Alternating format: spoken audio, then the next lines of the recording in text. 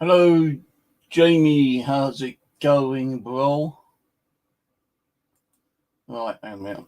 Rose should be on in a minute. She's got to send her the link on here. Uh, would have sent it for Facebook, but I don't think she's got Facebook anymore. Let me have a quick look.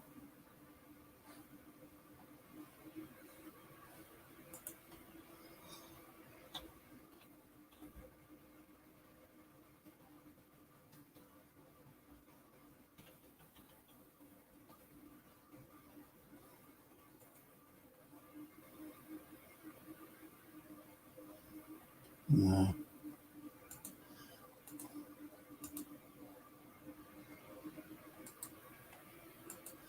Right, Rose, quick, get your ass on here.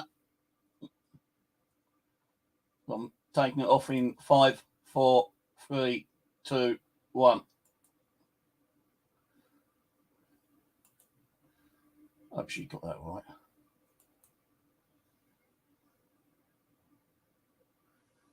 So I wasn't really coming on tonight. It's just that, I've got requests. Are you streaming tonight, Steve? If so, I'll come and have a chat. Oh, fucking, all right, okay. Are you streaming tonight? Hello, how are you? God, your image is like pink, man. It is so pink. It's like, oh, it's like, oh, right, t-shirt. You need to turn your volume off, YouTube. Yeah, I've done it now. So how are you? I'm fine, tired, but I'm all right. Swelling up like the back of the bus because I'm on steroids at the moment, so I'm a little bit big. Tell you, I am fucking so tired. For the last couple of weeks, been going out, good noise upstairs. Mind you, they've been quiet for the last 3 days, so I think they might have gone on holiday or somewhere. Hopefully they've moved. That'd make my fucking year if they've moved. But I think they've just gone away for a few days, but it's been very quiet. But I've still been going out, milk detecting, passing out early due to heat strokes and sweating like a roasted pig. It's been so fucking hot, man. Like, I only went out once today, go and get some drinks, and that was it. I went Blackpool for a couple of days. Yeah, oh God. All there was fish and chips, all down the promenade. Everywhere you went was fish and chips. If I see another fish and chips, I'm going to go mad. I've not had fish and chips for fucking years, mate. I tell you, there's a fish and chip shop right near Lidl's. Every time I walk past, I was saying, if I could afford it, I'd have fish and chips tonight, but I can't afford it because like fish and chips there, it's about £14. Yeah, it's about right. I just know. I did it twice in 2 days. I've been down the coast once several years ago because I just needed to get out. I can't even remember if I had the cat or not. I don't know, but I just went out and spent the night down there. Ended up having to buy a new pair of shoes because my fucking trainers fell apart. Blisters on my feet. I had to get the first train back to London because I just could not walk. I could not walk any further. As it was from the beach up to the train stop, it took me about 20 minutes when it should only took me 5 minutes. My feet were covered in blisters, man. But I do want to go back down there again, actually. I want to find a beach which has got sand and not stone because then I can take my milk detector down there, probably. Yeah, I mean, there is sand in Blackpool, but you've got to you've got to walk like 2 miles up. Yeah. But I don't. I mean, the hotel that we stayed for a couple of nights there, there was absolutely no view. And it was really weird because the night we slept there the first night, we got there, it was dark, and Kevin opened the window, and he goes, "My hand smells of pigeon crap," and I'm like, "You what? Where have you had your hands?" He goes, "It stinks." I said, "Well, I'm not smelling it." So he washes his hands, and so the next morning, right, I could hear, "Coo, coo, coo, Person that's coo." now. So I thought, what the? So I opens the curtains. It was like on a roof.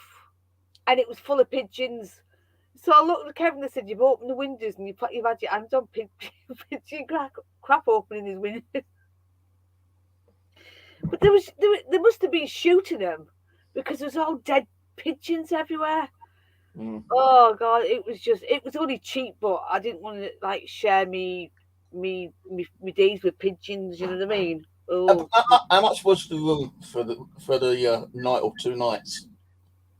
You can actually, if you can actually get a room, which we did for both of us, which was £35, like 50. Well, that was what all we paid for both of us a night, and that's a crappy. It's not a brilliant hotel. You don't get no breakfast or anything, and if you don't mind sharing your bedroom with with the pigeons outside, as soon as it gets light, then you should be able to pick one up for about 15-20 quid easy. Yeah, I think when I went down there, all the bloody rooms were booked today for like fucking 50, 60, 70 quid each. Oh no, is that a night? No. Yeah, I ended up fucking like trying to sleep on the beach on one of the what I call fucking like chair things. What's those wooden fucking chairs called? Benches. And I was just laying there, yeah, and it was a bit windy, and like just kind of like in front of me, you got this like metal shed, and the wind was blowing, and it was like catching on like a part of the shed that was loose, and it kept rattling. So I'm laying there, trying to get asleep, and I couldn't really sleep, and all of a sudden I had these 2 people walking up, kind of like beside me, and they didn't realise I was laying on this bench, and I kind of like, "Hello, do you want to sit down?" "Oh, fucking hell, you scared the shit out of us." So I'm just like, been down all night and I'm off home in the morning. And I couldn't afford a B&B. I'm just laying here, see if I can get some sleep. I said, no, it's all right, mate. You're okay. I said, no, you can sit if you want. Go, no, we'll carry on. So I thought, all right, then, fair enough. But that fucking thing just kept rattling. Yeah, your light just went off. So I just thought, fuck this shit. And I just got up and carried on walking on the beach for half the night. The amusements were shut anyway, because it's like 2-3 o'clock in the morning. At night, my feet were so fucking sore, because I was wearing trainers and I didn't realise how bad they were. And like walking on, real stony cobble fucking beach, it just like ruined my trainers completely. The sole was hanging off kind of thing. Not going to the town centre, like I had my credit card with me, you had to buy like a new pair of trainers, which cost me about fucking 30 quid. And I just threw the old ones away. There's some good bargains though in Blackpool. I mean, I bought a massive bag, it was used from £50 to 20 quid. So I was quite. Yeah, I think it depends on what part of the year you go though, isn't it really? I mean, like I said, we're supposed to be going back again for a couple of days, or 2 or 3 days, because I want to take me K2 meter. Because I mean, there's something creepy going on apart from the pigeons in that hotel. So we're supposed to be going back, I think, Sunday, depending, for just a couple of days to get away, because I need like time out from the madness of this house. So you want to do some research on finding any locations down there that might be haunted. I want to go. I watched a couple of videos the other night actually, and I reckon the more haunted part of the UK is what's it fucking oh God, what's it fucking called? Down where Mark Davis lives. Cornwall. Well, there's a lot of haunted locations down there. There's I mean, I'm not really doing, to be honest with you, a lot of like paranormal. To be honest, I can't really be bothered. And I usually don't sit in this room for long. I can't anyway, to be honest with you, because it's that crowded in here. I mean, I've had a few extra dolls that were given to me, and it's like I just can't move. But I've not done a lot of paranormal lately. I said I can't be bothered. I've lost the urge anyway. I have. That's why I've been going out more, doing metal detecting and a little bit of magna fishing. I went up Kingston last week, Done a little bit of magnet fishing up there. Been doing some dive at my bushcraft. I was going to spend the night over at my bushcraft last weekend. The weekend just gone, but it was so fucking hot and I was so exhausted, you know. And all the finds I found fell out my fucking find bag, didn't it? Because the bloody shit came apart. So I was planning to go up there again, but I'll probably go up there this weekend. Well, it's going to be worse, isn't it, this weekend? Sunday, Monday, Tuesday, it's meant to be 30 to 38. It's sort of like calmed down a lot. I mean, I got up this morning, I was like, well, where's the sun? Well, the horse books, I have to go for walks every day, about 2 miles every day for my lungs. And I'm like, go to the park, I'm like, where's the bloody hell's the sun? So it was sort of like raining a bit today, so I'm glad I didn't have to take the hose pipe out anyway. So, but it's meant to be getting really, really hot again at weekend. So just watch yourself if you're going in. You go and bush tuckering. Bush tuckering, bushcrafting.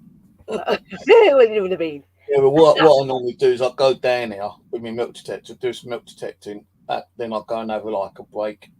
Then I have a break for about half hour. Then I go back out. But I'm not just planning.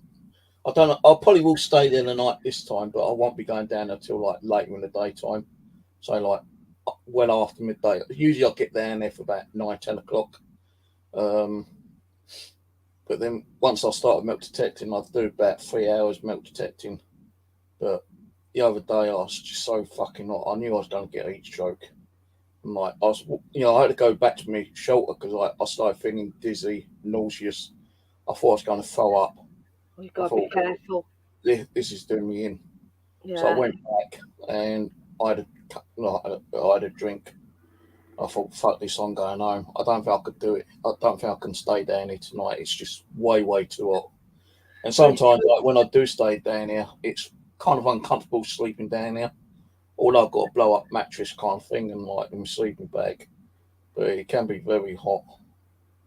Yeah, it's weird if the weather is. It is really hot. I mean, I was supposed to have gone down to Hal's house twice this month, but I can't go because the home's on lockdown again. As for viewing, I've had quite a lot of views and have been walking in as soon as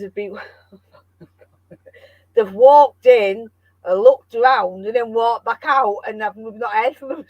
We've not heard from them again. So I think a lot of people can pick up, the vibes of the house, can't they? Yeah, I think that's what's been happening.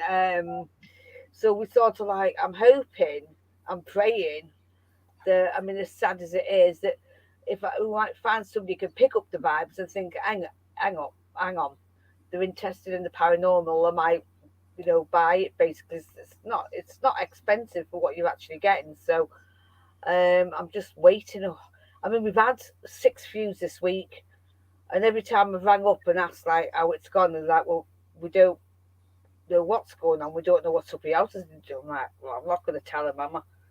So they've been getting a bit freaked out. So it's getting on my nerves a bit now because the house is getting a bit draining, if you know what I mean. So plus, like I said, I can't go back there at the moment because my mum's care home's got COVID again. So twice. So I'm hoping after the 27th they might let us come in. Yeah. I wouldn't mind going down the coast, but it's going to cost a lot of money for me to go down there. I think last time I went down there, I was able to get like a cheap weekend return kind of thing, which costs about 30 quid. But now, the cost of the travel has gone up, and like, you've got your train strikes and that shit. I don't want to go down there with a fucking like pay out £40-50 for a weekend return again, and then find that fucking I get the bus. The bus is meant to be cheaper, That's how I know, but bus is going to be fucking 20 times longer, isn't it? Oh, I get down, it'd be like fucking midnight. Because when I was younger, when I was in my early teens, I was going out with a girl, right? Mandy, I think her name was. I can't even bloody remember. I went out a few different girls where I used to live. But my mum, my dad, my biological mum and dad, Dougie and Barbara, and my sisters, we all used to go down Lacedown every so often, at least twice a year, I think it was. And for some reason we stopped going down there. I think it's because of the cost, and travel and all that kind of stuff. Yeah.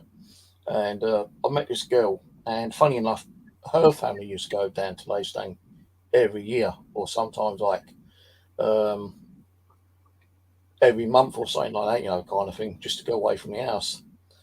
So I told her that I used to go down there. She spoke to her mum and dad. She goes, well, if he wants to come down, he can come down. But the thing was, I was working in injection molding, doing like all plastic stuff like coat hangers, petrol caps, fucking anything that was like, made of plastic. We was making things out of plastic, like even the Rubik's Cube and stuff like that, kind of thing. So I said, well, if I can get like a day off work or change my shift, then I'll come down.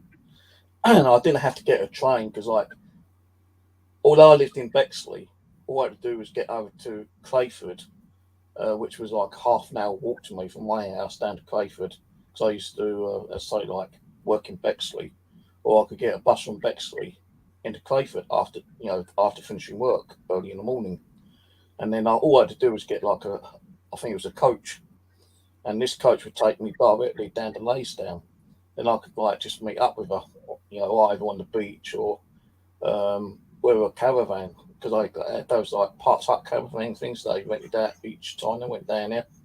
So I used to go down there and meet up with her and just like chill out with her and the family. It used to be really good down there. But I ain't been to Lacedown for like, I'm going to say about fucking 40 years. And I'd love to go down to Lacedown again. That's just one of my main goals I'd like to do, before my time's up, to go back down to Lacedown and probably like rent a caravan out for a couple of nights, just walk along the beach and go to some of the old arcades that used to be down there. The arcade, don't get me started on that one, because we're blinking, them horse racing things in the arcade. Oh, yeah, I remember those. Yeah, well, yeah, but, listen, me and Kevin, right, we thought, right, we'll have a go with them. It was 6 hour pounding. Didn't realise there's balls. You had to fling these balls, right, in these holes. And we sat there like that, right, and someone's horse is like running. I'm thinking, why is their horse running? Why isn't ours going? The guy goes, you do know you're supposed to throw the balls in the holes. I'm like, no. We played those. I used to like the old, what I called, you put your 2p or 1p down and it goes down. Oh, yeah, got to go with them. Yeah, I used to like playing those actually quite a lot. You never seem to win anything on them, do you? Unless you nudge the machine a bit. No, there used to be a little trick you could do, right? You used to get like a bit of wire or a bubble. They're called bubbles, don't they? Underneath it, like because there used to be like too much of a gap, and you used to be able to like knock them down. But if you've got pulled, you get a clump around here. And I actually got a part-time job down there in one of the arcades and got to know the person. So every time I went down to Lacedown, I used to go and help him out, with the machine. I didn't do that like, angling cash or anything. I just like used to like keep an eye out, making sure no one was like fucking around the machines, or like get me to do something out the back, like move stuff around. And that's quite fun, that was. But I think, if I went down, I would never know who the guy is. He's probably fucking dead and buried, probably. Family, because it's like a family thing, isn't it? With the old arcades, it's like handed down from family to family to family. Yeah, it's what's in it though. When you get into them, they get a bit addictive. I mean, I was playing some alien game for about 10 minutes. It was like £1 a minute. So I kept getting killed, but it was.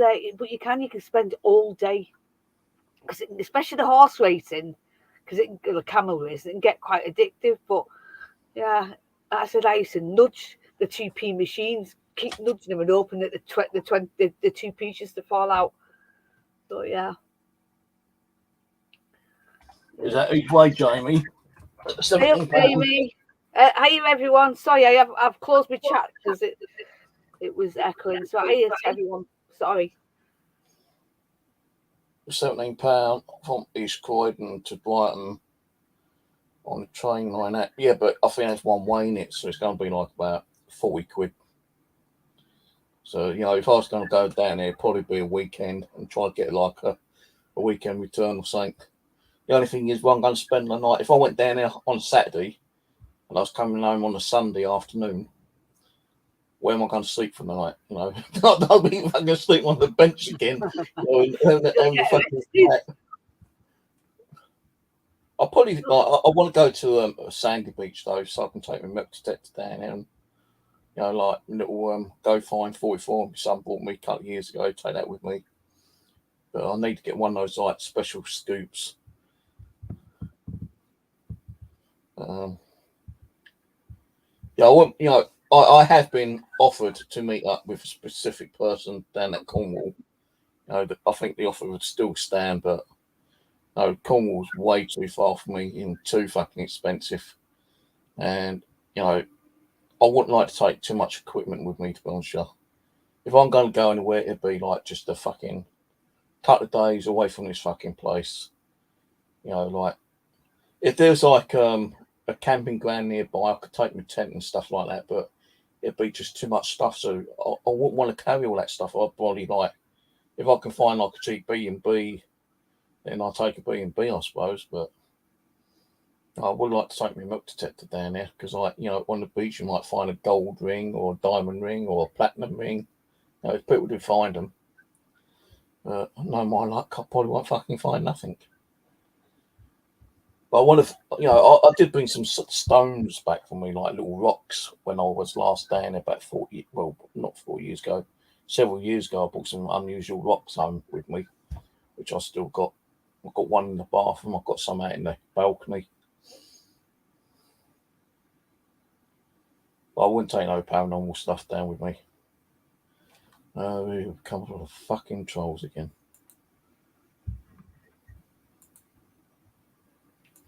Just block those arseholes, yeah.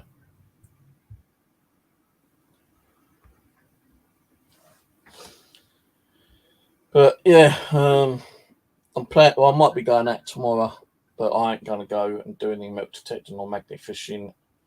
I'll just run over a like little, not so much of a stroll, but a bus ride. You know, go and try and check a few places out for future milk detecting.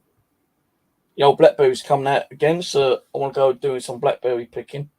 Oh God! Oh yes, I've got some growing in mine. I'm ready to get mine as well. I always get a load for me for pies at Winton or jams. Yeah, last time I picked up, I think it's when I met Jamie Boy accidentally out on the street one day. Yeah, we kept playing to meet up and everything here, but never happened. And I was going over to Hatbridge, which is near Wellington, just for like a stroll. And I hear like, is that you, Steve? Steve, is that you? And I'm thinking, who the fuck's that? Who's calling my name? And I've turned around, it's fucking Jamie Boy, weren't it? So we met up and we went out to walk around this like nature reserve for half an hour.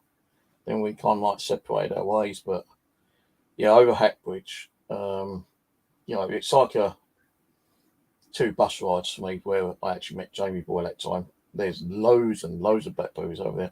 Shitload. You can't beat it, can you? Get some of them in and an apple and a couple of apples and make apple and bramble pie. I like to fill one. I had, you know, I usually take a couple, 2 or 3 bottles of drink out with me, yeah.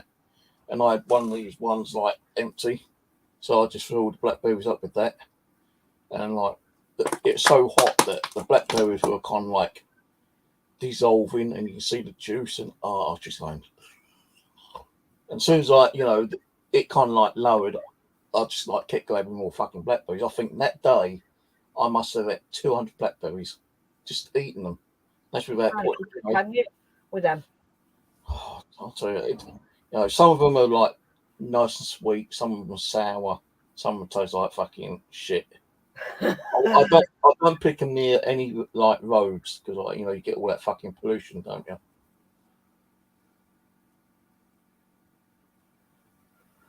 No, I like going wild rhubarb picking as well though. Wilderness, yeah, it's near Hacksaw, isn't it? Carl Shorten Wilderness Island. should go over there with my milk detector. I'll probably get fucking caught and fucking like arrested and have my gear taken away. Yeah, like that. Now, where I've got me bushcraft, because I've got permission to do milk detecting and my bushcrafting on that one property. There is like down at Colston. I don't know if you've been down at South Colston, Jamie, but as you go, well, when I go down there, it takes a turning to the right before you get down to the actual village or whatever it's called, Colston Village. And there's like a really big, massive field up there, so I want to like go and check that out. And I know there's supposed to be some farm fields around there, so I'm going to see if I can get some more permissions. I printed that today after getting my fucking printer working. Some permission agreements for metal detecting. Hopefully I'll get some more detecting agreements. I'm getting a bit fed up doing the one I'm doing at the moment. I want to try magnet fishing. You see, I bought myself a double-sided one a couple of weeks ago, yeah. And I took it to Kingston with me last week, and I fucking threw it out because I was trying to find some of the old boat tags I found quite a long time ago at Kingston. Yeah, really old boat tags. It's like a registration number. It's made out of like iron and like kind of stuff, and it's like a license plate for like boats that go on the River Thames. And I found a load of them at one time, but I sold quite a few of them on eBay for about 20, 30 quid each because of like, the travel costs and everything. But I thought, you know what, I'll get myself a bit of magnet and I'll try going up there again. So I bought myself a double-sided magnet, picked up to like, it's £1,000, I think it is. So it's like 100 kilos or whatever. And I threw it out and I wasn't getting nothing apart from like trash, bottle taps and those little fucking gas cylinders and other bits and pieces. And so I thought, well, there ain't no more fucking like boat tags here. So I moved down. I moved down to another section. I threw it out and it got fucking caught on this iron like thing on the edge. And I was fucking pulling, tucking and pulling. I thought I was going to lose it. Brand new fucking magnet, I thought I was going to lose it. But eventually I did actually get it free. I thought, thank fuck for that. That would have been like a £40 magnet. So I thought, you know what? Fuck this. I'm going on the other side. So I went over to the other side where I found bullets and knives and fucking carving knives and stuff like that before. And it was like on this little jetty. And I was looking down and there's a fucking mobile phone down there, isn't there? And I'm trying to catch it with the magnet, but the phone hasn't got enough like metal in it to actually get caught. So earlier in the week, I bought one of those on Amazon, those like little grab stick things. So I'm going back up there just to see if I can get that fucking phone. Like, I know the phone ain't going to work, but it's going to be like, handy little thing to take with me when I go magnet fishing time to time. But yeah, I'm going to go up to Kingston again sometime soon when I don't know yet. I want to try. I want to find out about where you get your magnets because I wouldn't mind having a go at that. Just do something a bit different than ghost hunting. Or all you need is the magnet itself and a pair of like welly boots. Well, it depends if if you're a good swimmer, then you wouldn't really need a life jacket. I can't swim, so I have got a life jacket, but I don't really Just use throw it. Kevin in. If we catch a thing, I'll just throw him. I'm only joking. I mean, what size magnet do you actually need for that? I'm going to find it. Hold on. This one would be ideal for a beginner like you. If I can fucking find it. Because I definitely want to start. Just I'll get him to fling. I can't fling because of my arm. Because this side's gone now. So This one you get a double-sided magnet. You get a grappling hook, a pair of shitty fucking gloves, which ain't worth diddly squat, and you get one rope. So you can tie like the rope on one side, one end of the rope on the magnet, and the other side of the rope on the grappling hook if you wanted to. But you wouldn't really be able to use them both at the same time. But this one here is what I bought.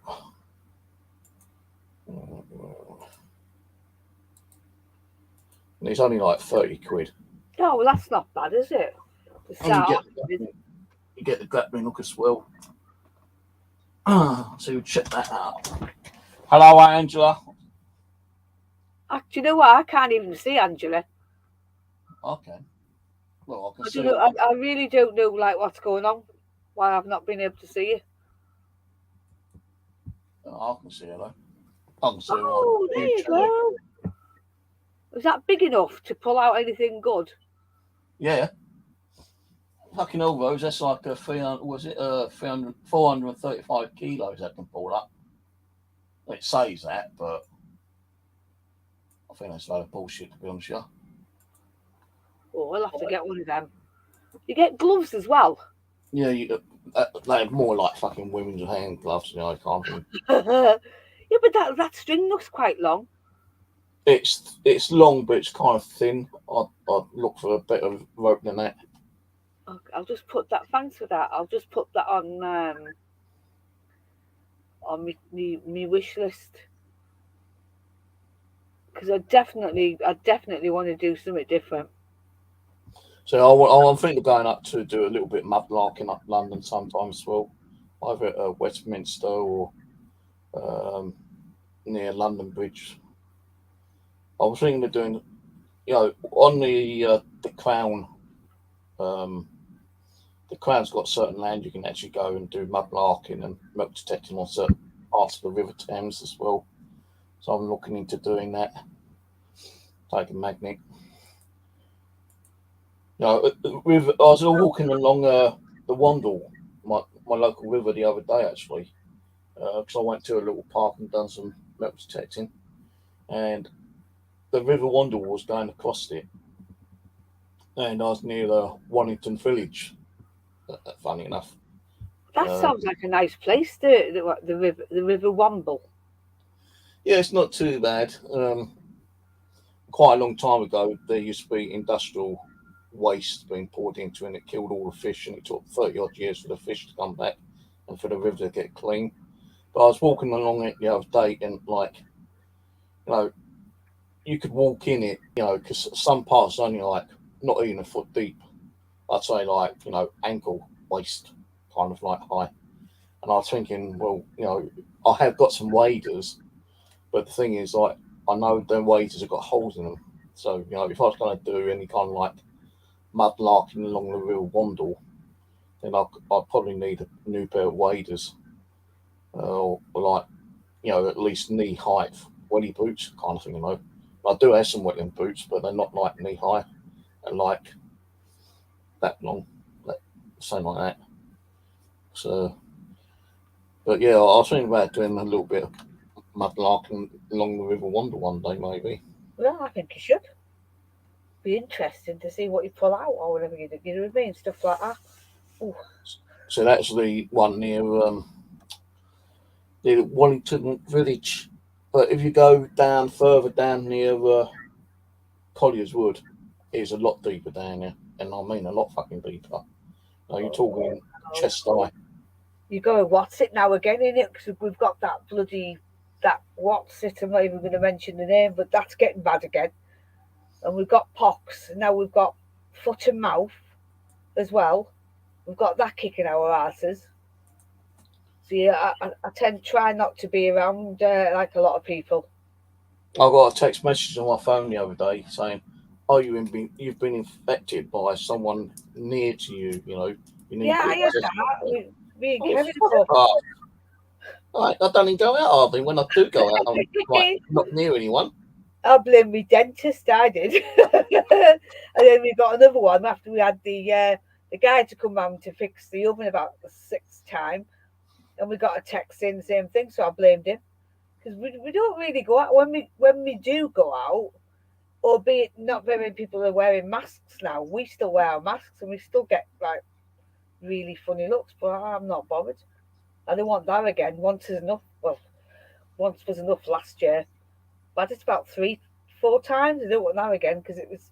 I've had it once, but I've not really done any more tests because I reckon that those fucking test things are bullshit anyway. Oh, I don't know. The court man and the court is. When they I was told me watching that, a video the other day. No, actually, I was watching a video yesterday of a metal detecting guy. And he goes, like, he's taken 3 of those tests, and all 3 came back clear. Then next minute, he's got it. And, like, you know, it's the same test he was taking. And, you know, he had it for about a week, I think. And he said, like, he still feels like he's got it, a little bit of it.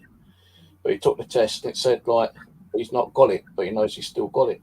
Yeah, it's what's doing it. It depends. I mean, I think the first time I had it for over 3 weeks. I was also really bad for over 3 weeks. And the first test that I took come back positive, but it was the same as me, even though I had it for 3 weeks and I was like coughing up blood, it came back negative. And then when it did clear, I got it again. So I don't want that again. I'm terrified of it because especially now I'm on like steroids. Ah! Shit. Yeah, I've been there, Jamie. I've walked from Collier's Wood up to Wandsworth along the old River Wandle Trail. There's a few parks up at Wandsworth. I won't mind hitting up with a milk detector, but not a lot of parks you can do. Not a lot of woods, not a lot of commons I can do around here. You know, if I want to do any serious milk detector, I've got to go to fucking Reading and pay for a license up there.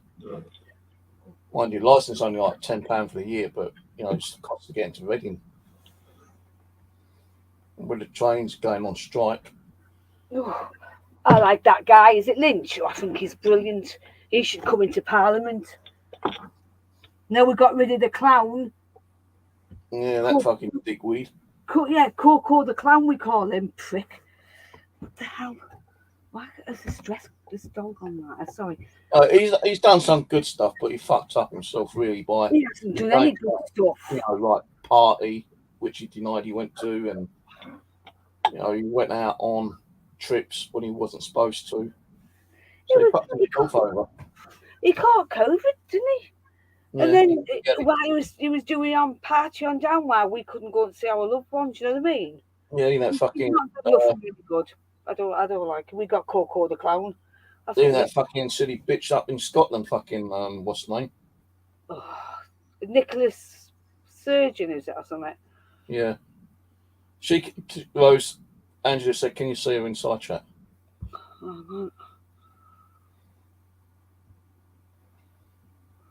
Can you see Angela inside chat, Rose? Nope, I can't see her.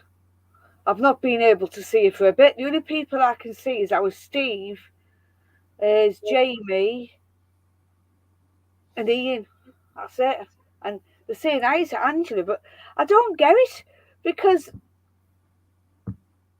no, can't see her. And I went in, I thought somebody might have blocked her, one of the other mods, but they can't do because she's a mod. But when I went in to double check, she's not even in there, so I don't know whether there's a glitch or what's going on. I just don't know what's going on, Angela, to be honest with you.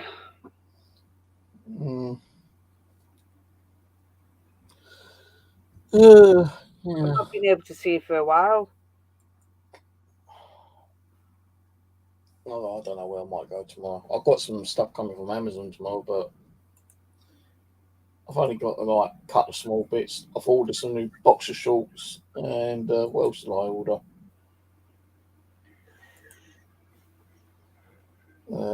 I'll put some slippers because I like my fucking.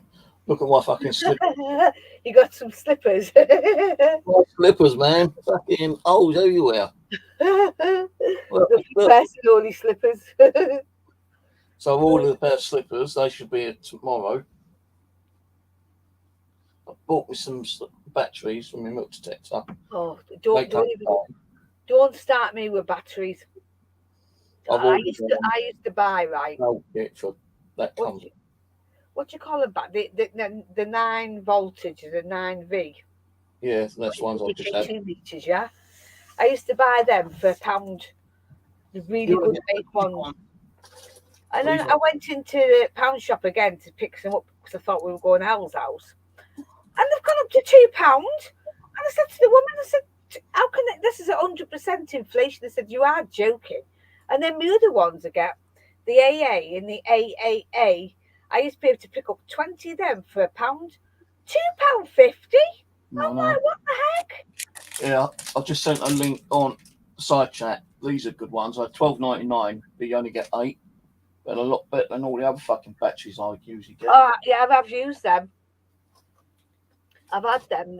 They're all right. I used to get them in packs of 10.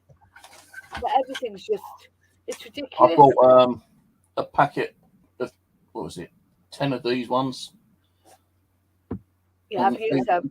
These are shit, these are. Well, they could just fall out of my fucking milk protector. I think to be honest with you, everything's crap now. You're getting, I mean, I went to the pound shop hoping I could pick up some, like I said, batteries £1. You can't. And I mean, the food in there used to be able to pick up for £1. There's nothing. So I don't know why they call it a pound shop no more, because you can't get anything for £1. Everything's like £1.25 to £2. So, and I am not going Morrison's to be fighting for a packet of bread, because it's just mental in there. The police are there every other week. So I don't really do. I don't go shopping as much now as I used to do, because I think I'm sick of canning. I've canned enough food to keep me going for a while. So I've not really done any cooking videos, because that's I had a cooking channel that was taken down, and they had my crime channel that was taken down. So I've got this channel. So there's nothing on here to get taken down, because I don't really put much on here now. Yeah, well, I'll just get the fucking porn fucking shit come on in. Them people who come on your channel,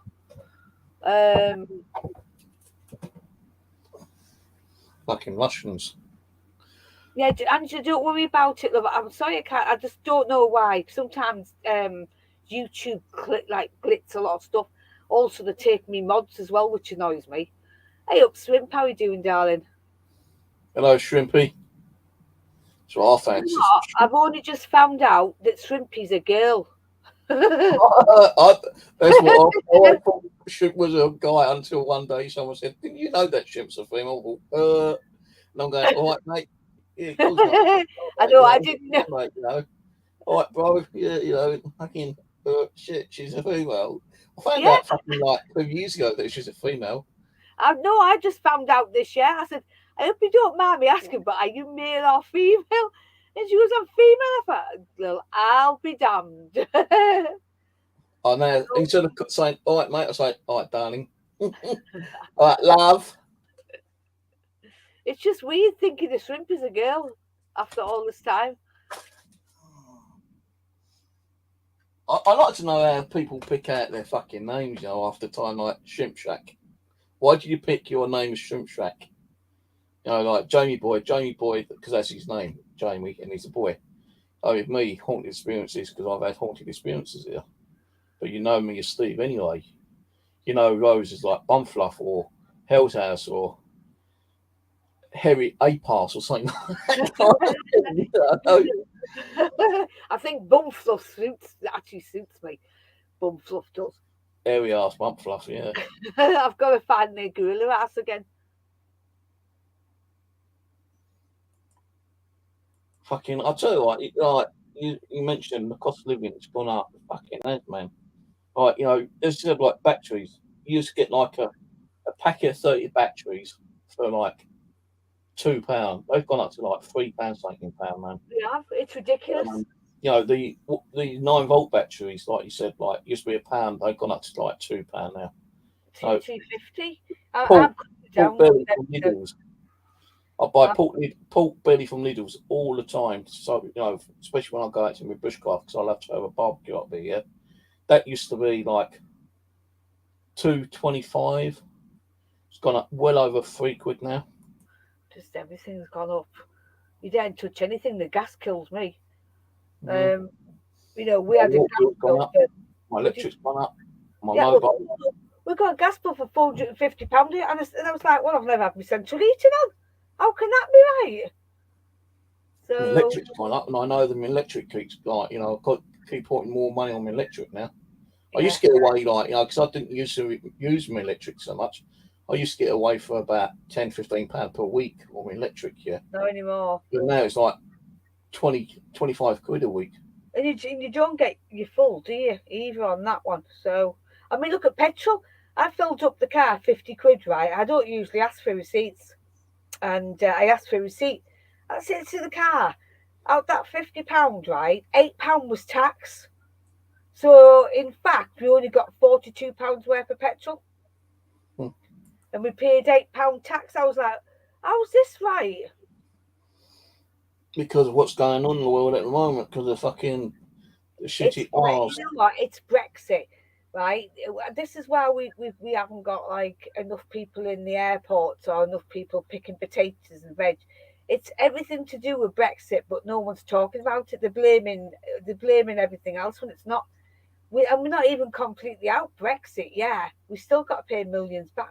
Would have been better off staying in Brexit because it was better for us in the long run. Now, if you go, like these people who are going abroad, they're having to pay like roaming charges, and we're short of workers here. It's just, we should never come out of Brexit. Seriously, I think that was one of the biggest mistakes that we ever did.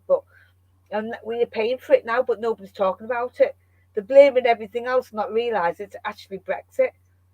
The lorry drivers won't come across to the UK anymore, are they? Because by the time because I know somebody who does this, by the time they sign the papers and then they pay for tax, and then they're coming towards Britain, they've gone from £500 petrol to £1,000 petrol, and plus all the taxes they have to pay to like take stuff from here to Europe, where we didn't have to do that. Or if you send a parcel to family abroad now, you have to pay taxes and everything. So we're all worse off at the end of the day. Everything's just mad, but we're not even completely out of Brexit yet because we've got billions to pay. It's just mad. Everything's the world's just mad. We're living in a mad world. And there's no food. We've got a shortage of food as well. And it's going to get bloody worse. It's because we've got no pickers. So there's potatoes stuck everywhere, and you've got vegetables stuck everywhere, and no one's picking them, so it's getting wasted. But everyone thinks it's other things, but it's actually Brexit. I'm just looking at me divot box. Ugh. But yeah, everything's mad now. No matter where you go, you can't really enjoy yourself because everyone's on a panic because of these viruses. And life's never been the same, has it really? Maybe that's why a lot of us have not everybody, but a lot of us have stopped doing the paranormal because we're looking for something else to do because we didn't have any freedom for 2 years. And we're getting the freedom back now, but we're going to get another lockdown apparently. So, well, there are more groups popping up on YouTube, doing the paranormal. But all the people that you used to know doing the paranormal, like you said, have like, oh fuck it, what's the point? Too much drama, though. If you talk to them, I've talked to quite a few of the old groups, and they've all said the same thing, that they're sick of drama. So we're losing them. I mean, I've got to know a couple of groups that live like in this area that I'm hoping to do a bit of collaboration with them. When I sort of get my ass together and do that, we're supposed to be doing it, with a couple of groups of collaboration around this area. It's going to take us to different places. But the original ones, there's too much drama, and they've gone. A lot of them have gone because everybody's fighting. Well, you got certain groups fighting to be number one, and people have just had enough. I've had enough. What's the point? You just, when you see. I did want to try come back and doing the paranormal, but I just get in days where I don't want to fucking do it anymore. I don't want to leave it because this channel is meant to be all about the paranormal, but because all the shit went down over the last 3-4 years, it's practically pulled the channel apart. And I had love and compassion and the will to do it, but now I just don't have the love, compassion. I just don't feel like is it working, No, I can't be asked to even get me K2 meet. I mean, I've got some lights behind me. I mean, I'm not using, to be honest. And even when I go to Al's house, I'll be hardly using any. I'm not using me blinking that beeper thing. I only flinks out the window. It goes off every 2 minutes in there. I won't be using half my stuff that I've been using because firstly, I can't afford the batteries. Secondly, I can't be asked with all the noise. And thirdly, I just can't be bothered non-stop. So I don't know whether or not I'll be filming as live there while I can. Because I'm like you, I've just lost the will. Maybe Well, we'll get there'll probably be sometime in the future me going and paying, like, checking out some cemeteries, but even if I do that in video, it don't mean I'm going to take any equipment with me. Yeah, it's just, I don't know. I've been a few I'd rather do what I'm doing. I might just keep doing my bloody bushcraft and me milk detecting and magnet fishing.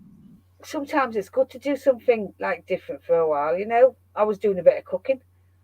I was like doing a bit of blogging, but even that got trolls. So I don't have.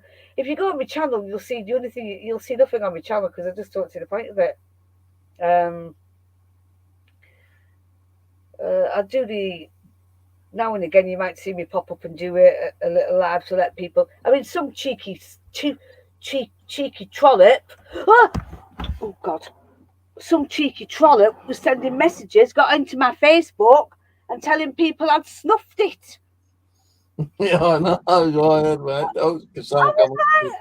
Hey, I can't remember who said it, but someone come on and said, "Hey, Steve, is it true that Rosie's died?" I said, "No." I said, "That's bullshit." I said, "Look, I've known Rosie for a fucking long time. Like, I knew that my dad didn't have a lot of time, and I knew that, it's just that, your sense.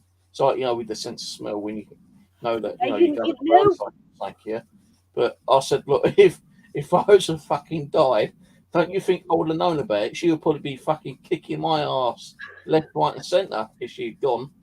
Yeah, it's for me. I mean, You just get those weird feelings that, if I know that someone's, seriously ill and going to die, then, it's just not doing it. Said, no, you're fucking no, you're fucking wrong. She ain't fucking dead. I said, oh, fucking would have known she was dead. And I said, even still, if she was dead, Kev would probably put a video up and saying that, she's passed away or something, It's just sick though what people will do. It's just to start fucking drama. I come back, I was like, what the? That's what it is. It starts, oh my God, Rose is dead.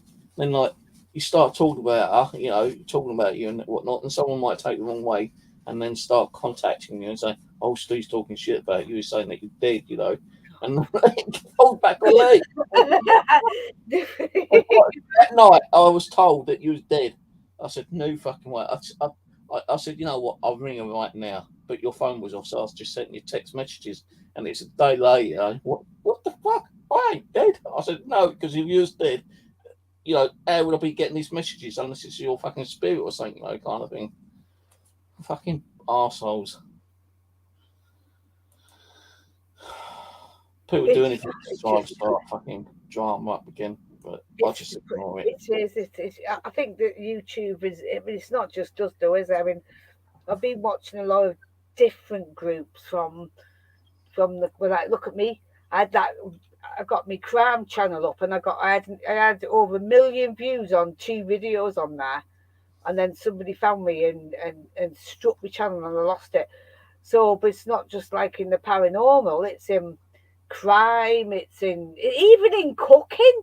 I couldn't believe it. There is drama in every port of YouTube. I don't think there's not anything that doesn't. I only meant, Rose, you're supposed to put 2 pinches of pepper in there, not 1 pinch. They say anything just to, like, try to piss you off.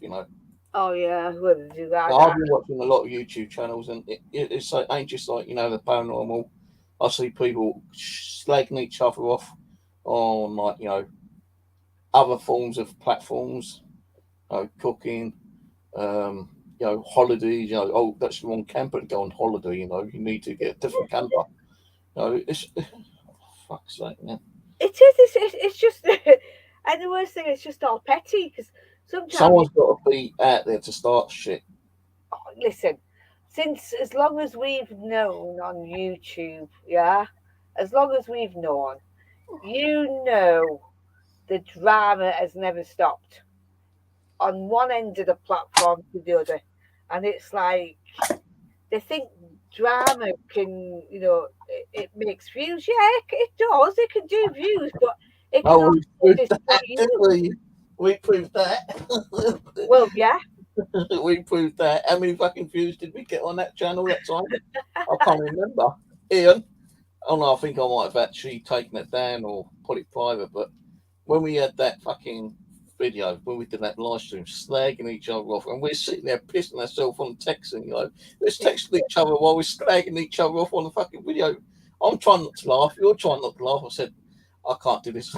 We just both fucking burst out laughing, and people were like fucking like side chat saying, "Oh, you should be doing this. You should be arguing. Can't you go and sort things out? I was ashamed that you two are fighting."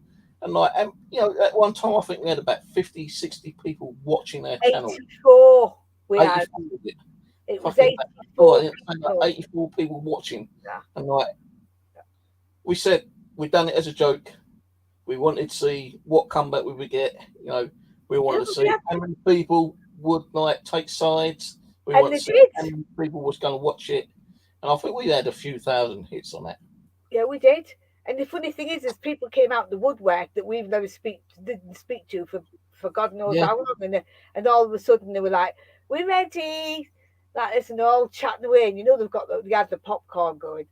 And it was funny because as soon as we said that we were messing around, they all left with the tails between their legs because we actually caught on to see who it was that was doing it.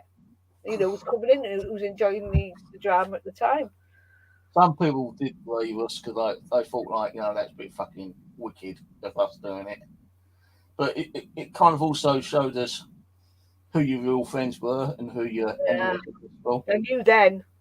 Oh my God, I definitely knew then, because we having people coming out the woodwork we hadn't seen for ages. I was saying to you, I remember saying to you, oh my God.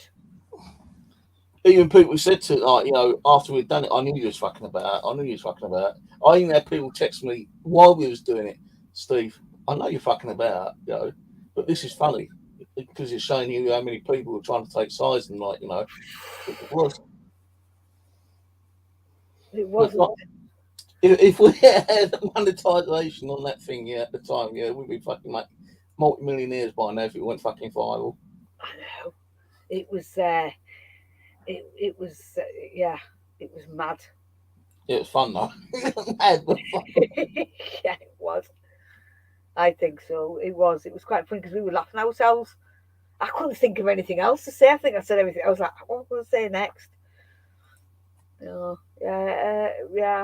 I've watched. I think as well. We did have one when we were doing the Halloween one, the dressing up Halloween, and is that the one when you had all that bog roll on your head?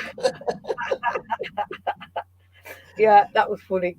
It was cheap. It was cheap anyway. Yeah, we did. We had, and we've had some fun Halloweens. I must admit. Yeah, we have had some fun ones. I think that night though, at least you had a load of bog roll around your fucking face if you was going to piss yourself. We need a clap. All we had to do is pull it off your head and say, "Hey, we're not got to wipe my arse or to shit myself." I actually watched that not long ago with the bog roll. It was funny because you didn't know what was coming in at, and then when I came in, you just started. I remember you laughing your sock. The one I did watch not long ago, I think about 2-3 weeks ago. What was that fucking girl's name? You was at the time talking on the live stream. She was on the live stream. There's about 4 or 5 of us on the live stream, and we saw those pair of legs walking at the back of that girl's. And we said, who's that behind you? She goes, like no one in the house.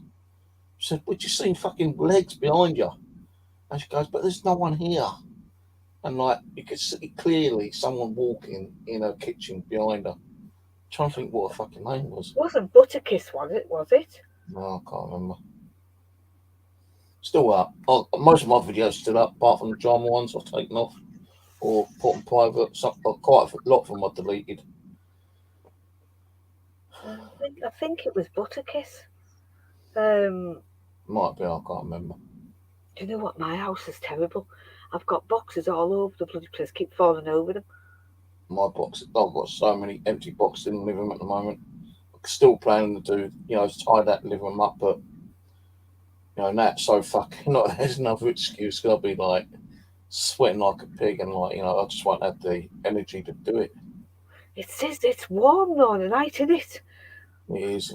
I'm just laying in the bed with my box shorts on and one blanket like that football blanket. That's it. Sometimes I have to throw that off me because I'm so fucking hot in here. And I can't have the windows open because of the cat. I can have this one behind me open, but I've got it closed at the moment because there's a lot of noise outside earlier. Some fucking black dude shouting and swearing at someone. Oh no, he's actually open. Some black dude shouting at someone on the phone. Then there's some workers outside doing some working outside. What they were fucking doing, I don't know. Putting some new copper piping, I think, on the outside. I'm just laughing at Stephen. Before they closed the Google down, we used to be able to get us on. And I remember Stephen, he went on, I don't know how he did it, but he went on the wrong stream and he was upstairs and me and Kevin could hear somebody talking. We started getting freaked out and it was Stephen on the wrong one. He's like, am I on the wrong one? Who the bloody hell's that? And you as well one night at Hell's House. I'd gone to sleep. You and I can't remember her name now. There was two of you on at the time. I can't think of a name. And I'd gone bed and I was watching it over the next day. And then you come on, you go, if Rose is asleep, can you tap? And then something tapped and you went, ooh, and then you went. No, I can't fucking remember after stream. Yeah, I can. We've got to do streams though together. Fuck what the other people say about it, because I do enjoy doing that stream. We've got to get back doing the murder mysteries. Murder mysteries, yeah, I agree. Fucking brilliant they were. Yeah, I was watching on Netflix, right? One of the true crime things. I think it's like the top 15 mysteries that were never really solved. And I actually showed the Alicia Lamb video, yeah, but it seemed like there's more video clip on that particular episode than they ever showed anywhere else. Yeah, there is more. This one, she actually walks up to the camera inside the lift, and you can see her doing this, kind of thing. On the original one, you never saw that. So where's the extra clips coming from? They want it, you see, because when like anything like that first happens, you only get a quarter, and then as time goes on, more and more comes out. But yeah, I was watching that when she was looking at the camera, dead weird, and it makes me wonder, was she actually possessed at the time? For her to be doing something like that's really strange. Mm-hmm. Everything was strange about it. In the lift. Then there's another clip where she's sitting down in the corner. And there's another clip on something. I thought, well, this wasn't on the clips that we saw a few years ago. So, where's all the, and like at the time they said that's all the video they had, but it's the same as with Watson though. Is the Chris Watts. I love the Chris Watts case. That intrigues me. There's more footage coming out with that, and Summer Wells as well. There's more stuff now that's coming out with that, and them two on its own would be an interesting case to actually do, the murder mysteries, because I still don't believe Chris Watts did on his own, and I also think that Summer Wells, the parents had something to do with that. So them two of the cases would be really interesting if we could get them, to get Shanann through and Summer Wells through on the box to find out what really happened to them and do the Alicia Lamb again. I did like what was that name again? I think we have to do Sandra Bland again. That's it. That's what we should do again, because there's more stuff coming out with that as well. So that's another good one to do. But yeah, I think we need to get back to to do stuff like that again. Has it been 4 years? Has it? Yeah, and if it's just like one every couple of weeks or something, at least we can get starting. And like, it's said Yeah, to you many times, the trolls come on, just tell them to fuck off. just Just have block. to. Don't even respond to them. Just block them straight away. That's all you Yeah, got to do. Is block them. Don't yeah. respond to them. Don't reply to the messages. Don't do nothing. That's the Monday best way night of live, doing it. Halloween stream, dress up as clown, we Warden Ghost Box session. Yeah, that's the best way of doing it. And just go on with it. I saw you had Rusty on the other night. Yeah, he did say he'd come back on, but he fucking hasn't come back on. Rusty, you bleeding shit, get your ass back on here. Is what Yeah, sits there. like he came on, then like Dave Dimlo came on a bit later, and they was like talking, between each other. Um, and I said to Rusty, you'll have to, don't make yourself a stranger, come back on again. He goes, oh yeah, I'll definitely come back on. But I've not seen him out. It's weird, isn't it? It was nice seeing him about because we've not seen it. I mean, I've sent him messages, but I don't get anything back of him, so I don't know like what's what with him. So yeah, it was actually nice to see him like the old faces, like what there is left. That is. Yeah, he stopped doing the paranormal, but he does gaming.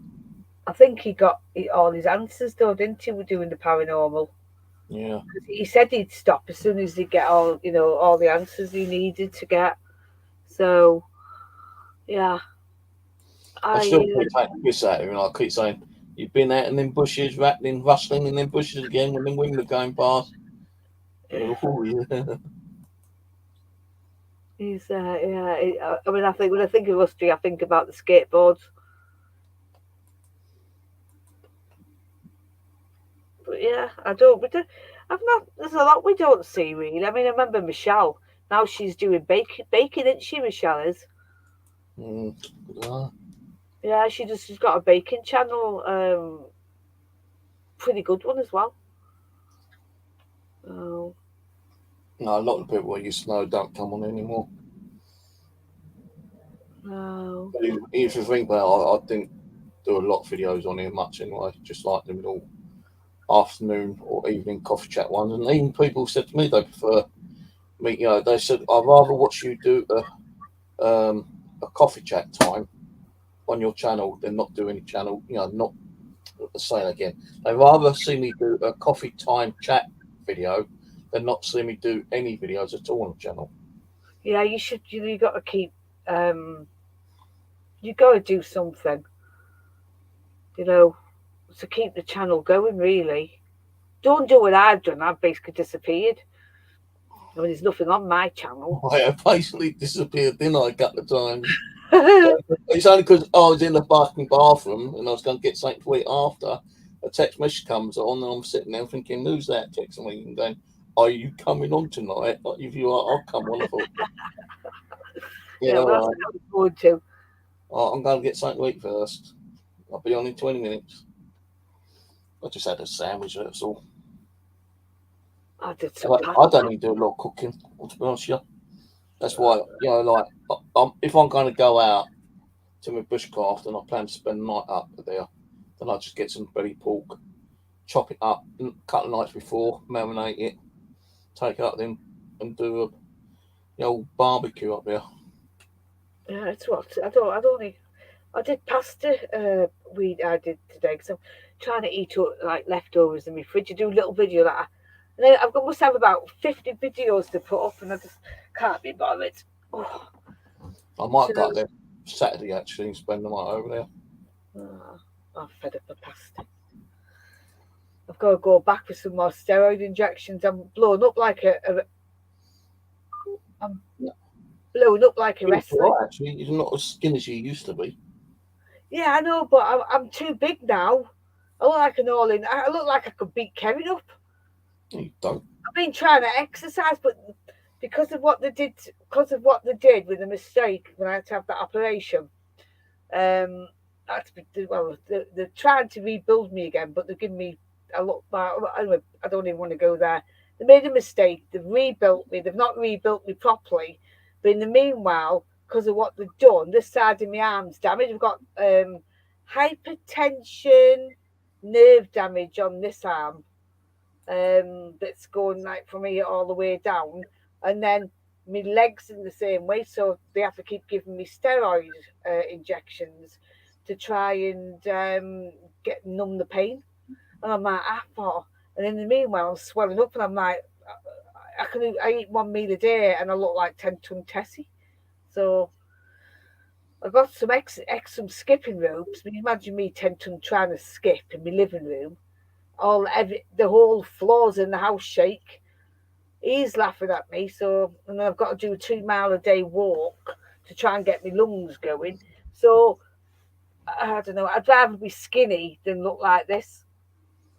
I've done more than my fucking 2 mile walk when I'm out. I'm fucking doing 5 to 10 miles a day. Yeah, but I can only do 2 miles because I'm out. Depends, like, you know, if I'm out metal detecting, like, you still got to walk around and, like, you know, kneel down. My fucking knees are killing me. Oh. My left knee, because the left knee, I know, is like the bone in the kneecap's wearing away. You need to. I remember you saying you had to get that seen to, didn't you? Yeah. I'm sat in here. I've got a.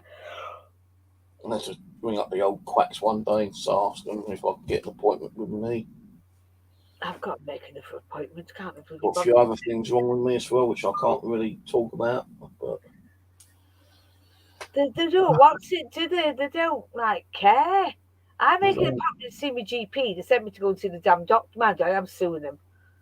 I am literally suing the GP and the hospital at the moment. So that's probably what it is, because of the mess ups I've done. So I mean, I've got a solicitor that's working their ass off at the moment now. That light keeps going off. Yeah, I can see the one back on the back. Yeah, it's what's it? It's a sensor. But I've got I'm trying to work out what have I got. One of these dolls keep falling. What have I got? Oh, came in and sort your bloody stuff out. I just keep fucking forgetting about it. Your brain ain't working half the fucking time. I know. I'll probably wait till next year. That's perfect. It could be me. Might be me making it go off. I don't know. Could be, it's motion sensor. Yeah, it might be me. It's because I don't think it's. Them two fucking dolls behind you are fucking creepy ass. Vampire one and the other witchy one. Can you see Albert? Look. Yeah, I can see Albert. Just. Yeah. My icon's kind of like blocking. You know, I left him. When I went away. I put these downstairs, and left the camera running. But before I went out, every time I was going into the living room, I forgot Albert was in there, and I was jumping every 2 minutes. And then when we come back, I started jumping again because I forgot he was in there. But I put him in with his 3 girlfriends, so I don't think anything happened. Poor Albert. Yeah, look, he's got 3 girls. Look, do you know when the one Kevin? There's what I don't know if I told you this story, but one of them, Kevin flung downstairs when we were arguing, right? So this one absolutely hates him. Ow! Oh, what is that that's just stuck in me? Oh, this one. Area. Yeah, this one absolutely hates Kevin, right? I don't know why you buy fucking creeped out fucking dog like that, man. Hang on. I can't see I'm glad you've never sent any of those. You know, I wouldn't say I wouldn't have one, but I'm glad you hadn't sent one because I know my luck.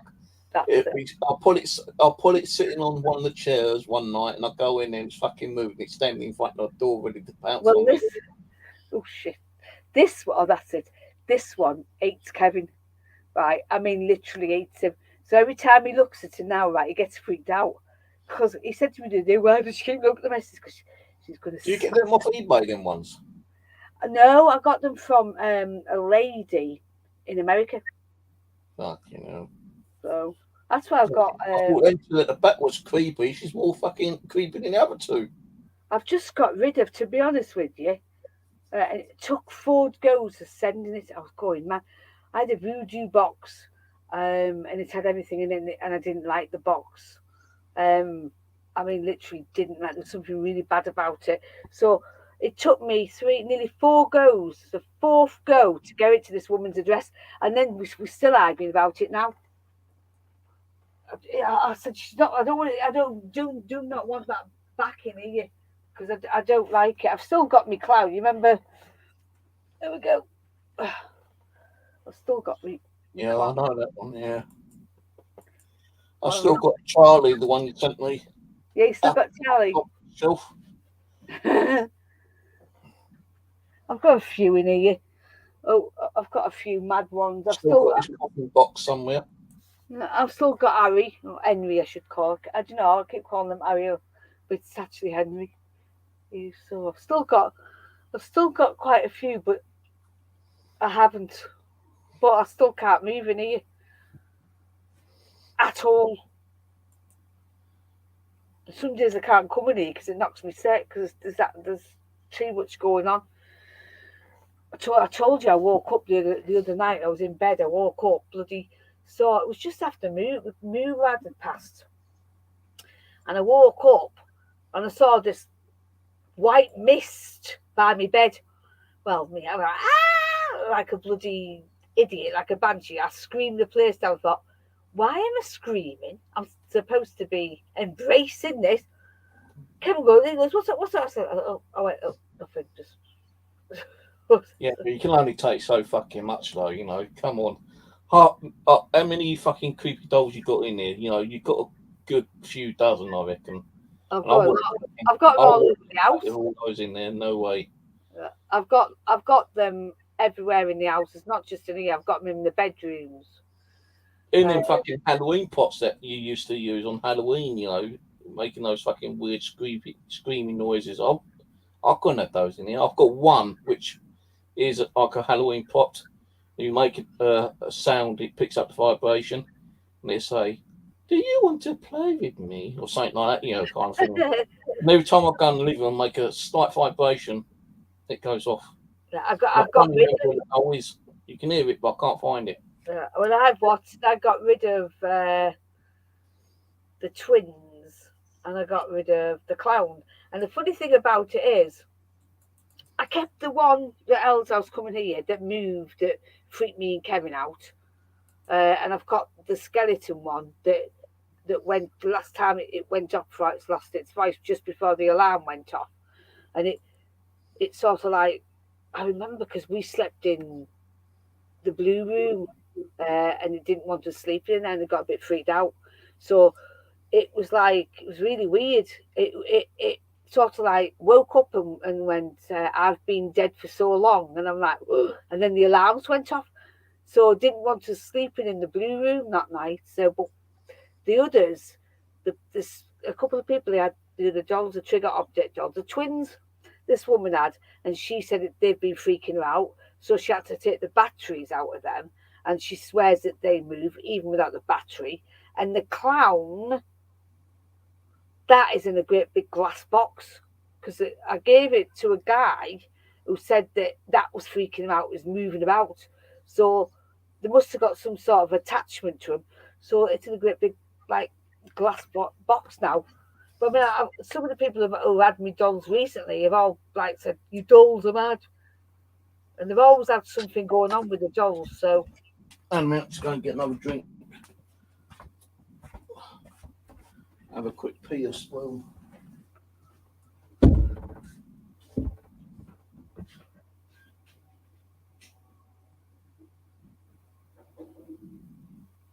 you're all right, Stephen.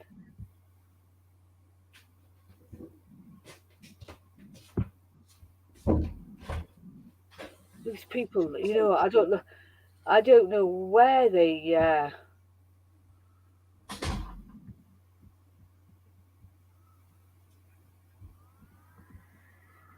Okay, so I've just reported.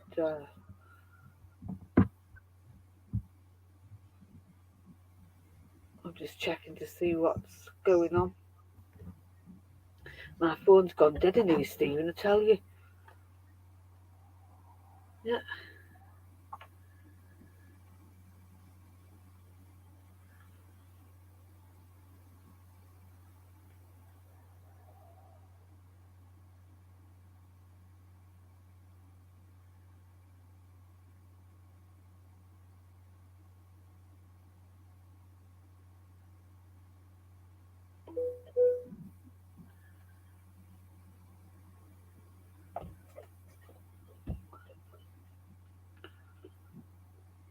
Yeah, it's nice to see you, Stephen. I don't have to get to see you, do I?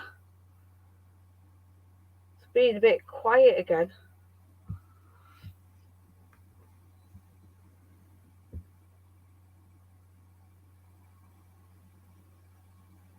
No, so I had to come off Facebook because somebody got into my account and started telling people I'd died. So I came off Facebook, but I don't think I'll be going back on that now. Not yet, and I don't really like Facebook. No, but Stephen, I didn't. Hardly anybody used to come to me live stream. And you know, I've not even seen Mary for weeks. I don't know what's happened to Mary. Hardly nobody used to come to me live streams. That's another reason, Stephen. I don't really do them anymore now. I might get 2 on if I'm lucky. Kong strong. It was so quiet, Stephen. That's why I stopped doing them. Yeah, I mean, when I tried to get my one back up, back up and running, I wasn't getting many people watching, so I thought, what's the point? I know I've gone down for a while, but they should realise the reason why I had to go down, because all the fucking shit that went on. No one trying to get back on. No one's showing the interest. So what's the point? That's what I'm saying. I mean, I used to stream a lot at Elle's house, and nobody used to come in. And then when I've decided I'm not doing no more, then there was the people saying, "Oh, I'm going to miss you." I'm like, well, if you're going to miss me, then why didn't you come watch the streams? Mm. Do you know what I mean? So. No, rather than you streaming, I used to come on and watch, but I never really participate in the side chat because I didn't know if I was going to get fucking blocked by one of the moderators again or. No, you were mod. I know I'm mod there, but sometimes I wasn't. When that shit was going down, I kept getting demodded, and I'm asking why am I being demodded? And no, it's not. I was stopped fucking blocking Steve, will you? And suddenly they realised that we're okay, so they stopped blocking me. But then, I thought, well, even if I do go on and start talking, I might be bringing over the fucking trolls, which I don't want to be doing. So when you were streaming, I just used to sit there and watch. And if anything, if I missed some of the video and I thought, well, this is getting a bit interesting, but I'm getting tired, I'll watch the rest tomorrow. I'd like to go on there and I'd leave a comment saying, well, 2 o'clock, your door opened or something. Or, I left a few comments on there. That way, at least I won't bring any trolls over. It's not, even if, like I said, even if I don't stream, the trolls are going to be about anyway. So I'm waiting for them to start taking the mick out of how much weight I put on. That's what they usually do. But you know what? I'm not bothered because it's steroid. It's medical reasons. So it is what it is. So, but this is why I'm in 2 minds whether or not to do any more streams at Al's house or to just film it and upload it, because I had a load of crap. Well, it wasn't crap, but I used to leave out 4 or 5 cameras running, and then I used to upload the footage because I never used to have time to watch it all. Because by the time I uploaded everything, because it used to take ages to upload on YouTube, then it was time for the next night. So I used to upload all that stuff, but I never used to get no feedback, not even on that. So yeah, I used to, and I said to Kevin, what is the point of basically doing that? Because he used to get something used to happen to him when he was at Al's house, where he used to cause a load of, we used to end up arguing and then he didn't know why he was arguing. Then the next day he's like, well, I don't know what happened there, and I'm like, yeah, probably possessed. So and that got a bit too much for me as well. So because it does change him when he goes down there. And we end up arguing over the stupidest things because he's doing things to annoy me or saying things, doesn't realise he's doing it. So there's a lot of not very good energy. Or if I go sleep try to go sleep at Elle's house and I leave the stupid noisy machines up, I don't get no sleep because it keeps going off every 2 minutes. But the funny thing is that I hear the bangs and stuff from upstairs, and we've got cameras downstairs, and we don't always get it. So, so like, no, my old 8-channel DVR system that would never fucking work. I actually got it working. It will record, but I still can't stream it through the channel through the computer. It still won't pick it up. Don't know why. I just cannot get the IP to work under the software. The only one I can do is the Wi-Fi ones, that like the couple that you set me up. Those particular ones, I can get that up and running, but I don't have that turned on. Well, I've not had it turned on for probably 2 or 3 months now. I could do with my old 8-channel DVR. It will record video footage because I've got it working to record video footage now. By putting a different hard drive, changing the box over, setting up the cameras again. But it's only got 6 channels and not 8 channels. It's 8 channel, but only 6 cameras are working. And I'm not going to fucking keep going out and buying new cameras and new cables and shit like that, kind of thing. And then if I did, it's not worth it because I can't get it connected to the computer so I can stream it. The only way I could stream it is having a web camera facing the small screen and streaming it that way. But I just don't feel like, is it worth it, I know people want to sit there and watch it like they used to, but yeah, some people get bored watching it. And over the last few weeks, I'll tell you, seriously, I've been seeing calling my eye, fucking like, shooting past the fucking camera. But I'm thinking, well, maybe I should go back, check that out, and maybe like I could get that clip and upload it. But why? Yeah, it's what to do it. That's what I'm saying. Anyway, so what's the point? Because you've got all this evidence, and then you get called like fake, or it's not real, or you think, what's the point? I mean, we've all seen funky stuff going on in yours, and we've all had a massive all go through the living room camera, which is now working. Because I only had one camera working in the living room, but I've got 2 of them working now. The only one which ain't working is one in here in the bedroom and one in the hallway. The ones I've got working is the 2 cameras in the bedroom, the kitchen one in here, one in the hallway, and the balcony one. All right. Now, this one here, well, you got that great big box there. I've seen fucking loads of shit happening in there. White anomalies flying around. I thought I saw a fucking massive one, but it was a bug. It was a moth.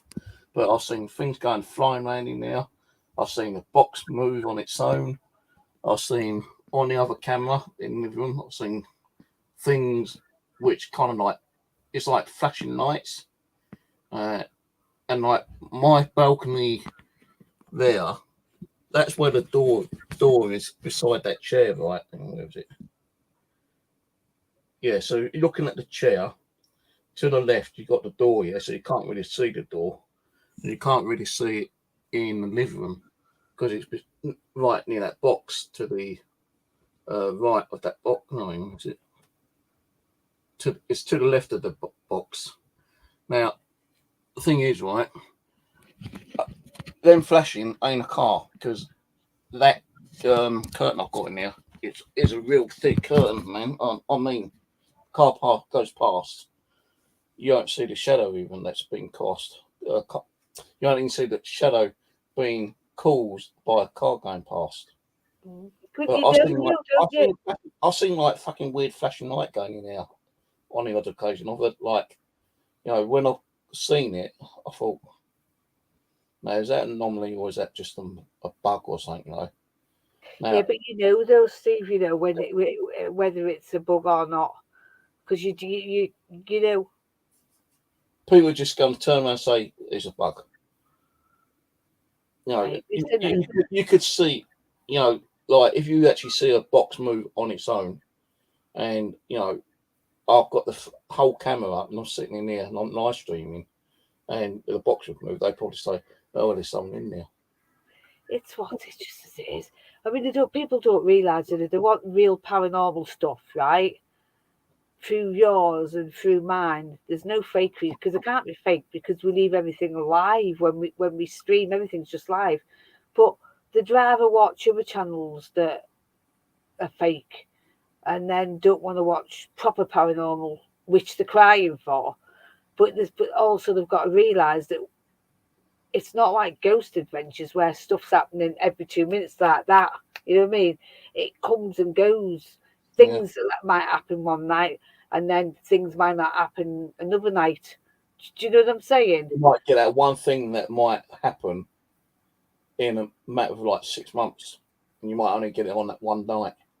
No, they're not going to come out, like I said many times, they're not going to come out and perform tricks for you. They're not fucking. Mine do. No, Hell's House to do.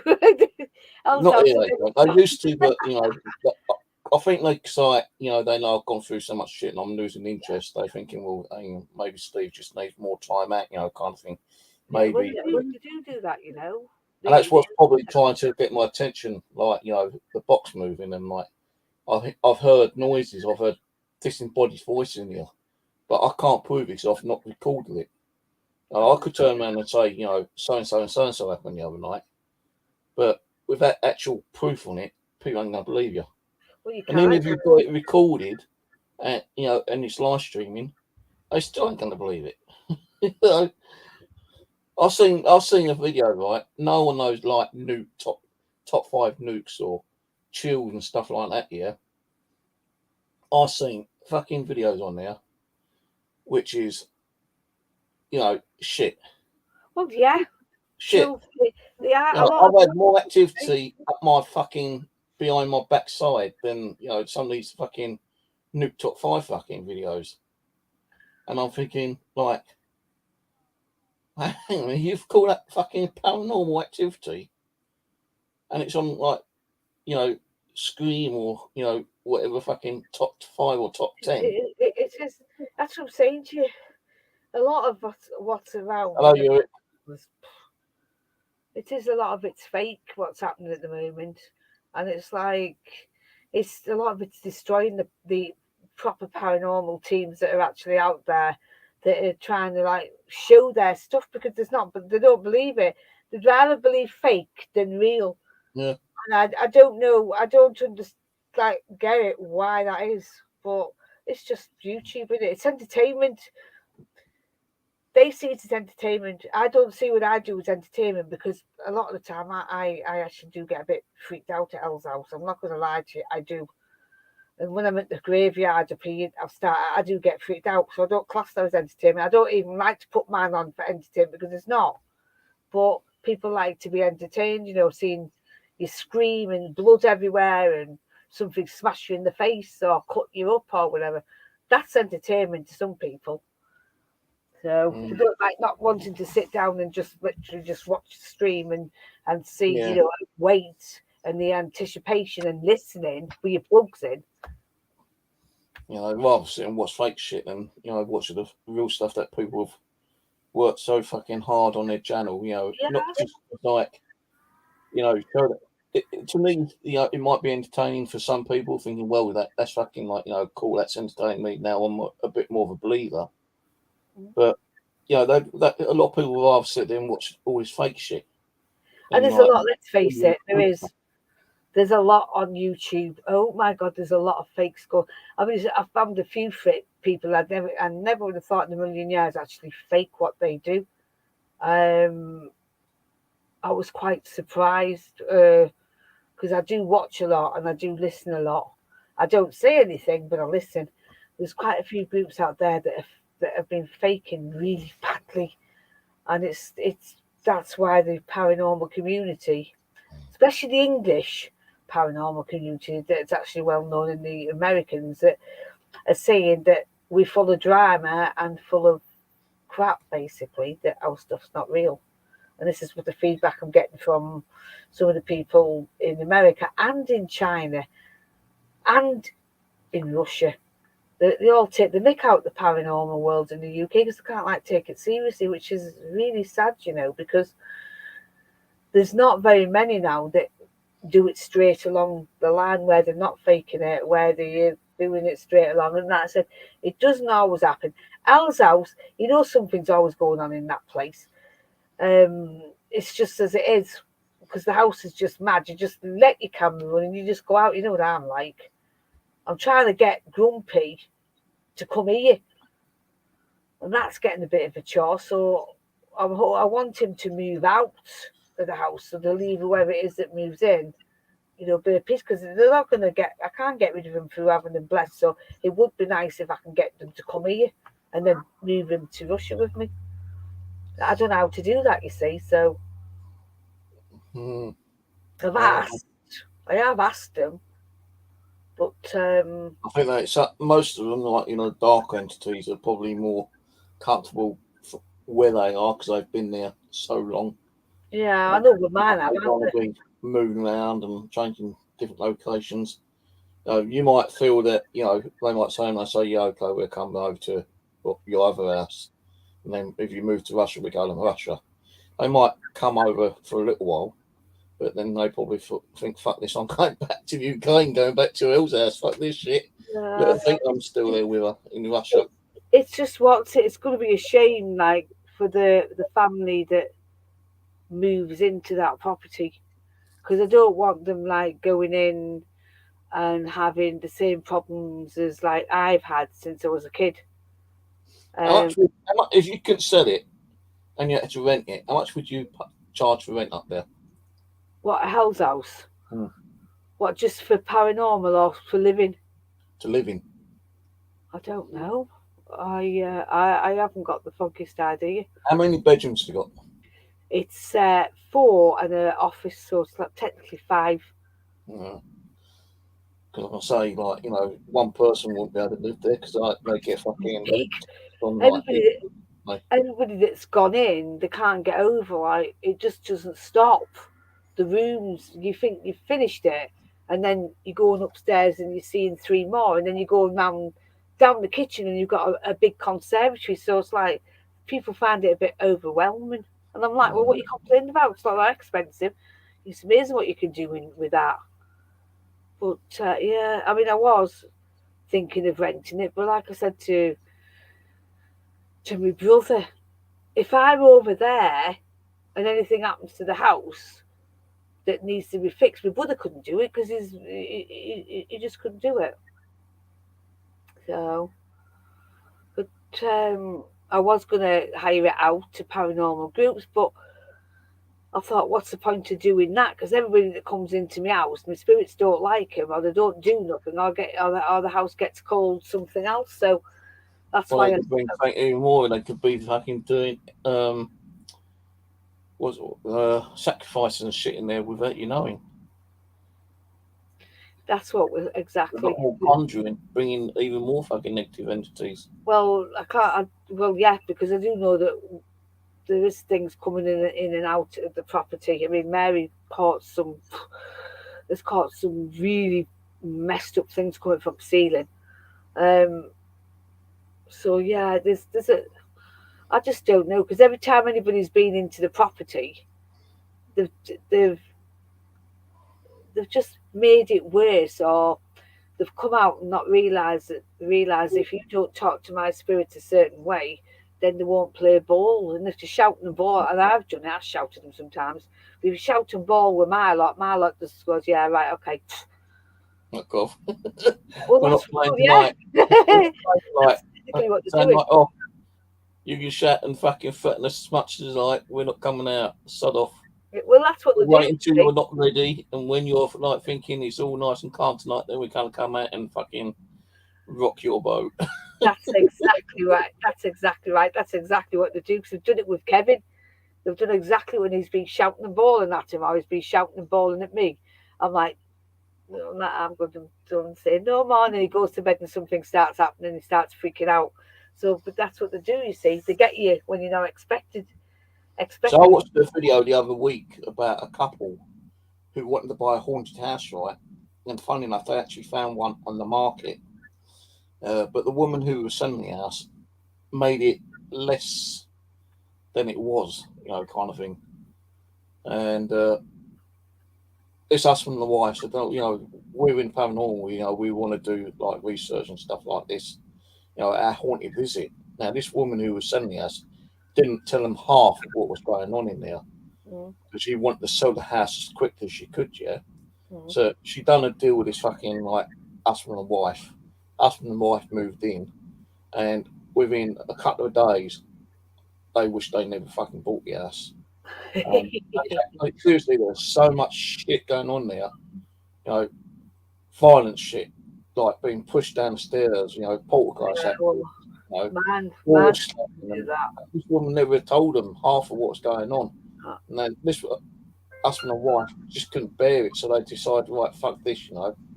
And they tried putting the house back up on the market, and they couldn't sell it, so it just lay dormant for fucking years. Well, this is what's worrying me about here, because it's draining basically the house itself, and I know that when people, like I said, when people are going in, they feel it, and then they're coming back out. So we are having a big major problem.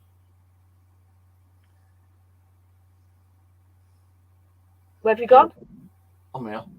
Ah, I'll just put my phone on charge. See, you like the money. I'd love to buy a fucking haunted house like your place, but the thing is, I don't have the money for one, and two, um, how would I actually look at it? Would I actually go in and accept it as it is, or would I be more fucking like, wanting, more activity there, or would I feel too afraid with the activity there, kind of thing? I right. feel, What hells? yeah, I don't know. I think with my place, um, it's very inviting. Come on in, let's play. Come yeah, in. So you get in there, you think, oh, isn't it lovely? You're like, okay. And then you boom pack your bags, and then you start doing put your little bit of equipment in. You think, this is all right in here. Then you start shouting, and it's like bog off to you. But if you go in there calmly and just listen, you start seeing things. It's really weird in man. It really is. But you've got to handle that house the right way. If you go in all guns like some of these paranormal groups came in, all guns like, expecting it to like, because it happens when I'm there. That maybe the haunting that's in that property is around me. As I go in, because yeah. the Grumpy's always said. I mean, it was on that tape thing where he said he wants me and he sees me. It's always, maybe it's because it's around me, but it can always be around me because it happened to Yeah. my dad. So I don't know. God, Maya, don't I look pink? I wish I didn't fucking buy that bloody EDI now, to be honest with you, because I'm not really using it. But I've got an idea what I want to do with it one day.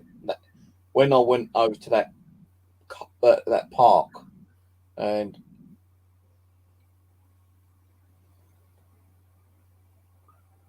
something happened, never mind. Like I've just seen something over there. There's a great big fucking Walk past that shadow. way, Steve. I don't know if you see that, but there's a fucking great big shadow on that door there. Yeah, it is. Oh God, that's not cool. I'm not saying that's paranormal. It could just be the reflection of I the. just seen something walking past there, where your chair is at the back of you. I saw something just walk a little bit past. So I know there's still stuff here, but I don't really like talk to them. To be honest, with you. I just ignore them most of the time. Yeah, you shouldn't do that though, because you get on. You'll pee them off if you're ignoring them. I just come in here every morning. I'll say, "Hey, how you If doing?" they want to talk to me, they got to do more than just fucking walk past me, or they got to start doing like the stuff I wanted them to do, which they never really did. Like interfere with the lights, rattle the fucking door handle, pick up my pillar, do something fucking, amazing, unbelievable. Then I can start talking to you. But if you're not willing to do that, then what's the point of me fucking communicating with you? So I don't know if you're here or not.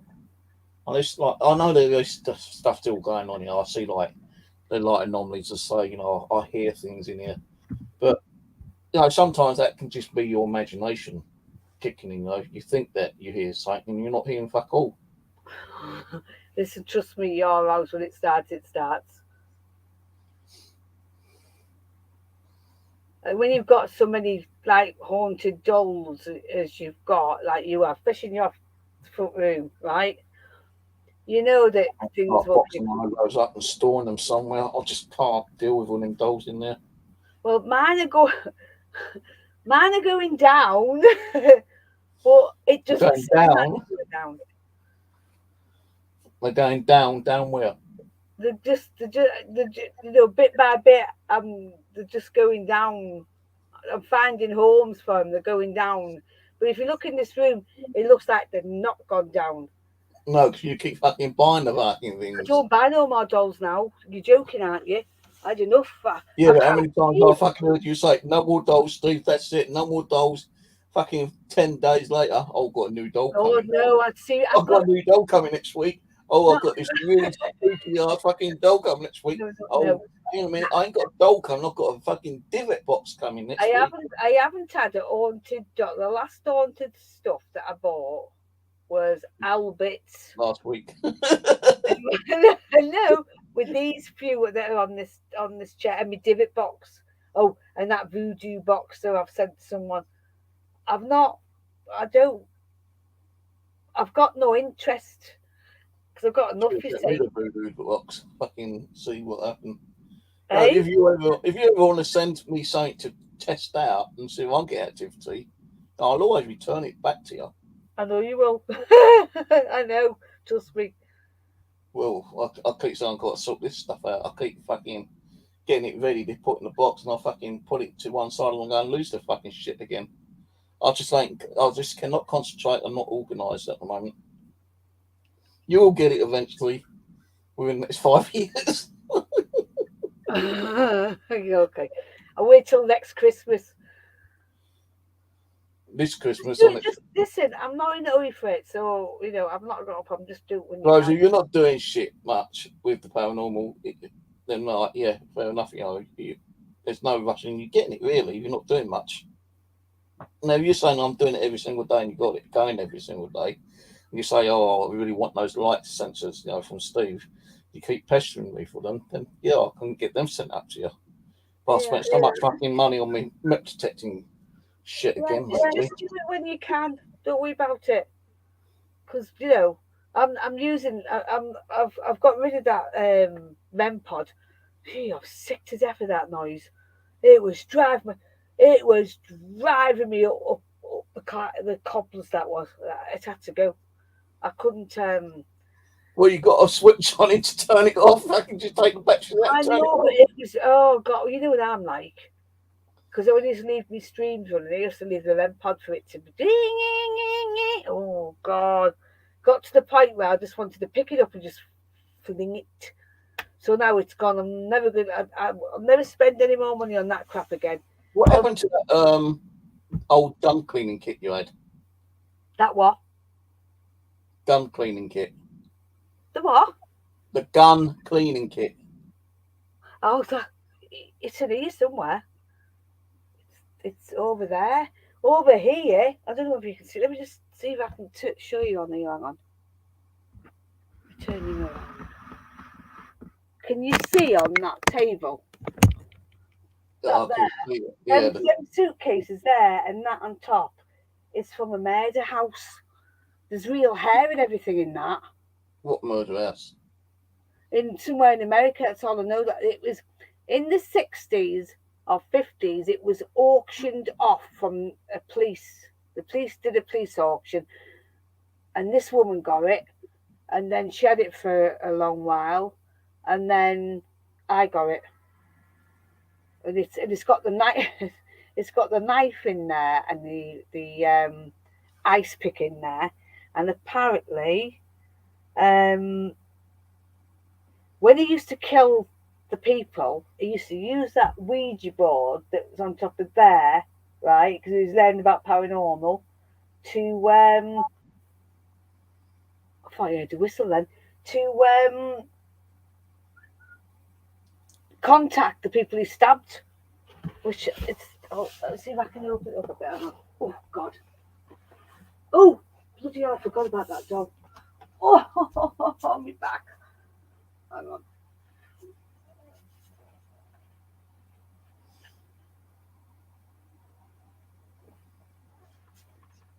That's the old Ouija board. Yeah, I've got one of those. Yeah, I used to contact them with this, so this come with that one. Let me just get it out. I'll show you what I've got. I don't usually take this out. Oh, sugar bum.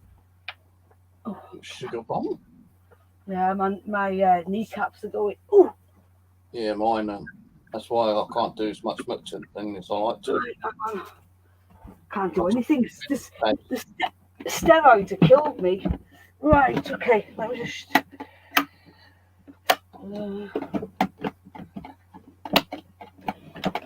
See, this is an idea of what you could do on your channel, yeah?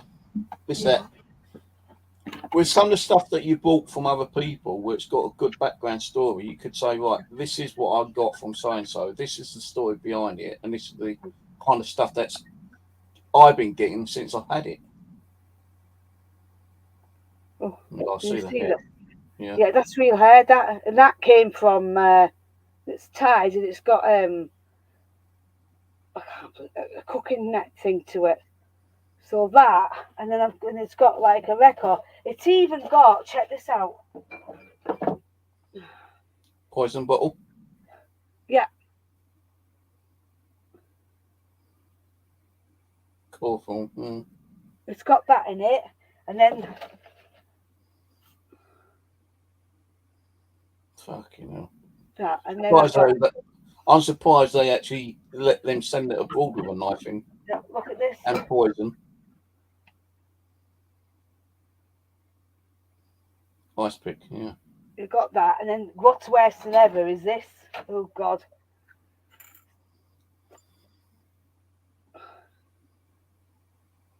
What's that? It's a tooth. In a Chanel bottle.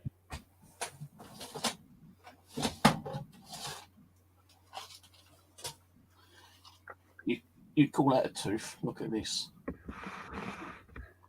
So this was, like I said, this was in. I've got teeth. Look, I've got teeth. Oh, where did you get them from? From my daughter when she was young, and they Oh kept. no, this. These my daughter's 20 years old. These teeth are. Oh God. Yeah, but this This one belongs to one of his victims. That's what you should do. Is like a streams where you've bought something from them, like from a person like in America or someone. Yeah, and say, look, she bought this from so and so. She documented it. I bought it, and this is what I've been getting. Activity wise, was that?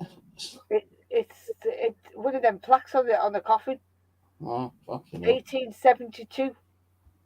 So all this came in. I know, but I got like this. Look at that. Where somebody's literally cut the head out. Damn thing, yeah. And there's some like pictures. There's photographs, and there's a house as well. So I'm wondering if that's the house he went into. You know what's so hard to get nowadays, even on eBay, are photos of dead people. People go crazy for those, but you can't get them hardly. I'm sure I've got some of them in here somewhere. I've got where they used to lay them out on the old morgue. Yeah, I think I've got some somewhere. I've still got like a attic. I saw some at a car boot fair a couple of years ago. When I asked how much he wanted, he was asking like 40 quid each for them.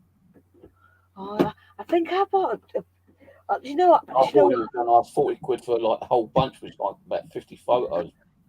I might have haggled him down to like 20 or something, but he wanted 40 quid each. I'll have to have a look. Because I know I've got a bunch of them, but I've got stuff in the attic, you see. You've seen him, haven't you?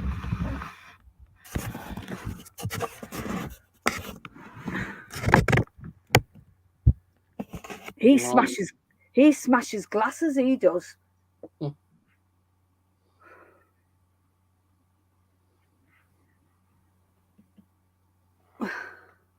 He's not very nice. He smashes glasses. I won't be surprised you get a fucking real skull next.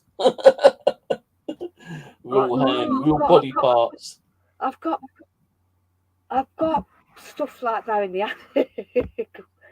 They're in the attic, all that live stuff. I bought them ages ago from a. I don't know where they got it from, but yeah, I've got bones, live like bones, human bones, and everything. Like I said, I put a lot of stuff in the attic, so I think that's probably why I eat stuff in the attic sometimes. Banging around. I've got to get that attic sorted out. I've got you can't move. I've got dolls up there that I forgot I even had.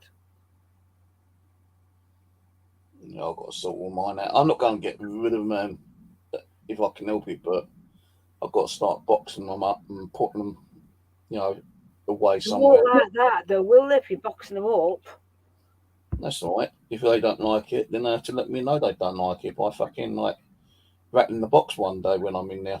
Then I know that they don't like it, and I can take out the one which is making noise. I've got to start boxing some of them up, making room in that living room. Listen, Got so much shit now. Listen, I'm going to have to go. Right.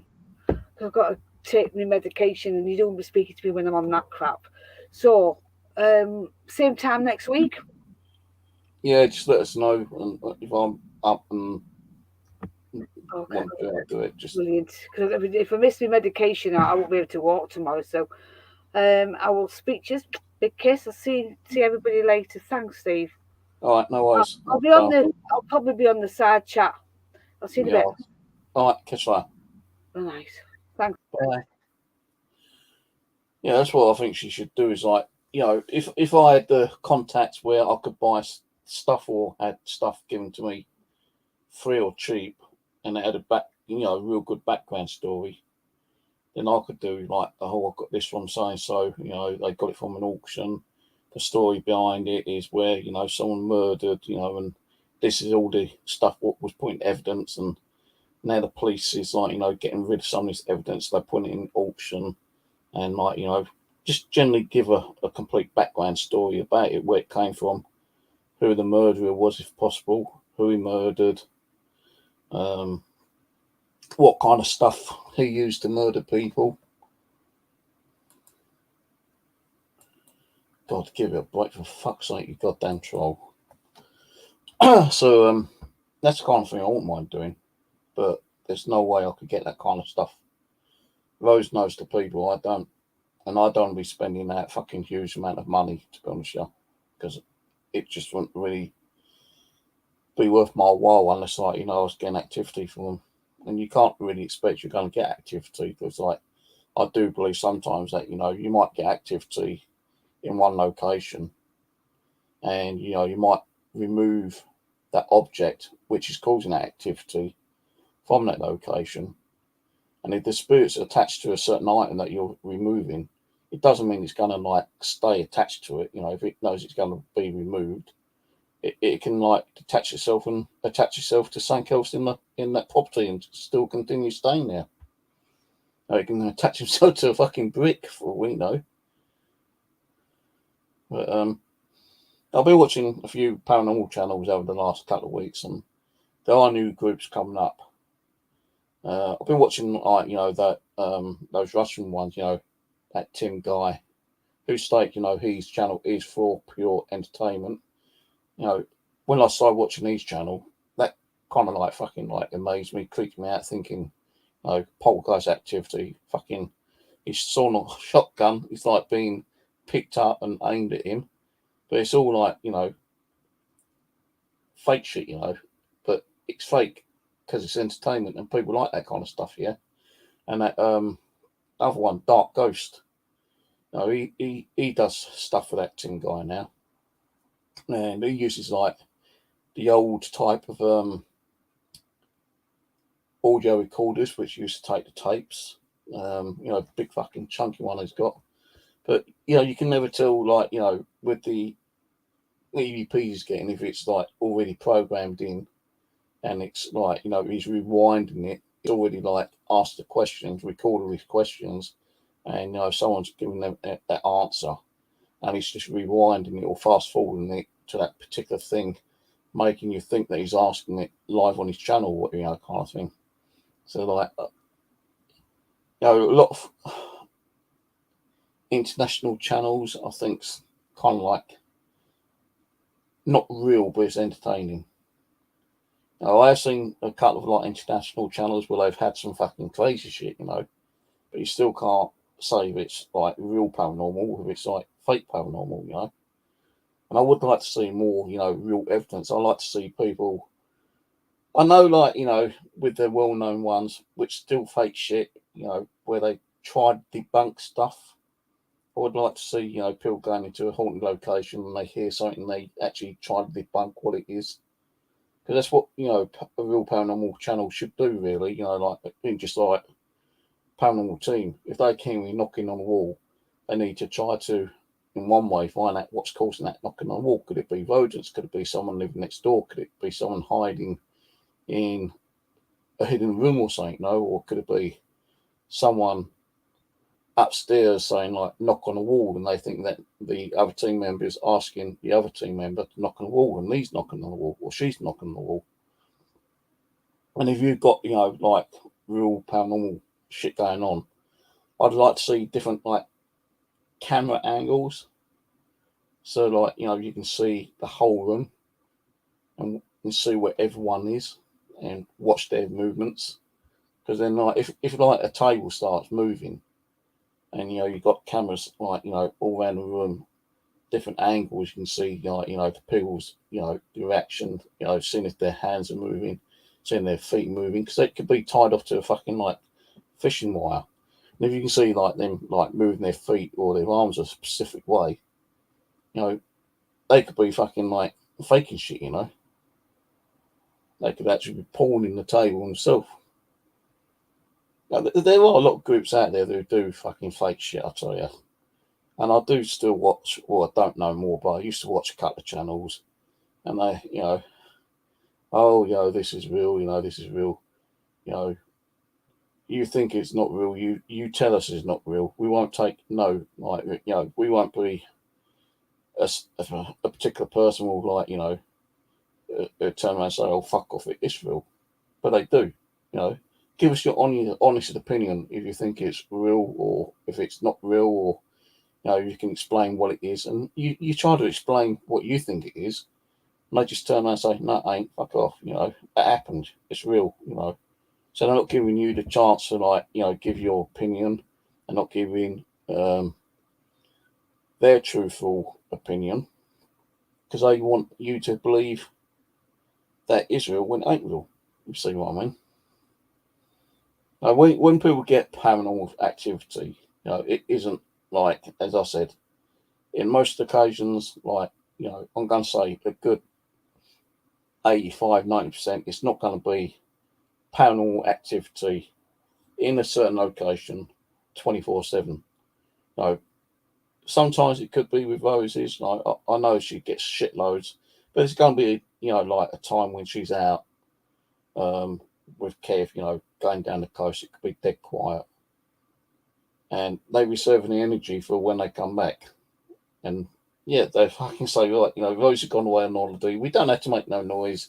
We can put, you know, keep it calm and quiet. You know, we ain't got to, you know, fuck around with them because they're not here.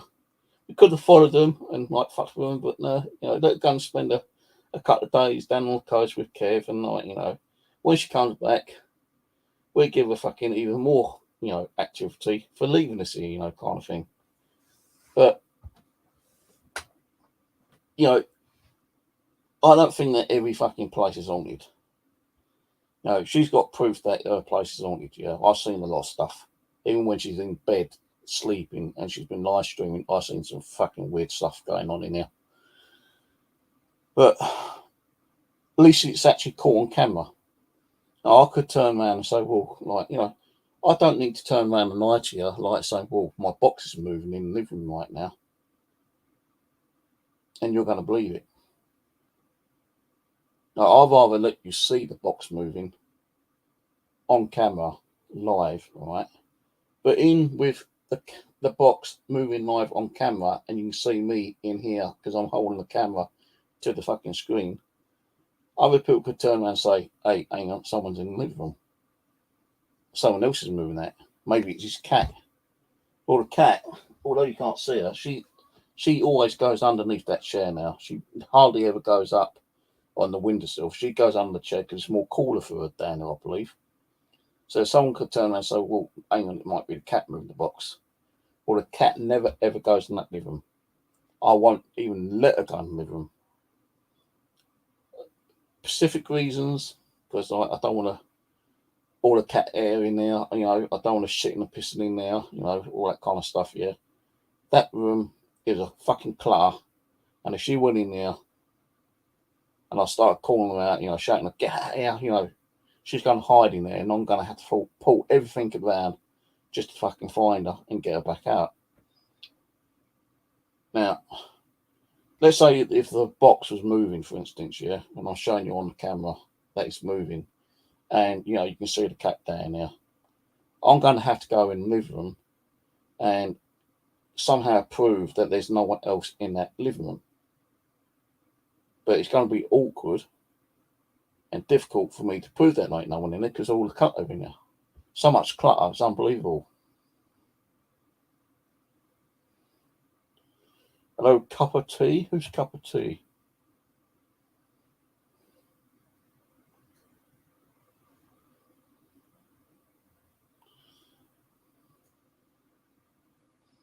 I used to watch, who's that fucking two team members that used to be on Ghost Adventures? Amy and Adam. They got their own fucking channel out, and I rather watch them. Kindred Spirits, that's the one, Kindred Spirits. I'd rather watch them than I would watch Ghost Hunters or Ghost Adventures or even Most Haunted, because I believe that they are more kind of like true in what they want to do. They're trying to help people, families, friends, whatever. They're trying to like investigate on what's going on. They're upfront, honest. They use equipment properly, and I've never seen anything on their channel that they're trying to fake. I believe that Kindred Spirits is one of the most reliable and honest pair of team members, paranormal team members out there. And you get channels out there where you think there's so much activity going on. You can't prove it's real or if it's not real, kind of thing. It's said like with Rose, she said people go out there and they fucking sense things, they seen things, they felt things, yeah. Here, you could come here and you might see or feel or sense something in here. Who is it? Jonathan Garthway.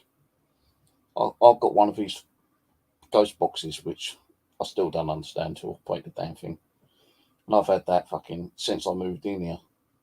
And the first time I moved into this flat here, it was an empty shell. I wish it was partly like an empty shell now, but it's not. But it's an empty shell, and I've had a real bad feeling about that living room. And I told him about it. He goes, "Well, you want me to come over? I'll see what's there." And he felt that there was a negative energy in the living room. And I've always kind of felt like uneasy going in that living room. All out to today, I still feel that there's something negative in there. I know he kind of like moved it on. He told me that the spirit in there was just annoyed that I've moved in. I'm kind of like taking over his space. And I said, well, if that spirit wants to come back, and like sit in the left-hand corner, I'm not going to go to the left-hand corner and like piss him off and, interrupt the spirit. I'd rather let him be left alone, kind of thing. Give him his space. And when I got the bookcase, I felt like he was suddenly attached to the bookcase for quite a while. But then, like, eventually he did move on. But Jonathan Garthway even felt like he could sense my dad was there. And I don't even think I told him my dad had died. He said there's an elderly gentleman here. And he's like, I feel like he's a family member. He's like, protector. And when he told me that, I thought, yeah, that's my dad. But, you know, if someone come in here today, you know, after seeing a load of my videos and saying, like, you know, I think your place is haunted, can I come and research it? I'll probably turn around and say, well, yeah, give me time to sort the fucking place out first. You know, it might take 6 months, but you can come in 6 months later. Or I might turn around and say no. But if I turn around and said no, then I can turn around and say, well, hang on a minute. Well, if he says that his place is so fucking haunted and he's turned around and say no, that we can't go and investigate it, what's the reason? Is he trying to hide something? You know, is all that paranormal, you know, fake? And I don't fake shit. I've never have faked anything. What's the point in faking something? Because I've seen videos, I've seen channels, paranormal channels, where they fake a load of shit and they get caught out and it screws up their reputation of being a paranormal investigator when they've been live streaming and doing content on their paranormal channel for years and years and years.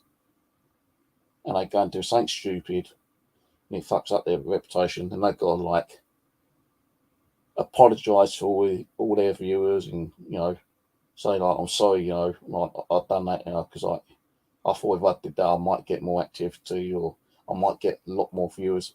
Well, it's not that, you know, you've got to fucking work hard for your viewers. I've worked hard on my channel for fucking years.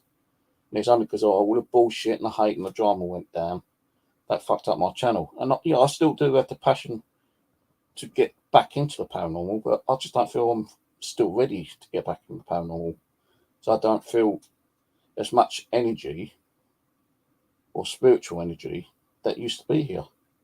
I feel like, you know, a big percentage has disappeared, you know, because I'm not showing that fear factor that spirits are most spirit, you know, like, you know, everyone says like, you know, to get that activity, you've got to show your fear because like ghosts, spirits, entities, thrive off fear. Well, I'm not giving that fear, so I'm not getting the activity. Why should I be, you know, like faking fear and trying to give them, you know, that fake energy? They ain't gonna want it, are they? They want the true fear, spirits. So if my door suddenly starts slamming, you know, like opening and shutting, then yeah, I'm gonna be really scared and fearful, and then they're gonna thrive with that. I think like with a lot of spirits, like they know when they want to interact. They know when you're fearful. They know when they can actually feed off your fear. But if you're not feeding that fear to them, they're not going to do nothing.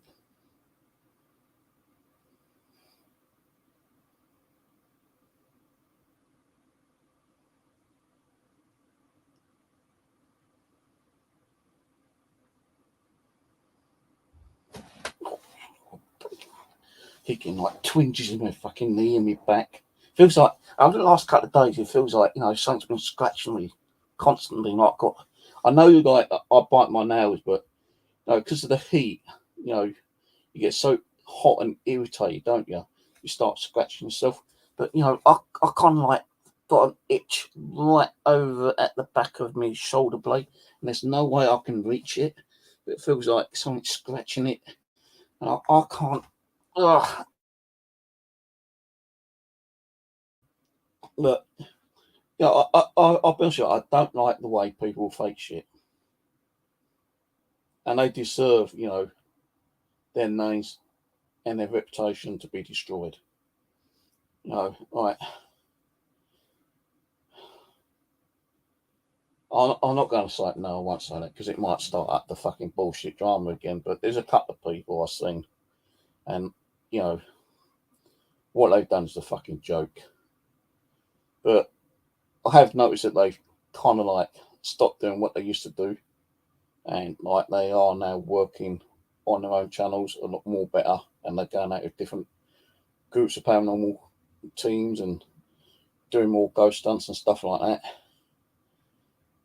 But people still remember in their brain, like I do, the amount of shit, the fakery they used to do, you know.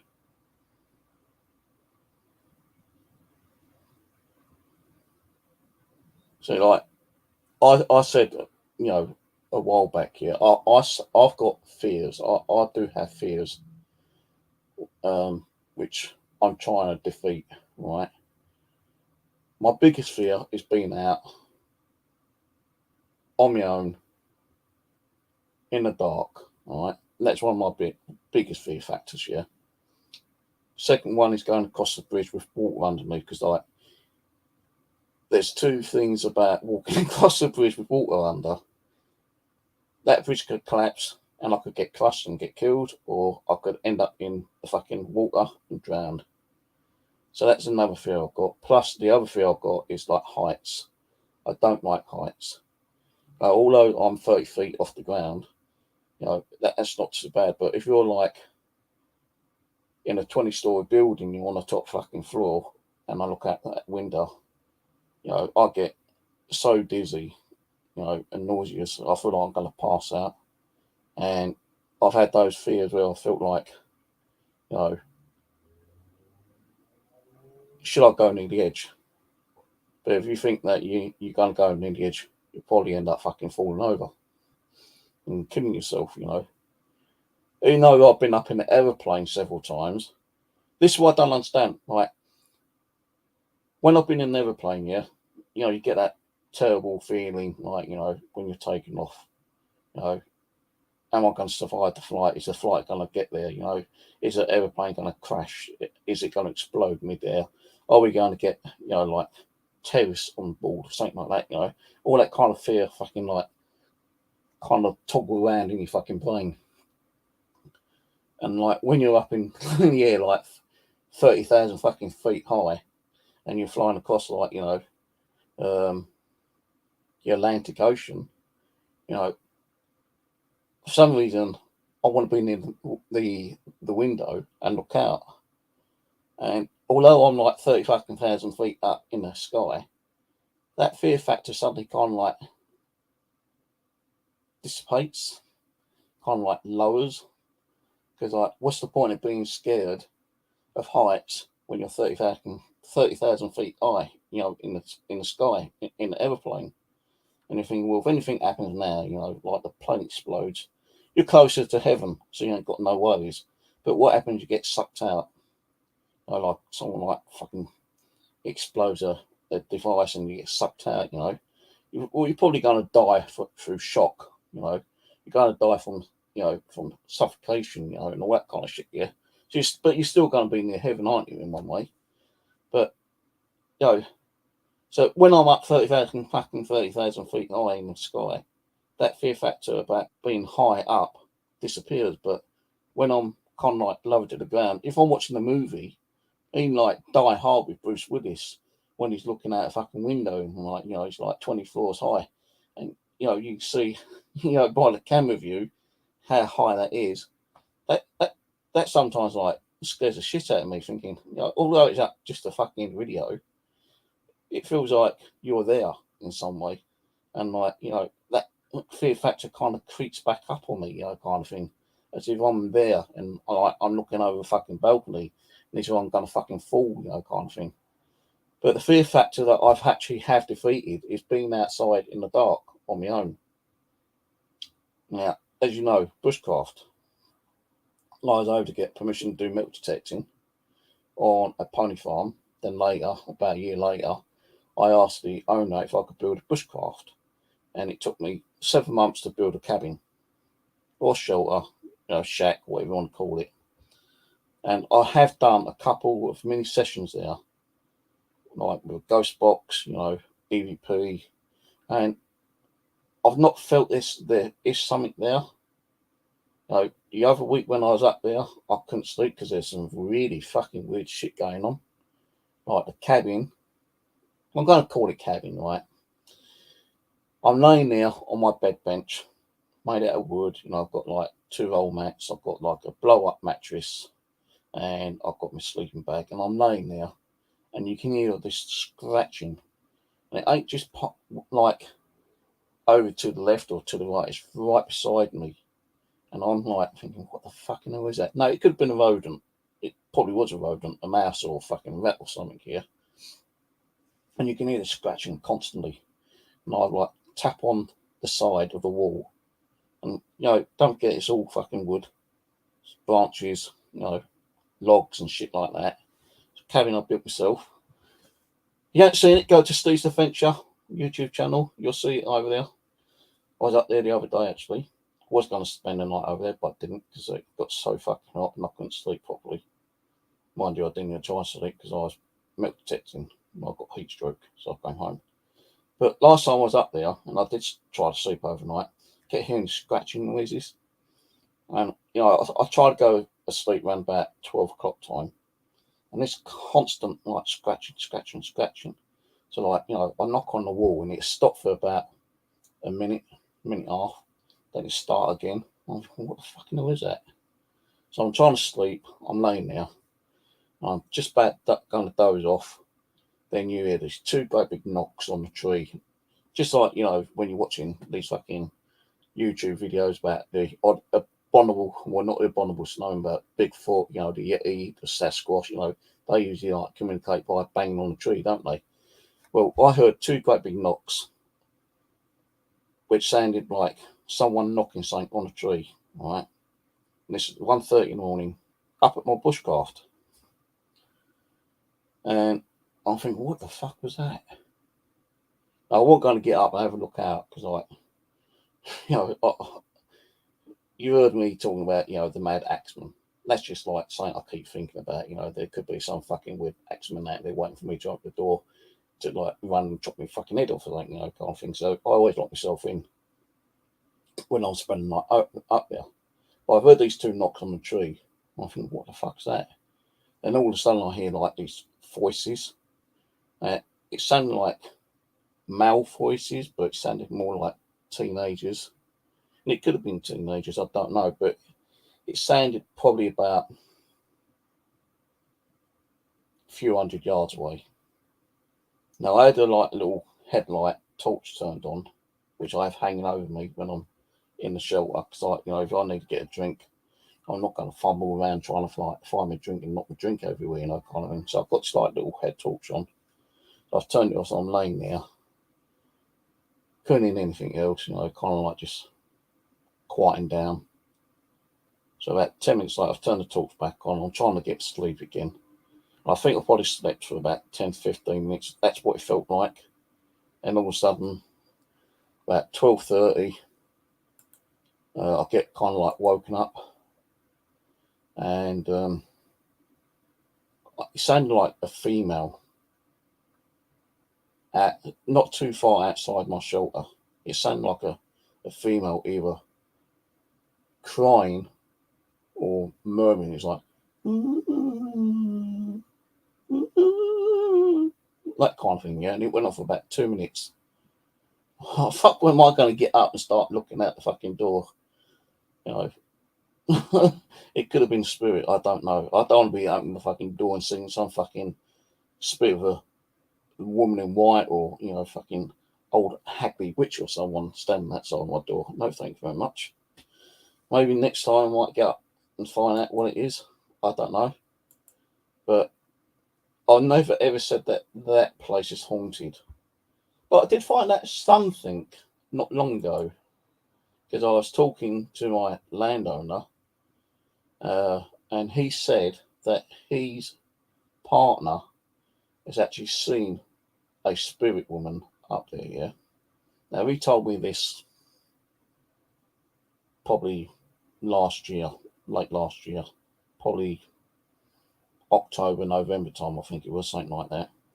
And he said, it's swear, like my wife was like walking, it was broad daylight, and she saw this like woman standing there, and she had like a long kind of gown on, and she thought, who the fuck's that, Anyway, she turned around for a split second, and she thought, hang on, let's see what she wants. And then she turned around, the woman had gone. Completely disappeared within a matter of a second or two. So, is it haunted up there? I don't know. I can't say it is, I can't say it ain't, but I've had some weird, things happen, like the knocking on wood, the woman moaning, scratching on the doors. I've heard footsteps outside. The footsteps could have been one of the ponies walking around, but it would have been a lot lighter, I think, because I'm pretty sure that you could probably tell, the difference between a pony walking around and a human walking around, because the pony's up where I am normally like a galloping around. And I did build some like a little fence up there, but every time I went up there, it'd been like demolished because the fucking ponies get like breaking it down. So I kind of gave up. And I didn't really want all the pony shit around there. But now if I see a lot of pony shit around, I just like pick it up and throw it away, you know, with my spade. Because I've got tools up there. Now, my camp wasn't that secure at one time. It only had one padlock. And I didn't really sleep up there that often. But the first time I went up there, yeah, before I went up there, and I said, I'm going to do this, you know, I said it on this channel to all the viewers. I said, I'm definitely going to go up there one day and I'm going to, you know, confront the fear. And the thing was, I didn't have nothing to lock myself in with at the time, so I had to buy a bolt and a chain.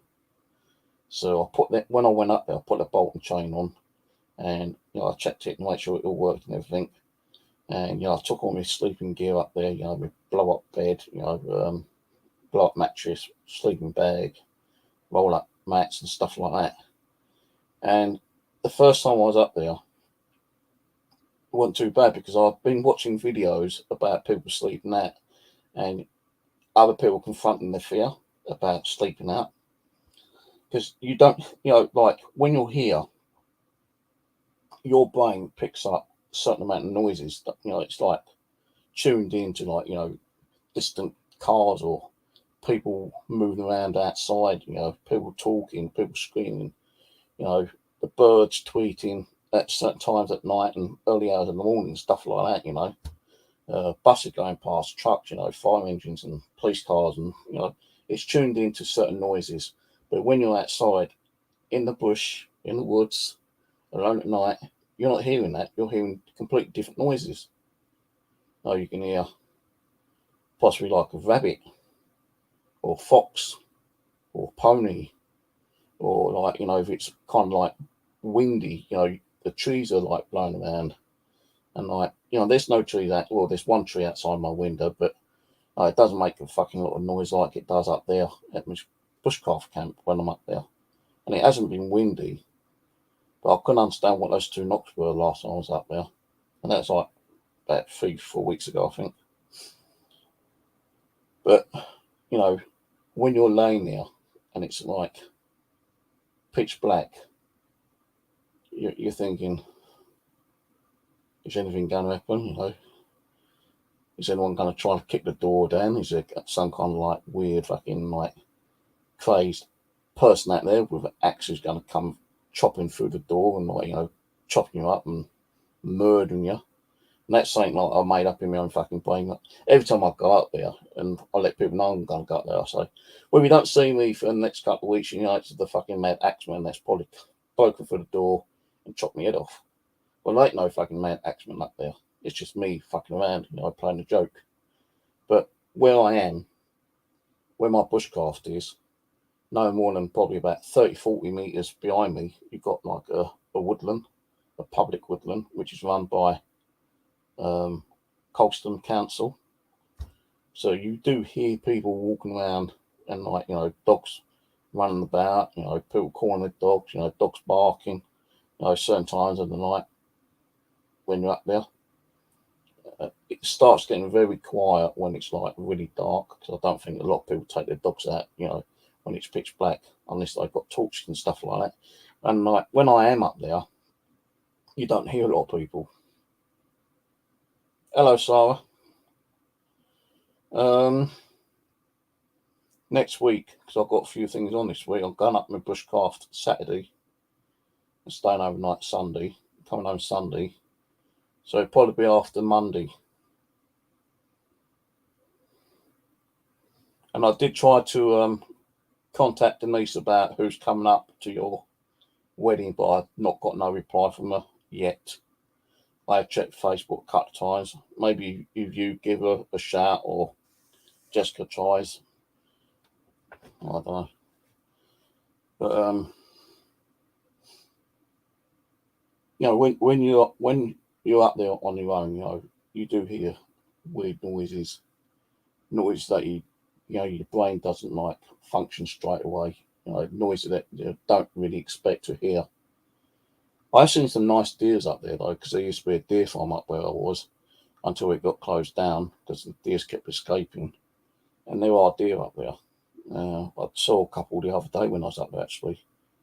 But you can't get too close to them because they're still a bit kind of like not too used to humans. And I was probably about 50 meters away from them. And they saw me, kind of like heard me. They got up and just ran off. But at least I confronted my fear, being out in the dark. Because the first time I went up there, I'd done one night. And the second time I went up, I thought, I'll do 2 nights. And I did do 2 nights. And that wasn't too bad. Then I did a second 2-night one. That wasn't too bad. But then I stopped going up there because it gets dark. When it gets dark at 4 or 5 o'clock in the morning, you've got a longer night time and shorter daytime. And I didn't spend too much of a longer night time up there. That's why I thought, well, wait until this time of year when you've got longer daytimes and short night times, because then that fear factor ain't like running around in your head for more than 5-6 hours, kind of thing. So when it starts getting dark early again, I won't be staying up there overnight too long. It'll only be around about this time, June, July, August time, I'll be staying up there. But no, I can't keep going up there because it costs too much money as well. Travel. The travel fare used to be half, and for some reason it's like full fare, and I don't know why. Used to have I've got my Oyster card and I should be getting half fare, but for some reason it's not accepting my half fares. So travelling around too many places I can't really do. But at least I'm fighting some of the fears anyway. Yeah, just let me know Wednesday, yeah? How comes you're still awake?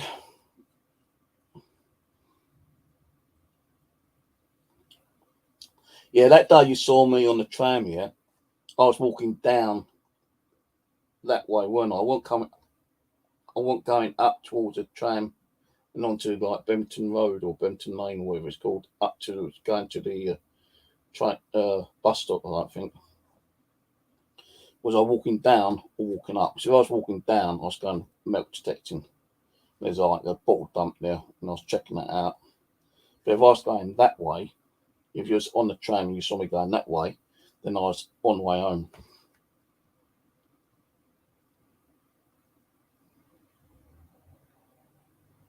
I'm not old enough to have a senior citizen one. You've got to be 60 plus, I think, for that. 65, I think. I've got another 6 years before I can get senior citizen. I should be able to get half fares on the universal credit I used to, but now it just ain't giving me half fares. Every time I go on, it's like 150, not 75p.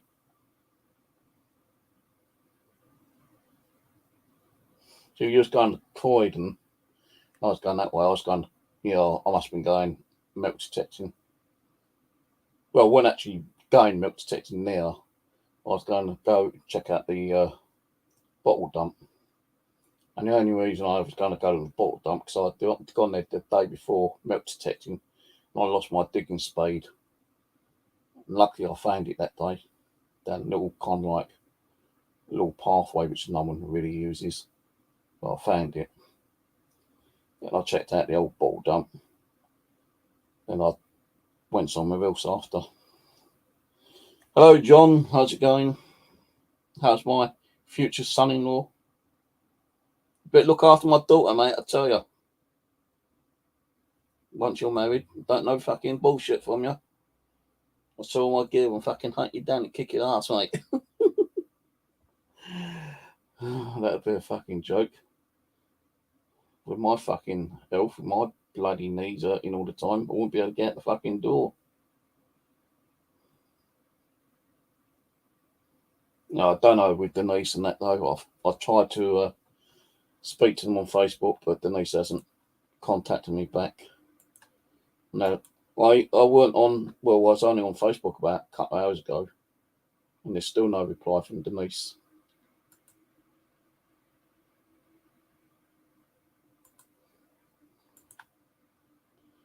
I think Jessica's getting a bit annoyed about, you know, the niece having a go at her when it's not her problem. Maybe you should just reach out to the niece and say, look, you know, what's happening? Are you coming or not? And give, oh shit, fucking right knee just cracked.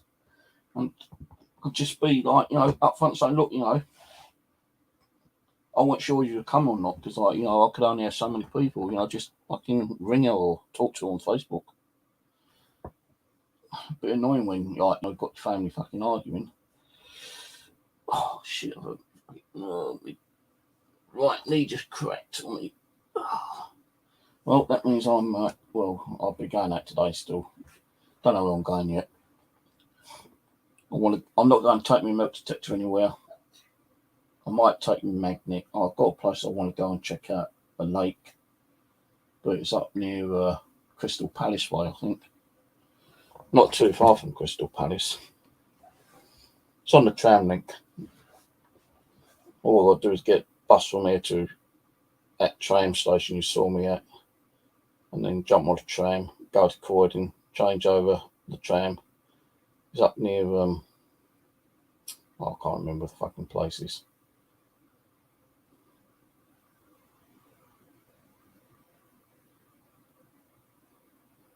I can't remember what it is. I know where it is, but I can't remember the name of it. Hello, Charms. You're fucking late. You missed Rose on here earlier. Rose was on here earlier for an hour, well, a couple of hours actually.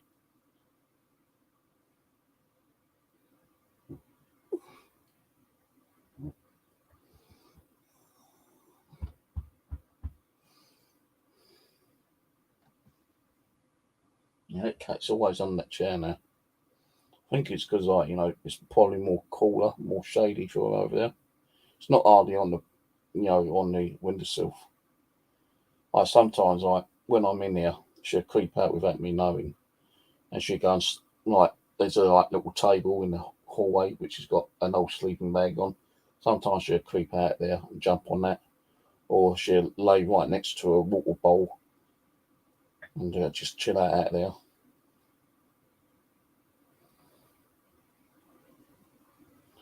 Yeah, you're always late, Charmy. Suppose it's a woman, a prerogative that you're always late. You know, I need to go out and look and for some other locations to milk detect because I'm getting a bit bored at my bushcraft one actually. I found some like horse related stuff up there the other day. I went back to my shelter because I'd done like 3 or 4 hours out in the boiling hot sun. I was getting so fucking like heat stroked. I was feeling sick, nauseous, dizzy. I thought I need to go to my shelter and you know, like just chill out there in the shade for a little while. And when I got there, I took my bag off and I realised everything I fucking found had fallen out somewhere. So I need to go up there and try to like find that stuff I found because it was like horse related stuff from the old harness and stuff like that. Still waiting until I get that one permission where I can go and find some Roman coins or Saxon coins or Viking, you know, anything like, you know, a couple of 1,000 years old would be really nice.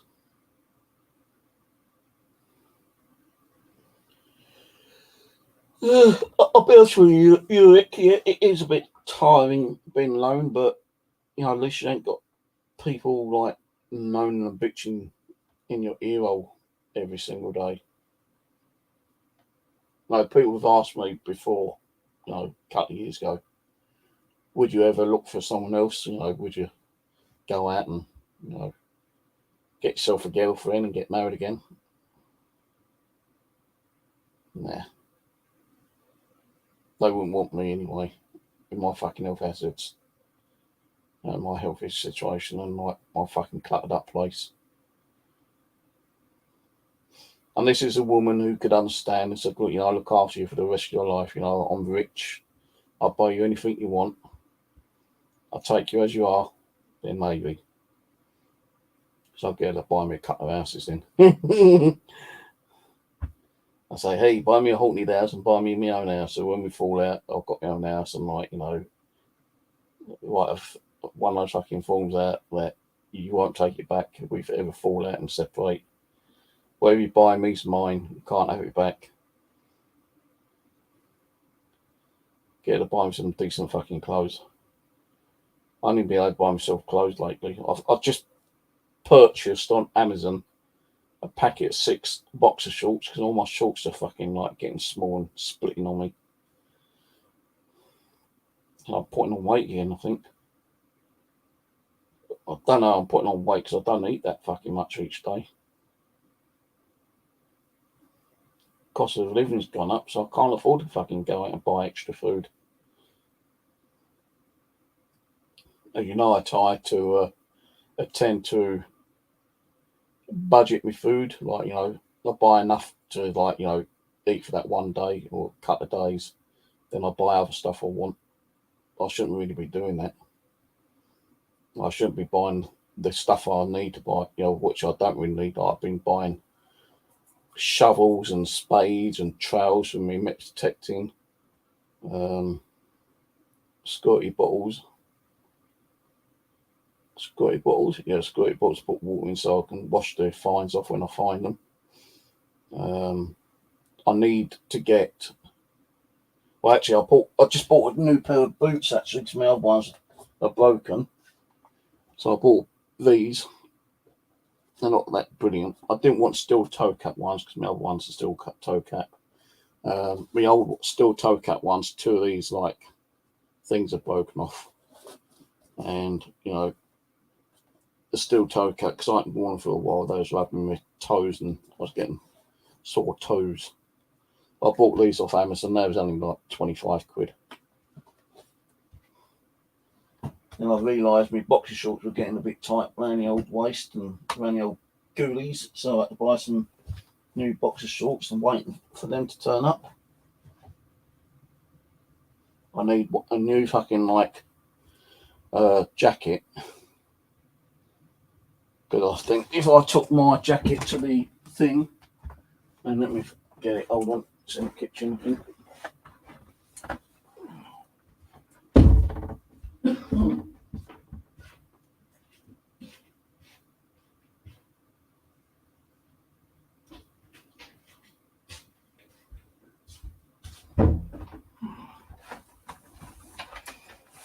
I need to get another one of these jackets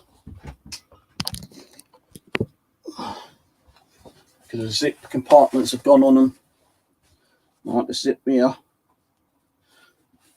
it's completely broken. It's coming apart here and then there. Pardon me. And you've got a pocket here. And you've got a zipper here. I used to put my keys or my phone in that one. And on this side, the zip is on, well, it's still on there, but the bit that sticks out is broken. Let's come off. This one's okay, the bottom one. Well, I was thinking of getting another one of these, but you're talking about 30, 40 quid for one. I've seen them on eBay for £25 for XXL one.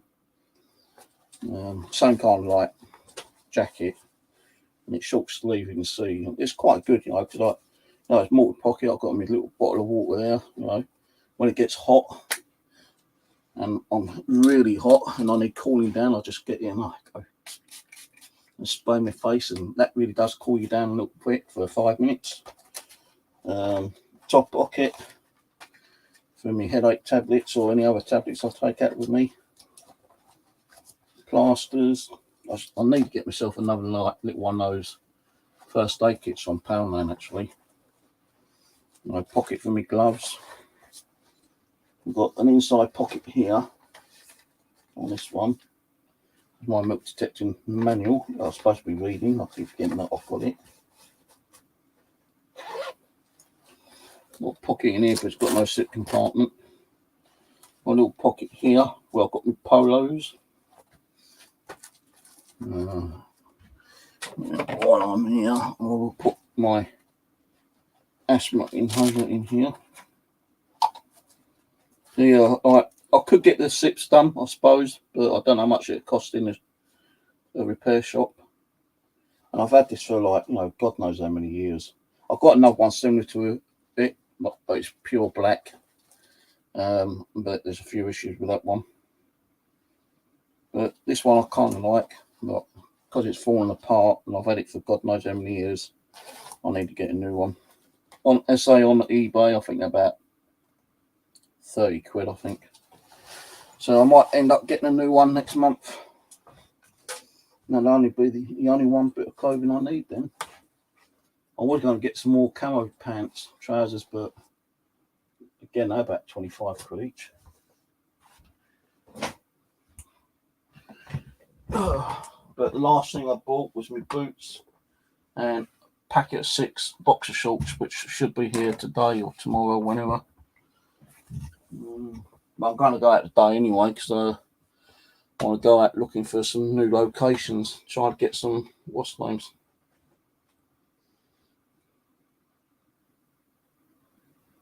I want a sugar mummy, yeah, like hell.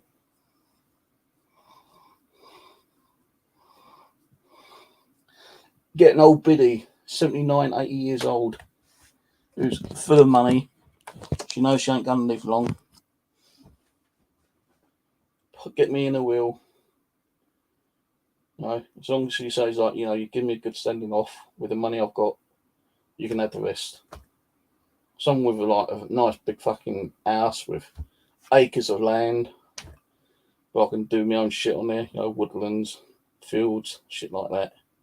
So I can do metal detecting, build my own bushcraft on like, big land. Probably like, 50 acres of land would be nice, something like that. Woodlands. Big house with garage. So I'm going to put all my shit in the garage instead of having it fucking chock-a-block in the house. I thought about some of this stuff, but I won't get money for it. I won't get money. I ain't throwing it away. Like people say, well, throw it away. I'm not throwing it away because you're just throwing money in the toilet down the drain then, aren't you? Well, sell it. Well, if I sell it, I'm not even going to get a third of what I paid for it, I know some of that stuff's collectible, especially some of them dolls. I don't want to be letting them go for next to nothing. The only things I want to get rid of is some of those games and consoles and a few other bits and pieces. The dolls are going to be boxed up sometime soon. Start boxing them up and stick them on top of each other. And I've got boxes in there. I've got like about 8 boxes in there, empty ones. So, I can't tell myself I'm still waiting for boxes because I can start putting some of the stuff in the boxes. But once I've used those, I'm still going to need more boxes later. Because I'm going to keep taking it all out and throwing it in the skip. Well, not skip, but the wheelie bin out there. Might get complaints I filled up the wheelie bin too quickly from the neighbours.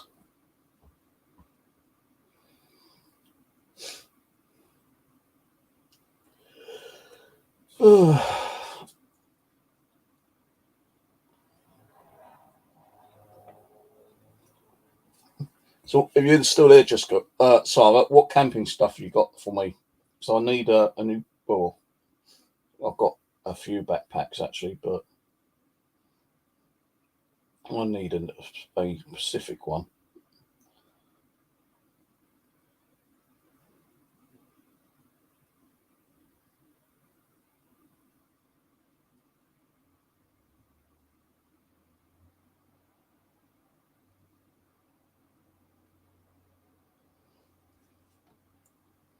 Pollution in your water. Oh my God.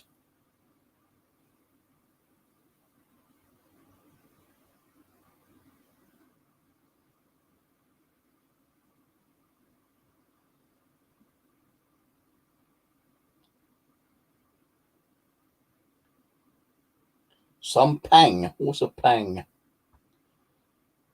Oh, a big backpack.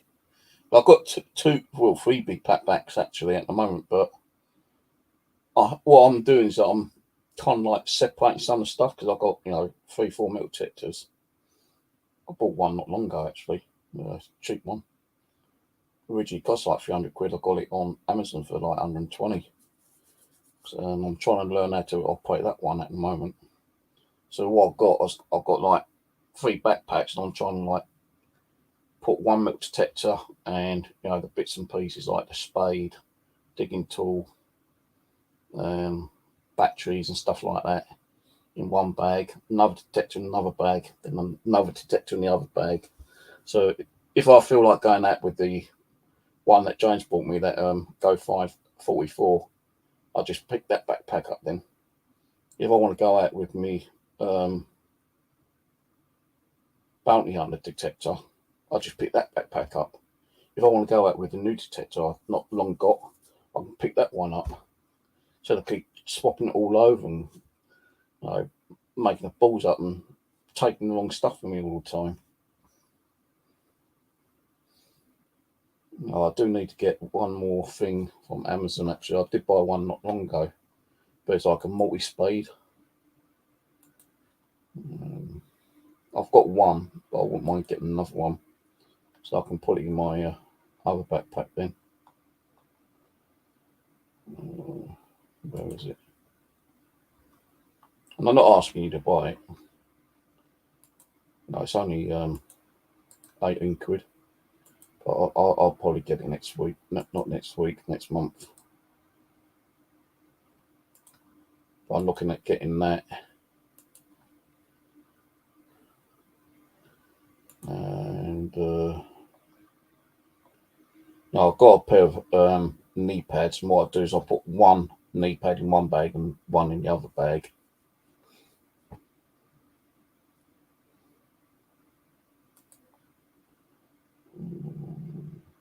Plus, I've got a bag for me magnet. If I go out magnet fishing.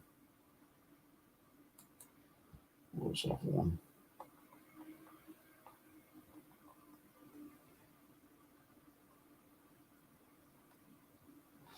There's one other thing I want to get.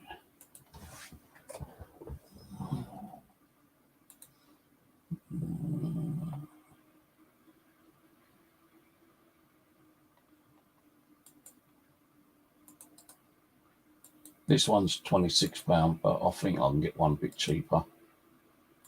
But there's a specific digging trowel. I've got one of these. But where's the other one?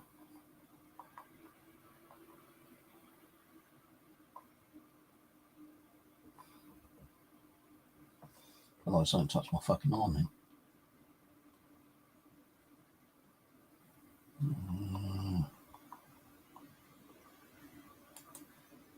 There is a specific spade I want to get, but it's like 70 quid, and I ain't paying fucking 70 quid for it.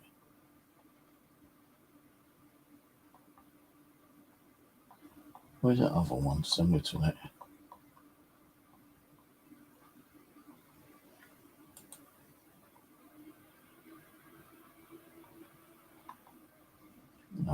No, mind you, £17 plus £6 postage, so it's going to be about the same price anyway.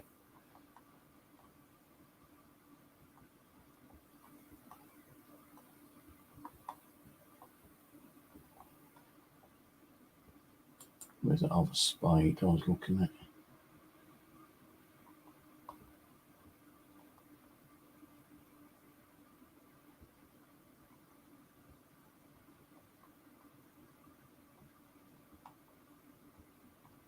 There's a Pacific spade that's good at cutting through like roots and stuff.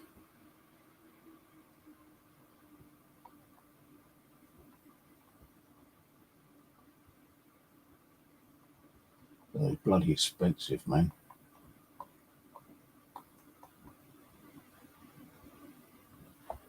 Is that the one? Yeah, it's the one. But it's like £60 or £61 actually.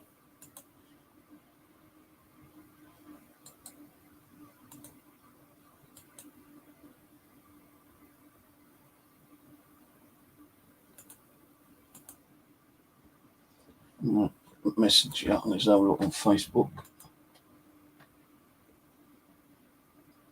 Yeah, the reason I don't have my phone turned on because my old phone, the battery used to go really flat rather quickly. Um,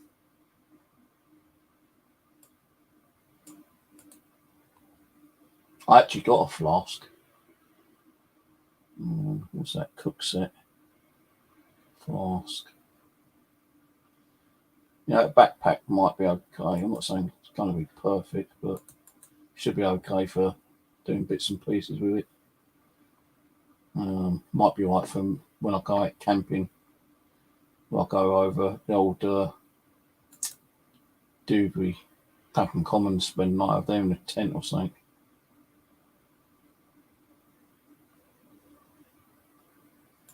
Yeah, cheers for those. Might be okay. Flask is like, I've already got a flask, but it's always like okay for a spare one.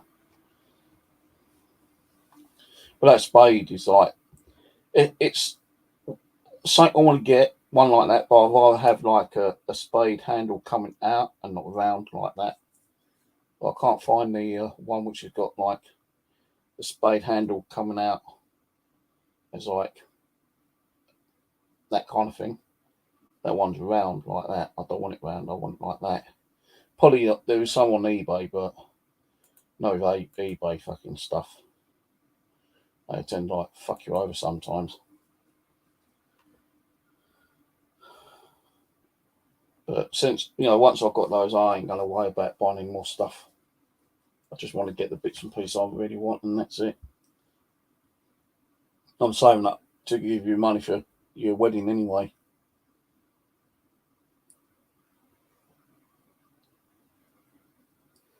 I posted the links on the two thingies. Don't buy any. Oh, for fuck's sake, why don't you piss off, troll? Don't bother someone else, you bleeding arsewipe.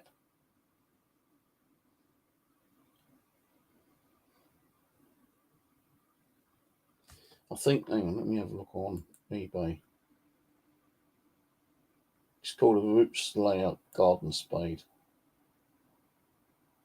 Let's see how much they are on eBay.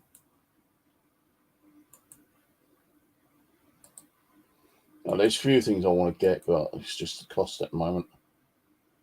Actually, no, that one's the wrong one.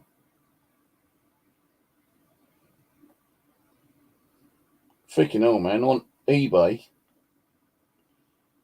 it's $37.90. Is that the right one? No, that's the wrong one, isn't it?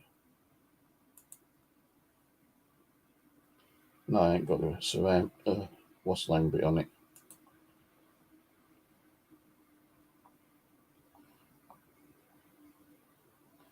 No, these are all from America.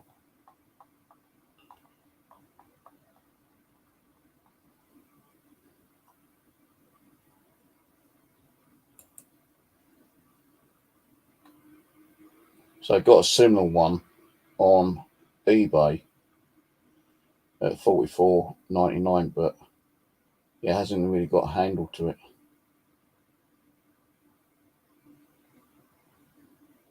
What's this one? No, it hasn't got the raggedy edge on the side. That's over eBay. I don't really like buying for eBay, to be honest with you. Because I bought a camera not long ago off there, and I wanted one with the front LCD on it, so it shows you the battery power. And he sent me one without it. And I sent him negative feedback. Sorry, there's an error. We ain't got that model. We keep it. We give you 30% refund. The only bad little camera which I've been using anyway. What's this one? But yeah, on the thing he had like an LDC at the front where it showed you the battery indicator. That's the one I wanted. But it's a good little camera, this one still, because it shoots up to 4K, and it's takes a 64 gig memory card. All my other little cameras only took 32 gigs. And I had to keep changing fucking memory cards all the time.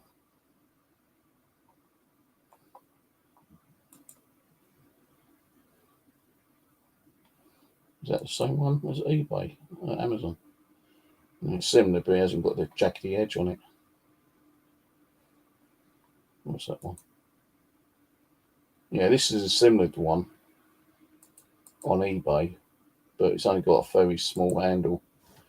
And I wouldn't be able to use that.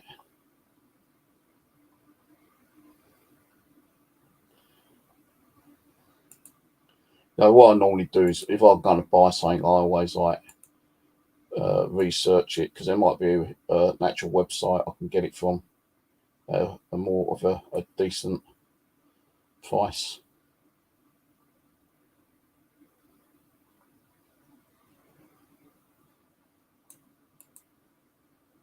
Let me put down Root Slayer Garden Spade.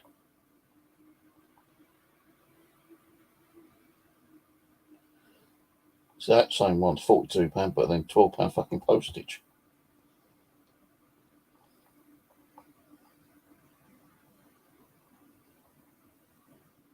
Oh, hang on. Is that the one? No, it's similar to the one. It's got the handle the way I like it, but it hasn't got the rough edge on the side of the spade. And that one's fucking 55 quid. So that's where they rip you off, because like they know people want it for like either gardening or metal detecting.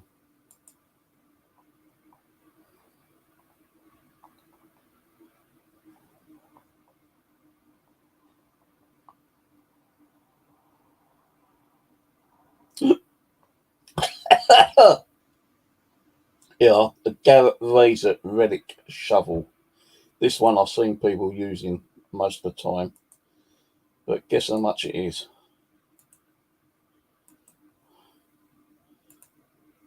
£202.52p for that. And that is the spade people are using for their metal detecting. And you know, that's why I say that's a handle I prefer to use instead of a round one.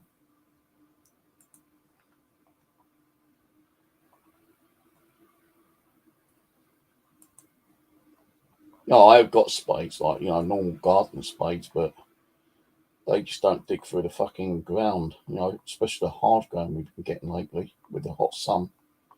It's baking the ground.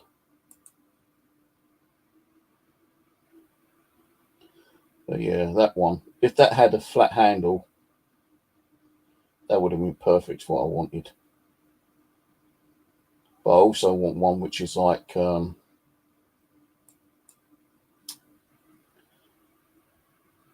I think that one you can actually split. I'm not sure. So I wouldn't really want that in my bag and, like, you know, the handle sticking out. I want one where you can actually, it's like a splittable one where you can actually like unscrew it.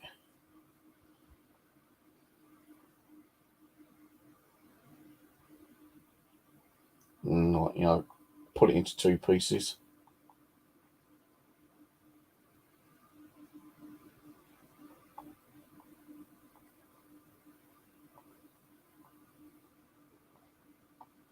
Yeah.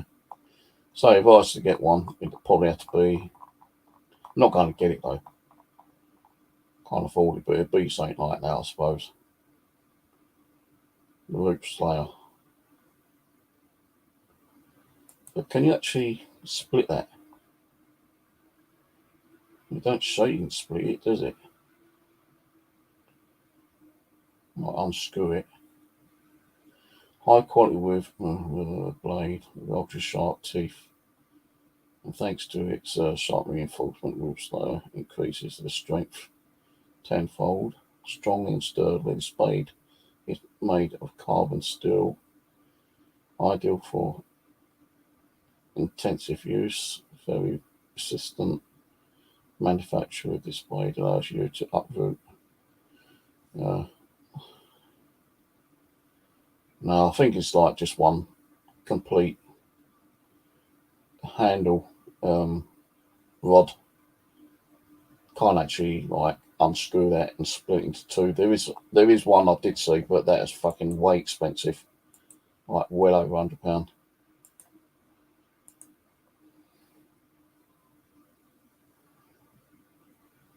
I posted on the side chat in here in YouTube.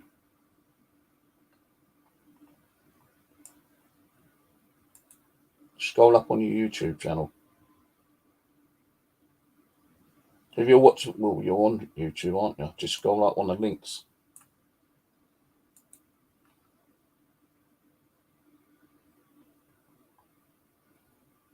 I'd like to see 3 links I've posted.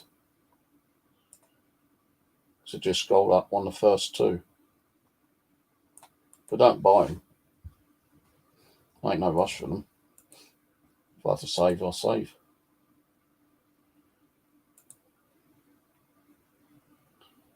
Orders. So I did buy a spade not long ago, actually. It's a portable, kind of like multi-tool one.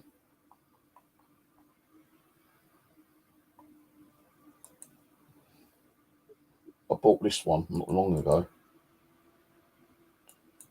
It's like a little multi-tool, you know. It's not the actual arm to it going down to the spade isn't as big or long, but it's like a multi-tool. And that was £18. But it's got no handle on it. And like, you know, pressing down on that top bit, which is like the top bit's like got a compass in it. It really hurts your hand. My hand like started getting blisters on it. So I only take that out when I'm going local places. If I'm going to go up to my bushcraft, then I leave that at home and use a spade I've got up there. So, you know, so I've got like a gardening spade up there. Just I have to keep sharpening it up with a file, because like the ground up there's so fucking hard. There's so many roots you can't cut through the damn things. Even with these, you can't cut through them. With that £60 one, they should cut through a lot of roots, but I'm not too worried about getting one yet.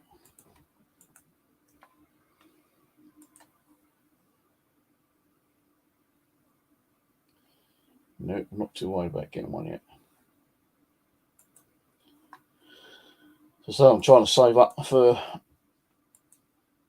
your wedding, you know. I know John said he'd get me or rent me a suit, but I'm trying to get the money together to give you a wedding gift. It'll probably be money, because I wouldn't know what to get for a wedding. Get you a cup and saucer set, you know, so you can have your little tea parties. But where are you going to have your tea parties?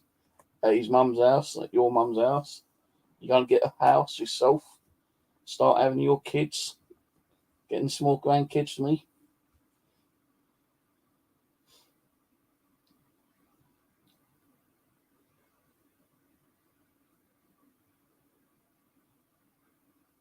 I still wouldn't know what to say in a fucking speech anyway, man. So don't expect me to do a speech up there. Or a little coffee party then. Or a barbecue. That's why I go out to my bushcraft every so often. Just to have a barbecue. Just can't have it here. If you start having barbecues, I can get evicted. People downstairs with their gardens can have it, but we can't. With the balcony. So I always look forward going up to my bushcraft, because then I can just buy some pork, chop it up, marinate it, and do a barbecue up there. But the last time I went up there, I nearly fucking cooked the whole place on fire. I went outside to do a live stream and came back, and part of the wall was glowing fucking red hot, man. Like I got back and noticed it, otherwise the whole fucking place would have probably gone up in flames. And there's me like getting fucking water while I'm still live streaming and throwing water on the bloody wall, putting a great big like ember like that, bright red. So I've got to fucking mud pack that sometime. But you know, I can get the water from Ron's fucking like tap, but the mud can't be leaving holes everywhere. I'll have to wait until like, you know, the winter comes when it starts raining a lot more and the ground gets a lot more soft and muddy. Then that way I can like just grab the mud, put it in the bucket and just like shove it back on the wall. got a lot of work to do on that fucking bushcraft. Gaps everywhere. All the mud's dried out and started falling off.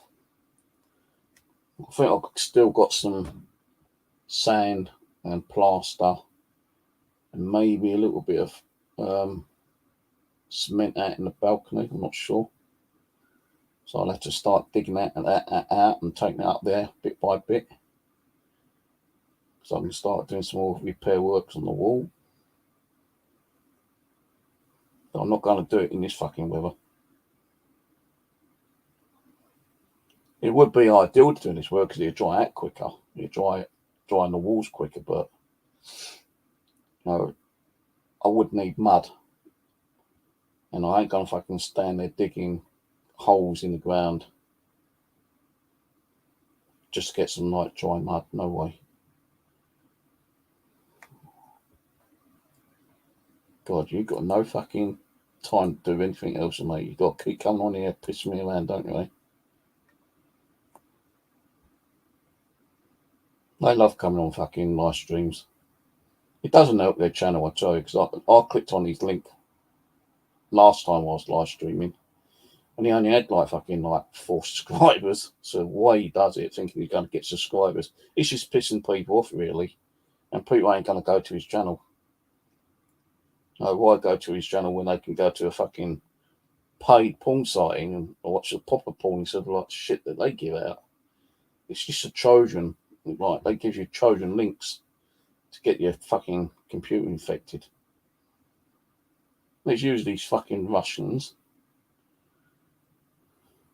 That's what the fucking hackers want to be doing, is targeting some of these fucking arseholes on here who comes on trolling. Take their fucking channels down. Take their internet down. Crash their computers.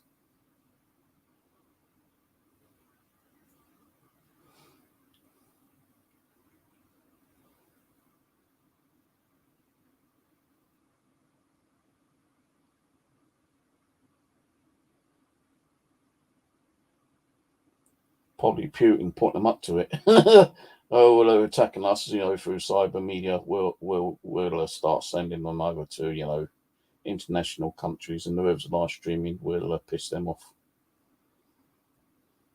Just a fucking joke, to be honest with you. Dimwits.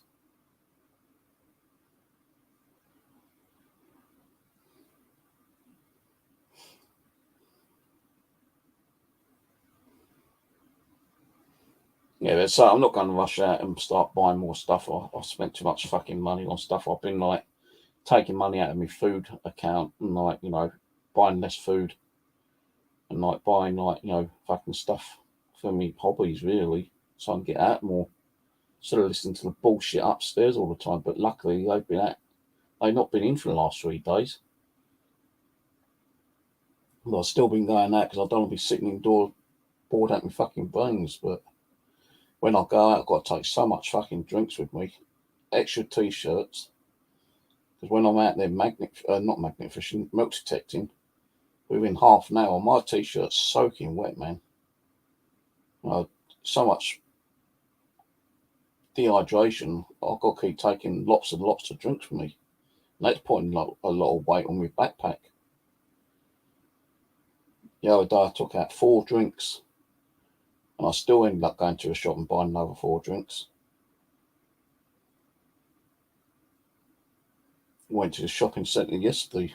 Yeah, because it's a new day now, isn't it? When did I go out?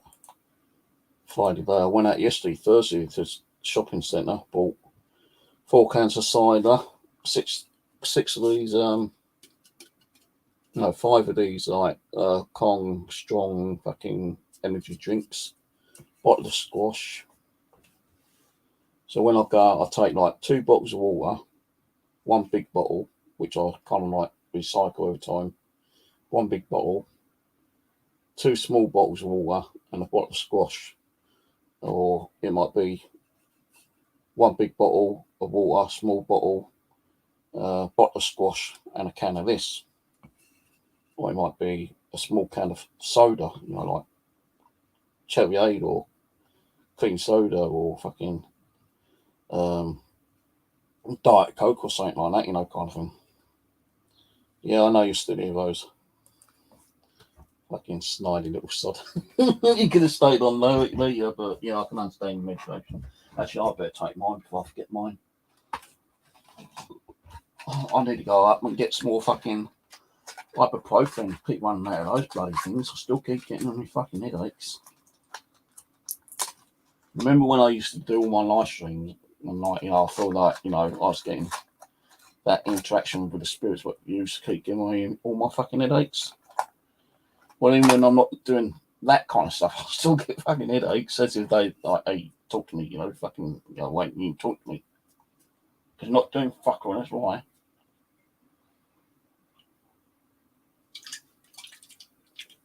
A little bit left.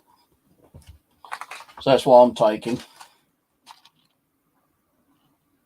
I'm taking 15 at the moment. I've got like 2 boxes of fucking 30 mils at the moment in the kitchen. I should be taking 45 originally, but I'm trying to cut it down so I can get off the medication a bit more quicker. I nearly did that last year until that so-called friend of mine did those, well, not last year, 2 years ago, 2.5 years ago. I got myself down to 15. I was missing one out every couple of days.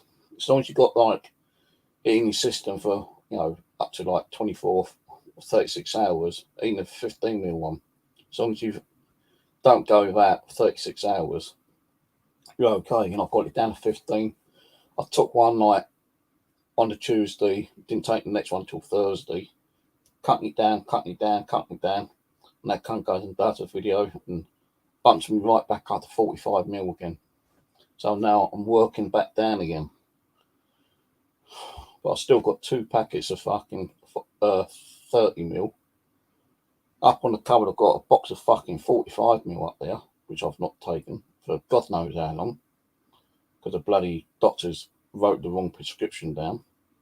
All I've got to do is break them in half, but I'll keep them just in case fucking circumstances change and I had to up my medication again.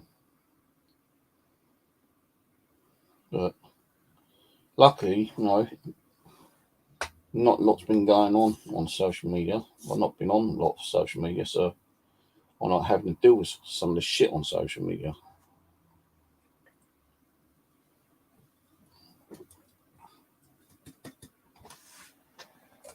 I had to go and get a bottle of squash later because I always have a bottle of squash next to me when I'm in bed sleeping. So I feel thirsty, I just like pop the top up, have a quick sip, push the top back down and put it on beside on the table over there. So I do get thirsty at night time. No, I can't even fucking talk now. I do get thirsty at night time sometimes.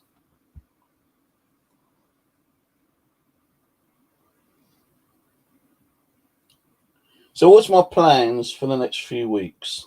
Well, I'll still do the odd coffee chat time. Rose wants to do one next week, so I'll do one next week with her if she wants to come on.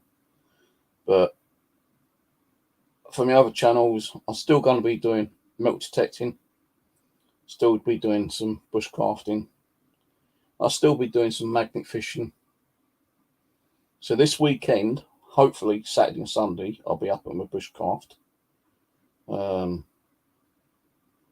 Then maybe later in the week, I might go along the River Wandle, just have a walk around, do some blackberry picking. Now the blackberries are coming out. And probably take a magnet with me and go up to Wallington Village, I think it was, where I was the other day, and done a little bit of metal detecting in one of the parks up there.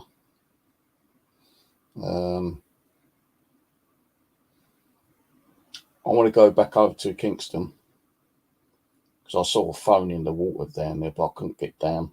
Oh, the water was only like probably about that deep.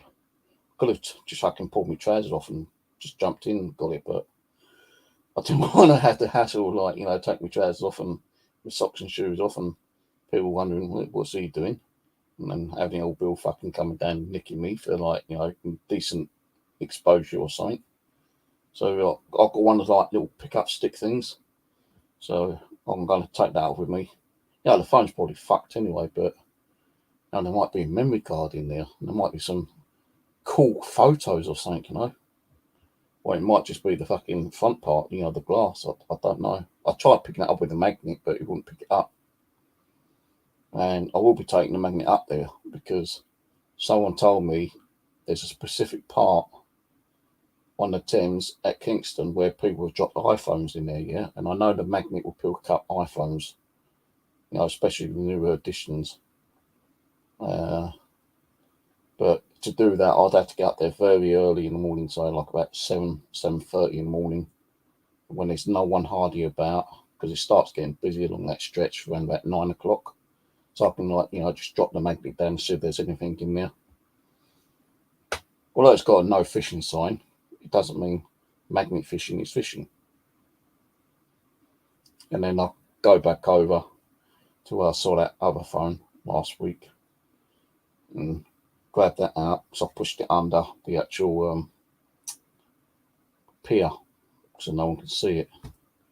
So I'll go over there and grab that, do some more magnet fishing over there, because that part where that phone was, where I saw, it's got like a little bit further down some foam covers as well, which were, you know, looked like in good condition. So they might be, you know, reusable or recyclable or whatever. And over in that area, a couple of years ago, I found a load of like bullets, quite a big carving knife, and a few other bits and pieces that I handed over to the police station in Kingston.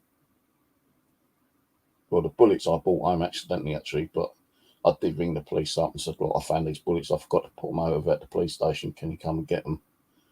And he asked where I found them. I said, on the River Thames near Kingston. And he said, yeah, no worries. And he took them away.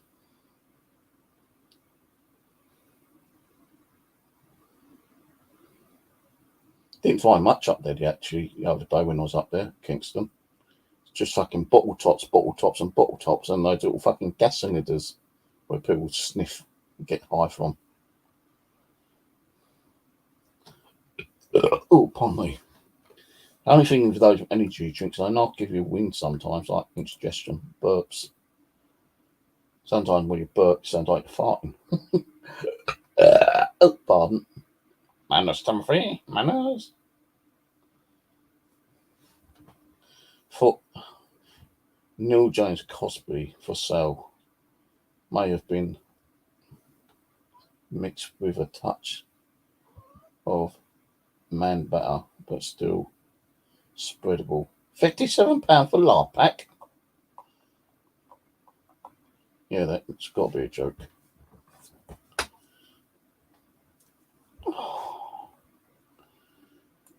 I don't really use Facebook much nowadays anyway, because there's just no one on there to talk to.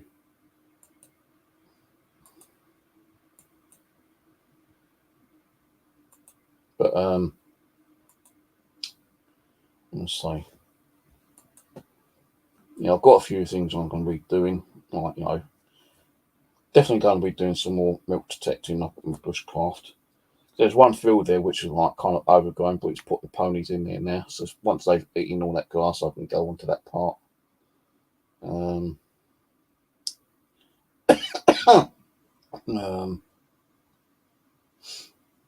What else? Yeah, a bit more magnet fishing. But, you know, down to Kingston's fucking costly. You're talking about £8 there and back. Well, altogether £8 on travel costs. It should normally only cost me like £6. 2 buses. No, less than that. If my fucking Oyster card was working like it should be, it'd only be like £3, 150 there and 150 back. But it's not doing that. It's like charging me the full whack, which is like 150 every bus I get onto nearly.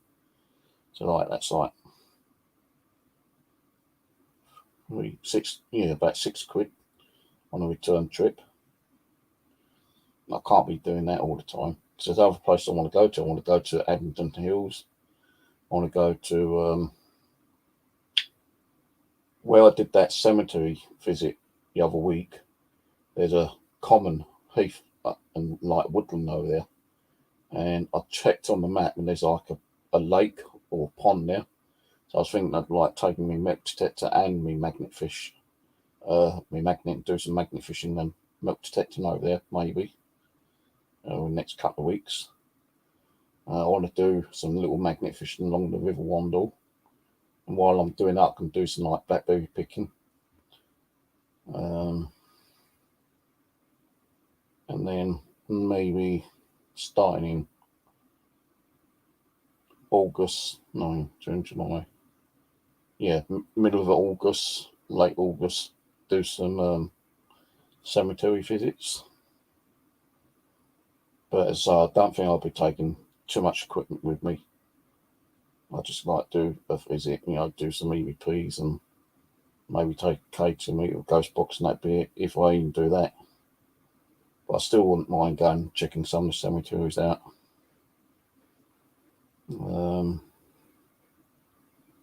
Do a little bit more kind of like overnight camping at the bushcraft before it starts getting dark early at night time. And stay night, dark early in the morning. I think I've got about another month before it starts getting light. A little darker early. I'll just see what the cat's been doing. I need to get another drink for when I go to bed.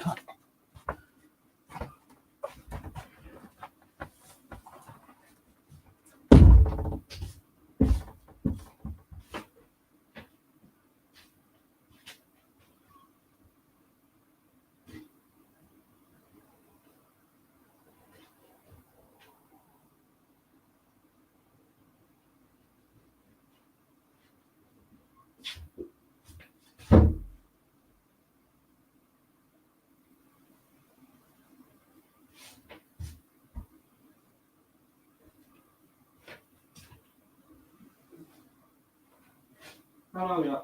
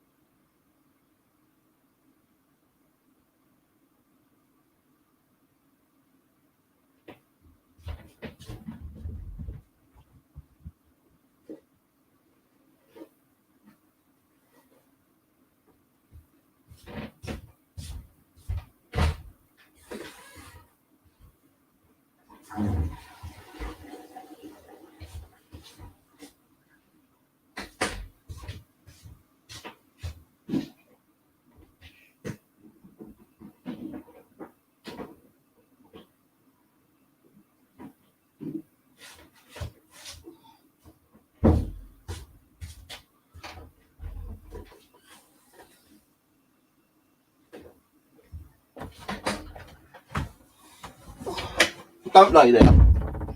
Right, it took a bit longer because the cat was doing a dump. And I had to get rid of that crap or it starts stinking. But yeah, these are the bottles I kind of like to recycle because you can pull it up and drink it and you push it down and it doesn't leak out. So I normally have one of those over there when I go to bed. I'll get kind of like thirsty at night. I'll just like lean over, pull it up. I'll use my hand or my teeth. Have a quick swig. Close it and put it back on the side. Good little bottles they are.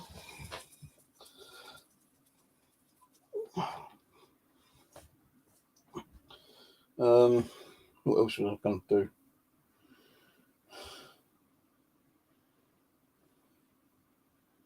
Yeah, if I could, if it weren't so much with the fucking trains, being pounced around with, going on strike and that, and it wasn't the cost of living going up like it is, I wouldn't mind going over to Reading because I can get a permit over there and I can do all most of the parks and woodlands for milk detecting, and the permit's only £10, but it's the cost of getting to Reading. And it's like a 2.5 hour trip there by like buses. If it was a bus and a train or something, it's only like about an hour. But a train, it's going to cost you X amount. Then you got to find a way of getting around on the bus up there, because if you go and get your permit, pay for your permit.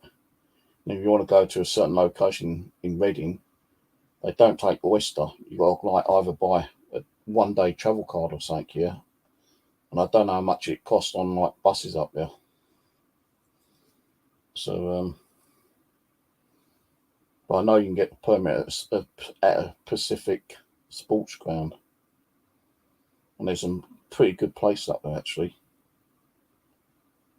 And there is another place I want to go and visit where my mum used to live. With my old, like stepdad Ron, where they used to live. There's like a woodland, and in that woodland you've got like an old building, like an archway. And I wouldn't mind going there actually and checking that out, but I can't remember where it was. I've got it on like a favourite on the computer, but I still can't remember what it's called.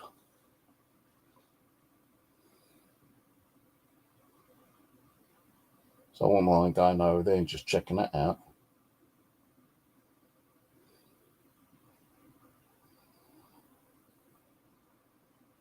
But I also want to go and try to get some more permissions over where I am, where my bushcraft is. Guess the only place I'm going to be able to get them, I think. There's like some big fields, like 3/4 away on the route to my bushcraft. I've never stopped off and asked if I can like get permission to do there.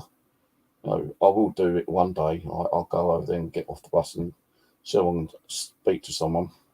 If I can, then I've got the old forms they can fill out if they wish to.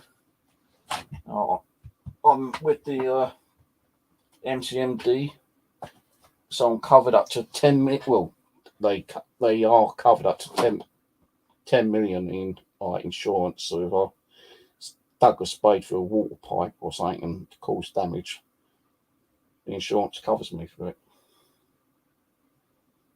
And I always like to give some of the fines to the owners as well, because it's their land. I found a button the other week, and it's got like one of those hunting dogs on it.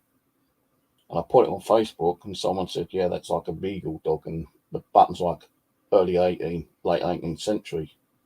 And they told me it's worth over 100 quid. What'll I do with it? I'll go to the landowner. Honestly, I'll go to him. He didn't want it. I said, no, you keep it. He goes, no, but you found us. I think it doesn't matter. You've been good enough to me. He goes, all right then. I'll put it in my coin collection. And I'm going to I gave him some coins, which I found over there before. But I want to give him stuff which is like visible, not like fucking all rusty and like caked up with like rust. Something that you can actually see and not see. Because if you look, if they look after you and you look after them, you get along with each other. I've never had a problem with the landowner. He's never had a problem with me. He's never come over and had a go at me about anything. I've got free roam over there, So I said, if you want to do it, you do it, mate. You've got free roam, I'll give you permission. If you want to cut a tree down, you cut a tree down. You don't have to ask me. I don't like cutting living trees down. There is one actually leaning over my shelter because of the wind we had a few months back. Kind of made a tree kind of top over. And I've not even moved it. I just left it there. And I can just cut that down anytime I want. Got my little electric chainsaw I can take up then cut down, but I can't be bothered. I just can't be bothered to do it, to be honest with you. It's not really causing too much problem. It's not causing any damage to the shelter, so just leave it as is. And if the landowner wants to come and cut it down, he can cut it down if he wants.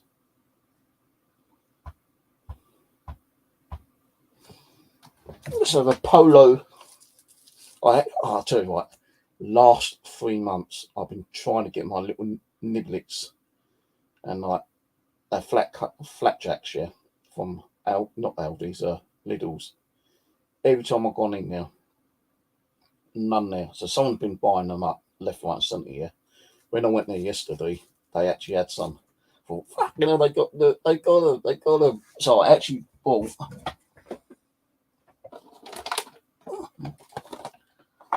4 packets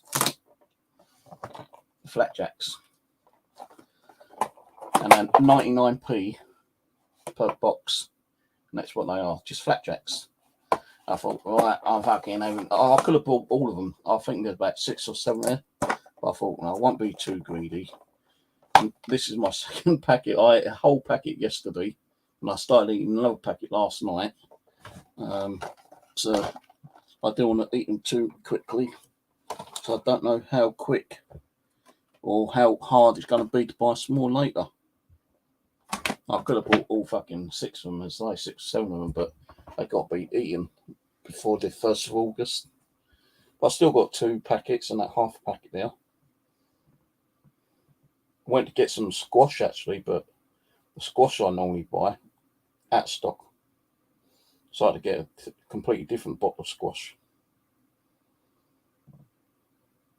Everything's gone up in Lidl's though.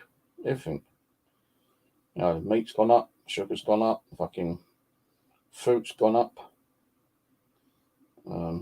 Ice cream's gone up. Been able to buy lollies because, like, you know, the ice cream I can't get into the fridge, so I buy these like packets of 6 or 10 lollies, and they didn't have the ones I had last time, so I bought some different ones. It was a packet of 10 for like £1, 10p or something. So I just bought those and shoved them in the freezer. I've had 2 of those already. And I think they used to only be 75p at one time for a box of 10. Everything's gone up in price.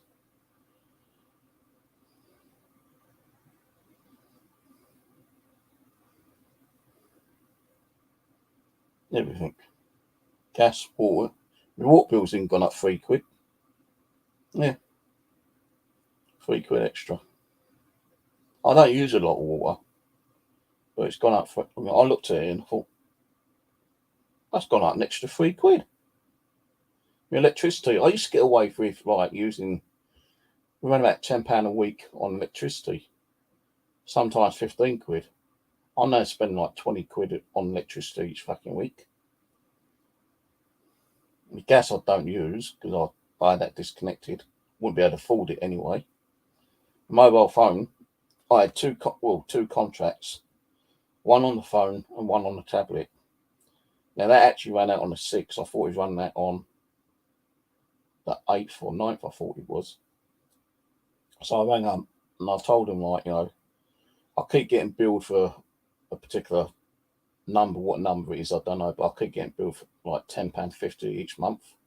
I don't know what one it is.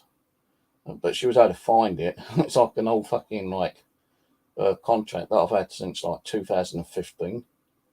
I said, well, I don't use it. And she goes, well, do you want to cancel? I said, yeah, cancel it. She goes, all right, I'll cancel it. So that I ain't going to have to pay next month. My other contract ones, which are on my mobile and my tablet, I'll cancel the tablet one. So I wasn't using the tablet that often. And that's an Android tablet. So I'll cancel that one. Then the phone I've got as a free upgrade. I used to use my Huawei P30 or whatever it is, which was on my contract, and I always got those fucking troll calls all the time. And I said, look, I need a new contract, you know. I want this phone. It's only like 64 gig memory. I could have got 124 gig memory internal, but I don't keep like making my phone chock-a-block with applications and all that shit. Because the more applications you put in your mobile, so your mobile gets. So I've got the Oppo, one of the Oppo phones on the new contract. But my last 2 contracts, which were the Android and the phone, was costing me like £46 a month. But now I've only got the one phone with insurance cover. It's only cost me £33 per month. And I get unlimited text, unlimited calls, and I've got 100 gig data on that phone. So I said, I just don't want to be spending too much more money out, you know, because I can't afford it. She goes, I can understand with the cost of living going up. Even the phone calls have gone up on mobile phones. Virgin Media has gone up in costs as well. How much that's gone up, I don't know. Probably about another fucking £5-10. This is what I don't get with, like, particular companies. Price prompts will never put your phone bill up in price if something happens, but they do. They fucking do. So I know my Virgin mobile, my Virgin internet, and my phone line is going to be high this month because of the cost of living.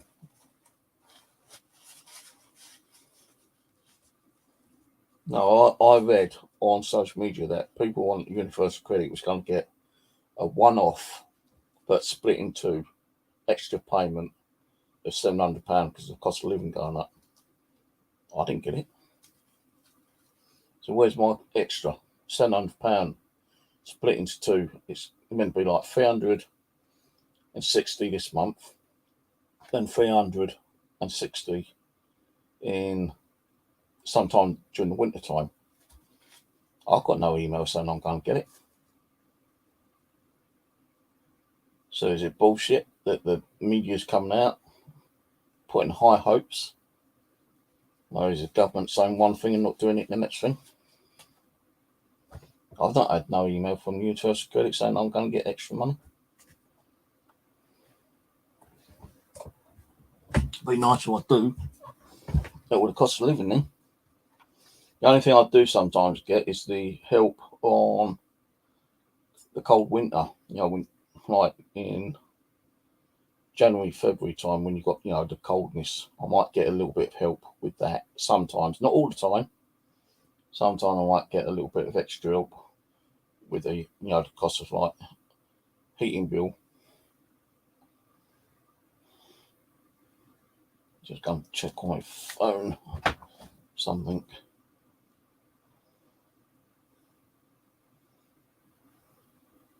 But if they say that, yeah, you're entitled to it, I doubt I'd get it until next month anyway.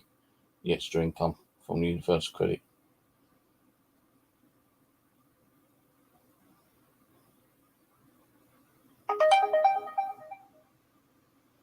So it's gone out of my bank account again.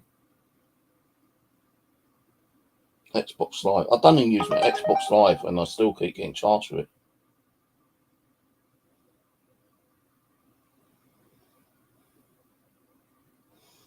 I've got to wait for the fucking code to come through.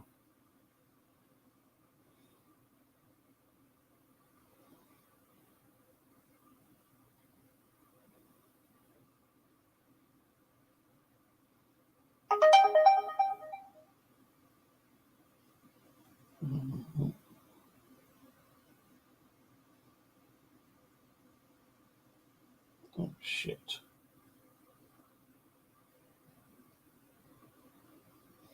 Oh, fuck. I knew it was going to happen.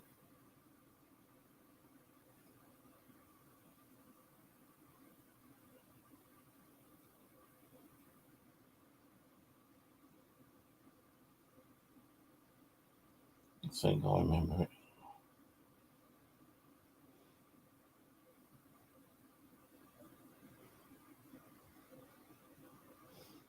But that's wrong number.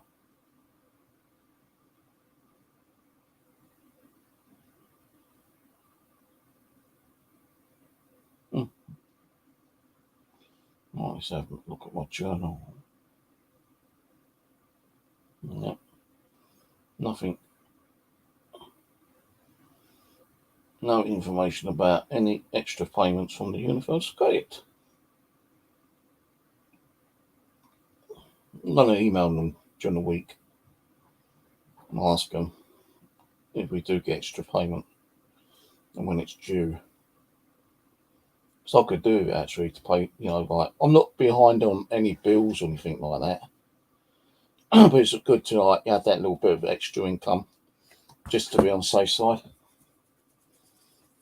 Use it on a rainy day when suddenly everything like comes flying at you and you think, shit, I ain't going to be able to afford that. That bill's going to have to be, put on hold. And I've always kept up with me, like paying for my bills and everything. Never fallen behind. I'd rather like pay my bills and staff than not staff and not pay my bills. Because I don't want like, my phone disconnected on the internet or, my mobile phone, electricity. I'd rather make sure it's all paid for, all sorted out. And if I run low on money, it means running low on food. But I kind of like, in one way, kind of like adjust the money what I get. If I can like think, well, I'm eating okay every day, maybe if I cut that down for the next couple of weeks and miss out 2 days of food, then I can afford to buy what I want to buy. I don't even eat that many takeaways nowadays anyway. A few months ago, I was like eating takeaways like twice a week, and I noticed on my fucking like expenditure how much extra I was like spending that. I had to cut that down. So like I might treat myself to a takeaway once every couple of weeks, like a Chinese, or like the other night I had a kebab.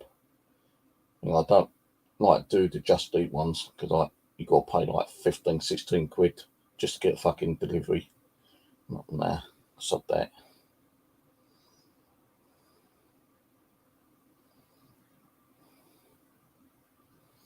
But life's fun apart from that, I suppose. You get the ups and downs, you get the cost, you get the, the bullshit.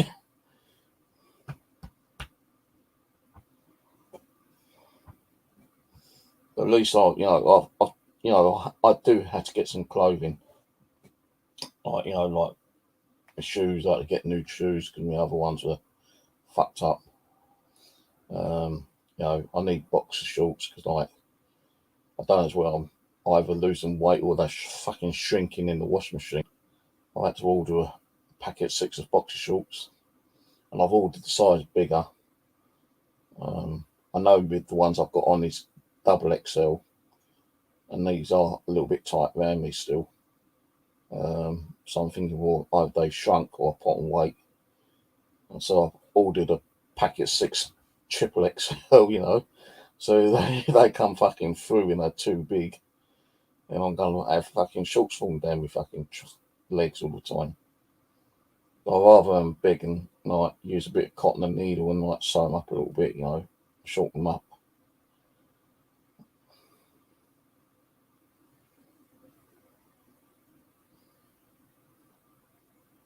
What did I have to repair the other day? Oh yeah, one of my backpacks completely started falling apart when I was coming home from shopping. My bag was so heavy that it's tearing down the sides, and I had to take the backpack off and carry it in my hands for the rest of the journey home, like halfway home. And that was like, fucking killing me, that was. So I got home, put everything away, and instead of using normal cotton thread, I use fucking like fishing wire. And I sewed that bug up with fishing wire. So like when I go out and use that baby again, it's not going to split. So I had to fix that the other day. Then I had to fix St. Kills clothes wise. I thought, yeah, fuck it, I'll use fishing wire again. Oh, that's one of my jackets actually. I use fishing wire just to fucking sew that up.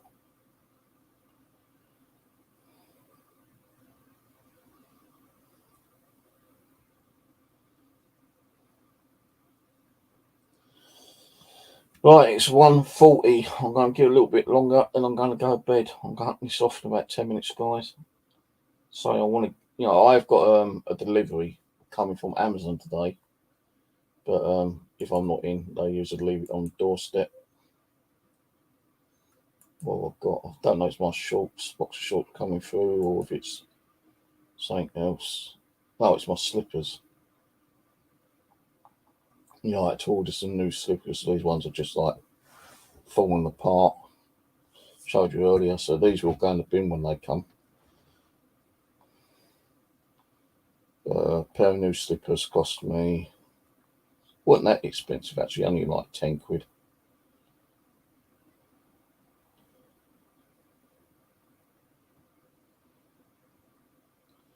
Got a pair of like digging trowels turning up.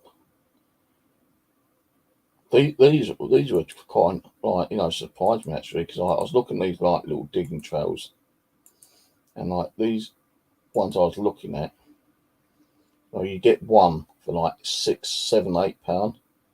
But this one here, I looked at these, £3.25. I thought, cool, that's fucking cheap. And then when I went to order it, you can only have a minimum of 2. So I had to order 2 of them. But even still, 2 for the price of 1. I thought, yeah, I'll take those. So I can put one in one bag and one in the other bag. So that helps, like, digging down.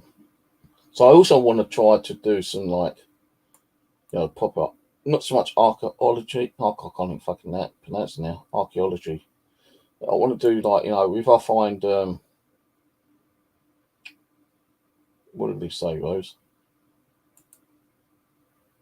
Yeah, fuck you, mate. You're the loser coming on here causing problems. Like, there's a place where I go sometimes metal detecting, and someone's been digging massive holes because I can old bottle dump now. And, if I can find another place where it's got a bulk dump, those little trails are pretty good because, you can get in between and unearth the earth with a proper trail instead of like using a spade or a fucking gardening fork and causing damage to them. So I had actually I did find some bottles at the bottle dump, which is person was good enough to leave, in bottle ones. So I bought those on, just trying to find a way of cleaning them out properly now. I do need to get some like of those little bottle brushes actually. Did have some somewhere, but fuck knows where I put them. But I can get like a packet of mixed ones on Amazon for about £8. But I'm not too much in the rush for those. Might get those next month. But I do want to try and find, some old bottle dumps and go out and, find my own bottles. If you find some of the rare ones, they're fucking worth money, mate. Especially some of the old original Coca-Cola ones. They're worth a lot of fucking money.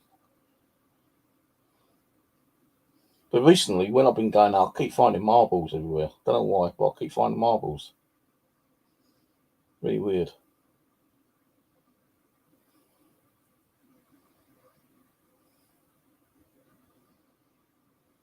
Marbles are collectible as well, actually. Get the right one. Might be worth a few bob. But the ones I've found are just like, the normal type. Clay marbles are worth a little bit. For those, you have to go over at the old Thames, watching a couple of mudlarking videos last night, actually, and people found them. I'm planning to go onto the Thames, do a bit of mudlarking one day, probably next couple of weeks. Check on the old tidal wave. Tidal wave. Check on the old tidal times. Try to get there as the tide's going out, spend a bit more time there, and when it starts coming in, then leave. Sometimes that tide's only out for about an hour or 2. Sometimes that for about 3 hours. It depends on what part of the River Thames you go to. Westminster, London Bridge area. Where's the other one?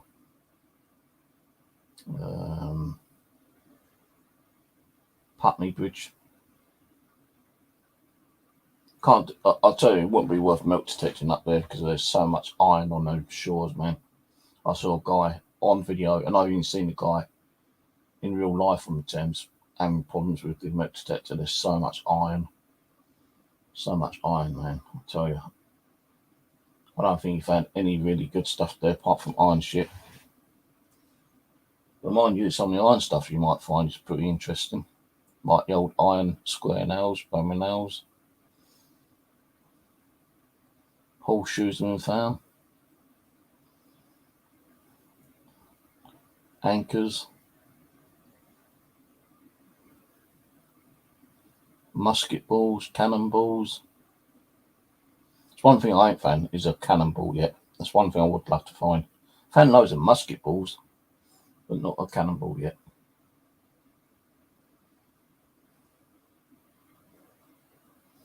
Well, I'm going to go in 5 minutes because I've been on 3 hours 55 minutes. So 5 more minutes, I'm going to shoot off. So I'll get up early and go out and have a look around somewhere. I probably might have to go past my location where I do my bushcrafting to get permission to some other places, hopefully. But there is some fields about 10 minutes away from where my bushcraft is on the bus. So I might jump off the bus and knock on doors there, so I'll get permission there. If not, I'll just go further afield. I know there's some farmlands not far from where my bushcraft is either. But I don't want to take my metal detector with me today. Well, until I could go up there to my bushcraft and go and go to around some of the other little pony farms and nicer and get permission there, which I have done a couple of years ago, but never got the result. There's no harm in going around there and asking them again.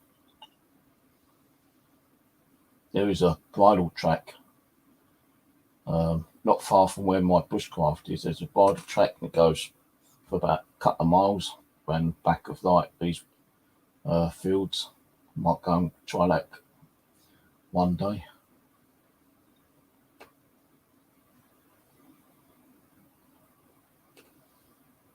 I don't know. Depends on how I feel when I wake up. If I want to go out, I'll go out. If I don't, then I'll probably stay in and do some research on some stuff. I found just by coincidental a website where you can get like the more recent map. It's called Side by Side Map Location or something. Yeah. I'll show you where it is if I can find it.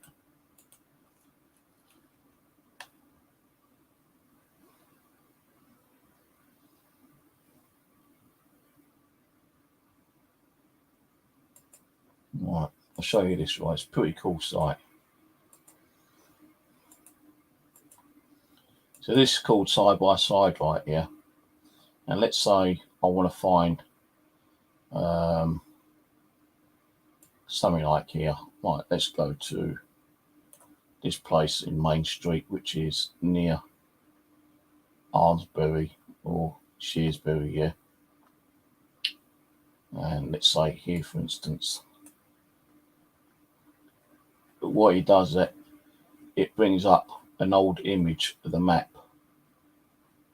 And like this here is called Grange Farm. But it doesn't say Grange Farm here, yeah. And here looks like there's an old track going down, which is where it's showing you right there. And then there's a manor there, which I think is this one. And that I don't know what that one is, but there's a track there.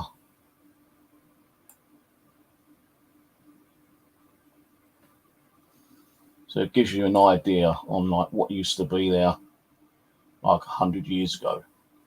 So that's what it is. It's just like bringing up details of what was there a couple of 100 years ago. All right. But I found another interesting one. If I can find it.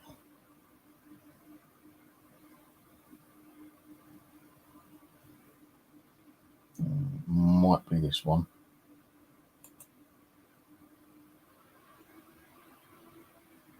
Might not be. Is that the same one?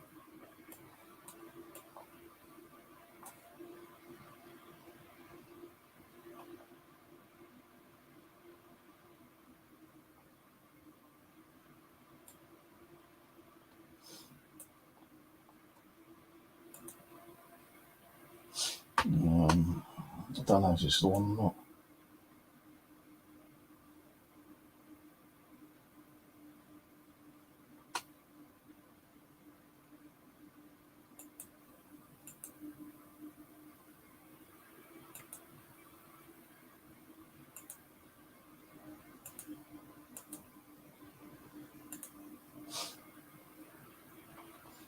Yeah, that's the same one actually. But there was another one where it actually gave you like a 3D of the indentation. Like, you know, if, for instance, like you'd see this field here, it show you what was in the field, but in a 3D kind of like image. Now, I can't tell you exactly where my bushcraft is, but let's see if I can find Colston.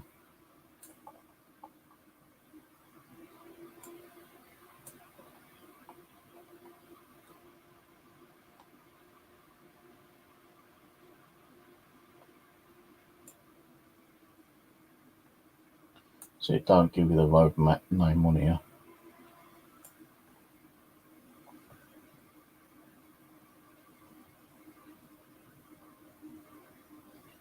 That's Peckham.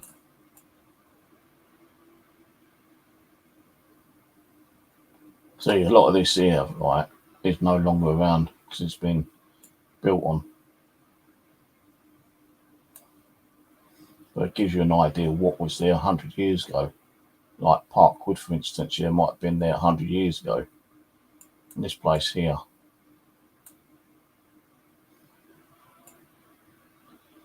Like 100 years ago, that could have just been all fields. I can't find that other fucking map.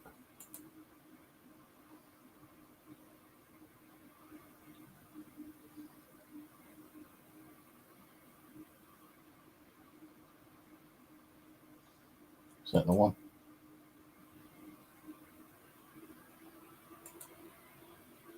Yeah, here it is.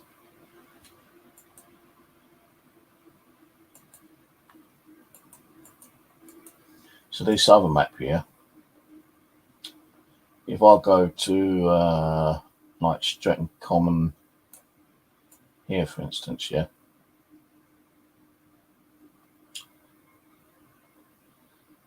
that's giving you like more like a 3D kind of thing.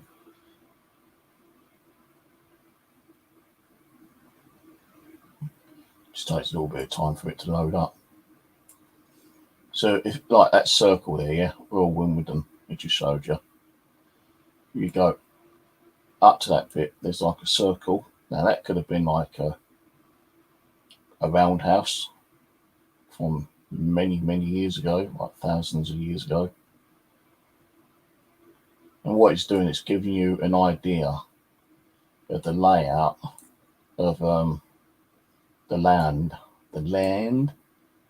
from, you know, years and years ago. Like this, for instance,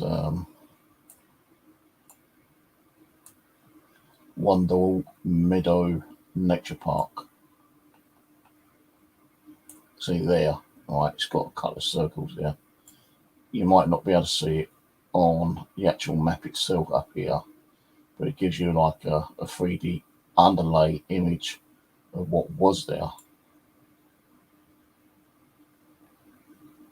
So like you've got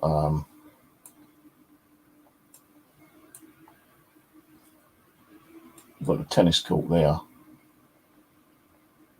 and you've got some buildings there, but years ago those buildings weren't there, and you had this kind of like structure.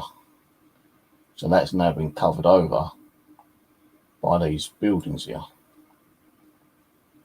Now that, I think, is allotments. I'm not sure. So I'm kind of like trying to look around on the maps to see if there's any unusual structures, especially in like, you know, these fields. That's going to be, you know, a no-go because that's a cemetery. That's where, not far from where I am actually, Lambeth Cemetery.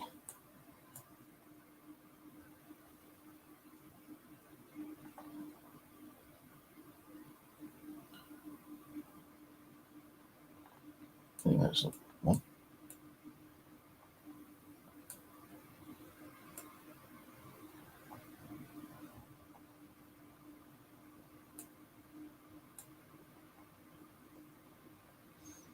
So yeah, like there, for instance, yeah, you've got some circles there, and they are actually covered by trees. So what would those circles have been a few hundred years ago?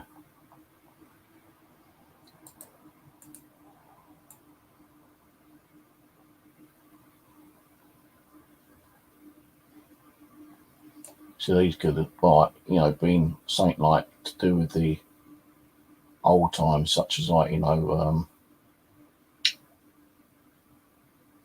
not Victorian, but, you know, medieval. Could be as old as medieval, something like that. You know, you're seeing like these here.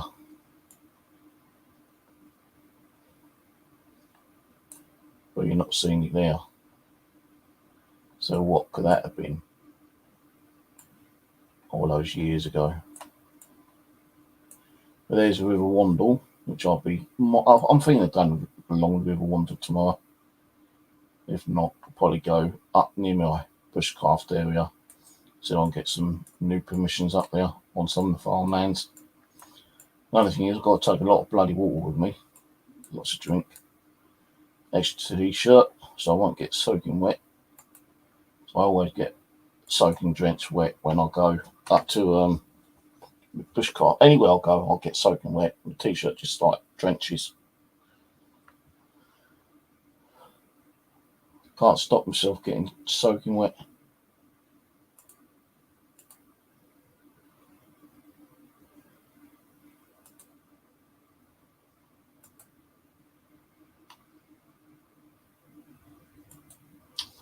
Right, anyway, I'm off to bed. It's longer than I expected. I've been on 4 hours, 7 minutes. I did say 4 hours, but it's been 7 minutes extra because I showed you those map things, and they are pretty interesting kind of things. You know, you can use it in any country. If anyone wants the link, let me know, and I'll get you a link sometime. This one I just showed you is a website called LI Dar Finder. I'll quickly post them there if you want to check them out. That's that one. That's one I just showed you. And the other one is a Side by Side website.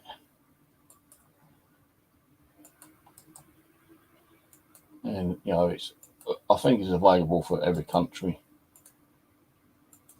So if you go into Side by Side, you know, and you live in fucking like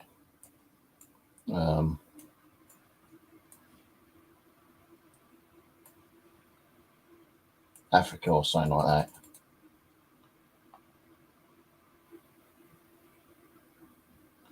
No, the second one's, you know, you're just gonna have to like muck around with it.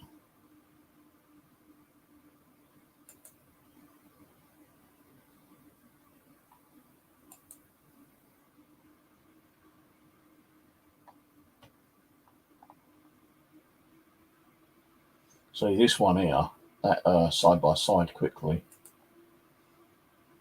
it shows you what the world used to be like hundreds of years ago. Like, you know, you've got that island there, you've got Great Britain there.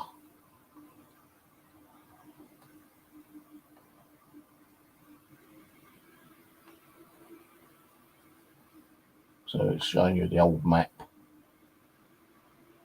Like around here, you know, you've got the little islands. I think there was another one where it showed you even further back where, you know, you clicked on here and it showed you, like, say that gap there, that part of ocean there. You know, it'd show you what was there a few thousand years ago, approximately, like the way they kind of like remastered it. So there might have been like, you know, you might be looking, say like here, for instance, this little island here, Malta. And you've got another little island there,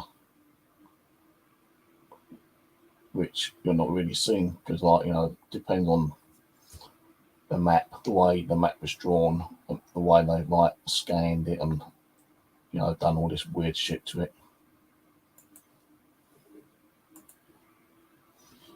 Right, anyway, I'm off. Good night, everyone. Cheers for coming on, Rose. I'll see you next week. And yeah, good night, everyone. Take care. Bye for now.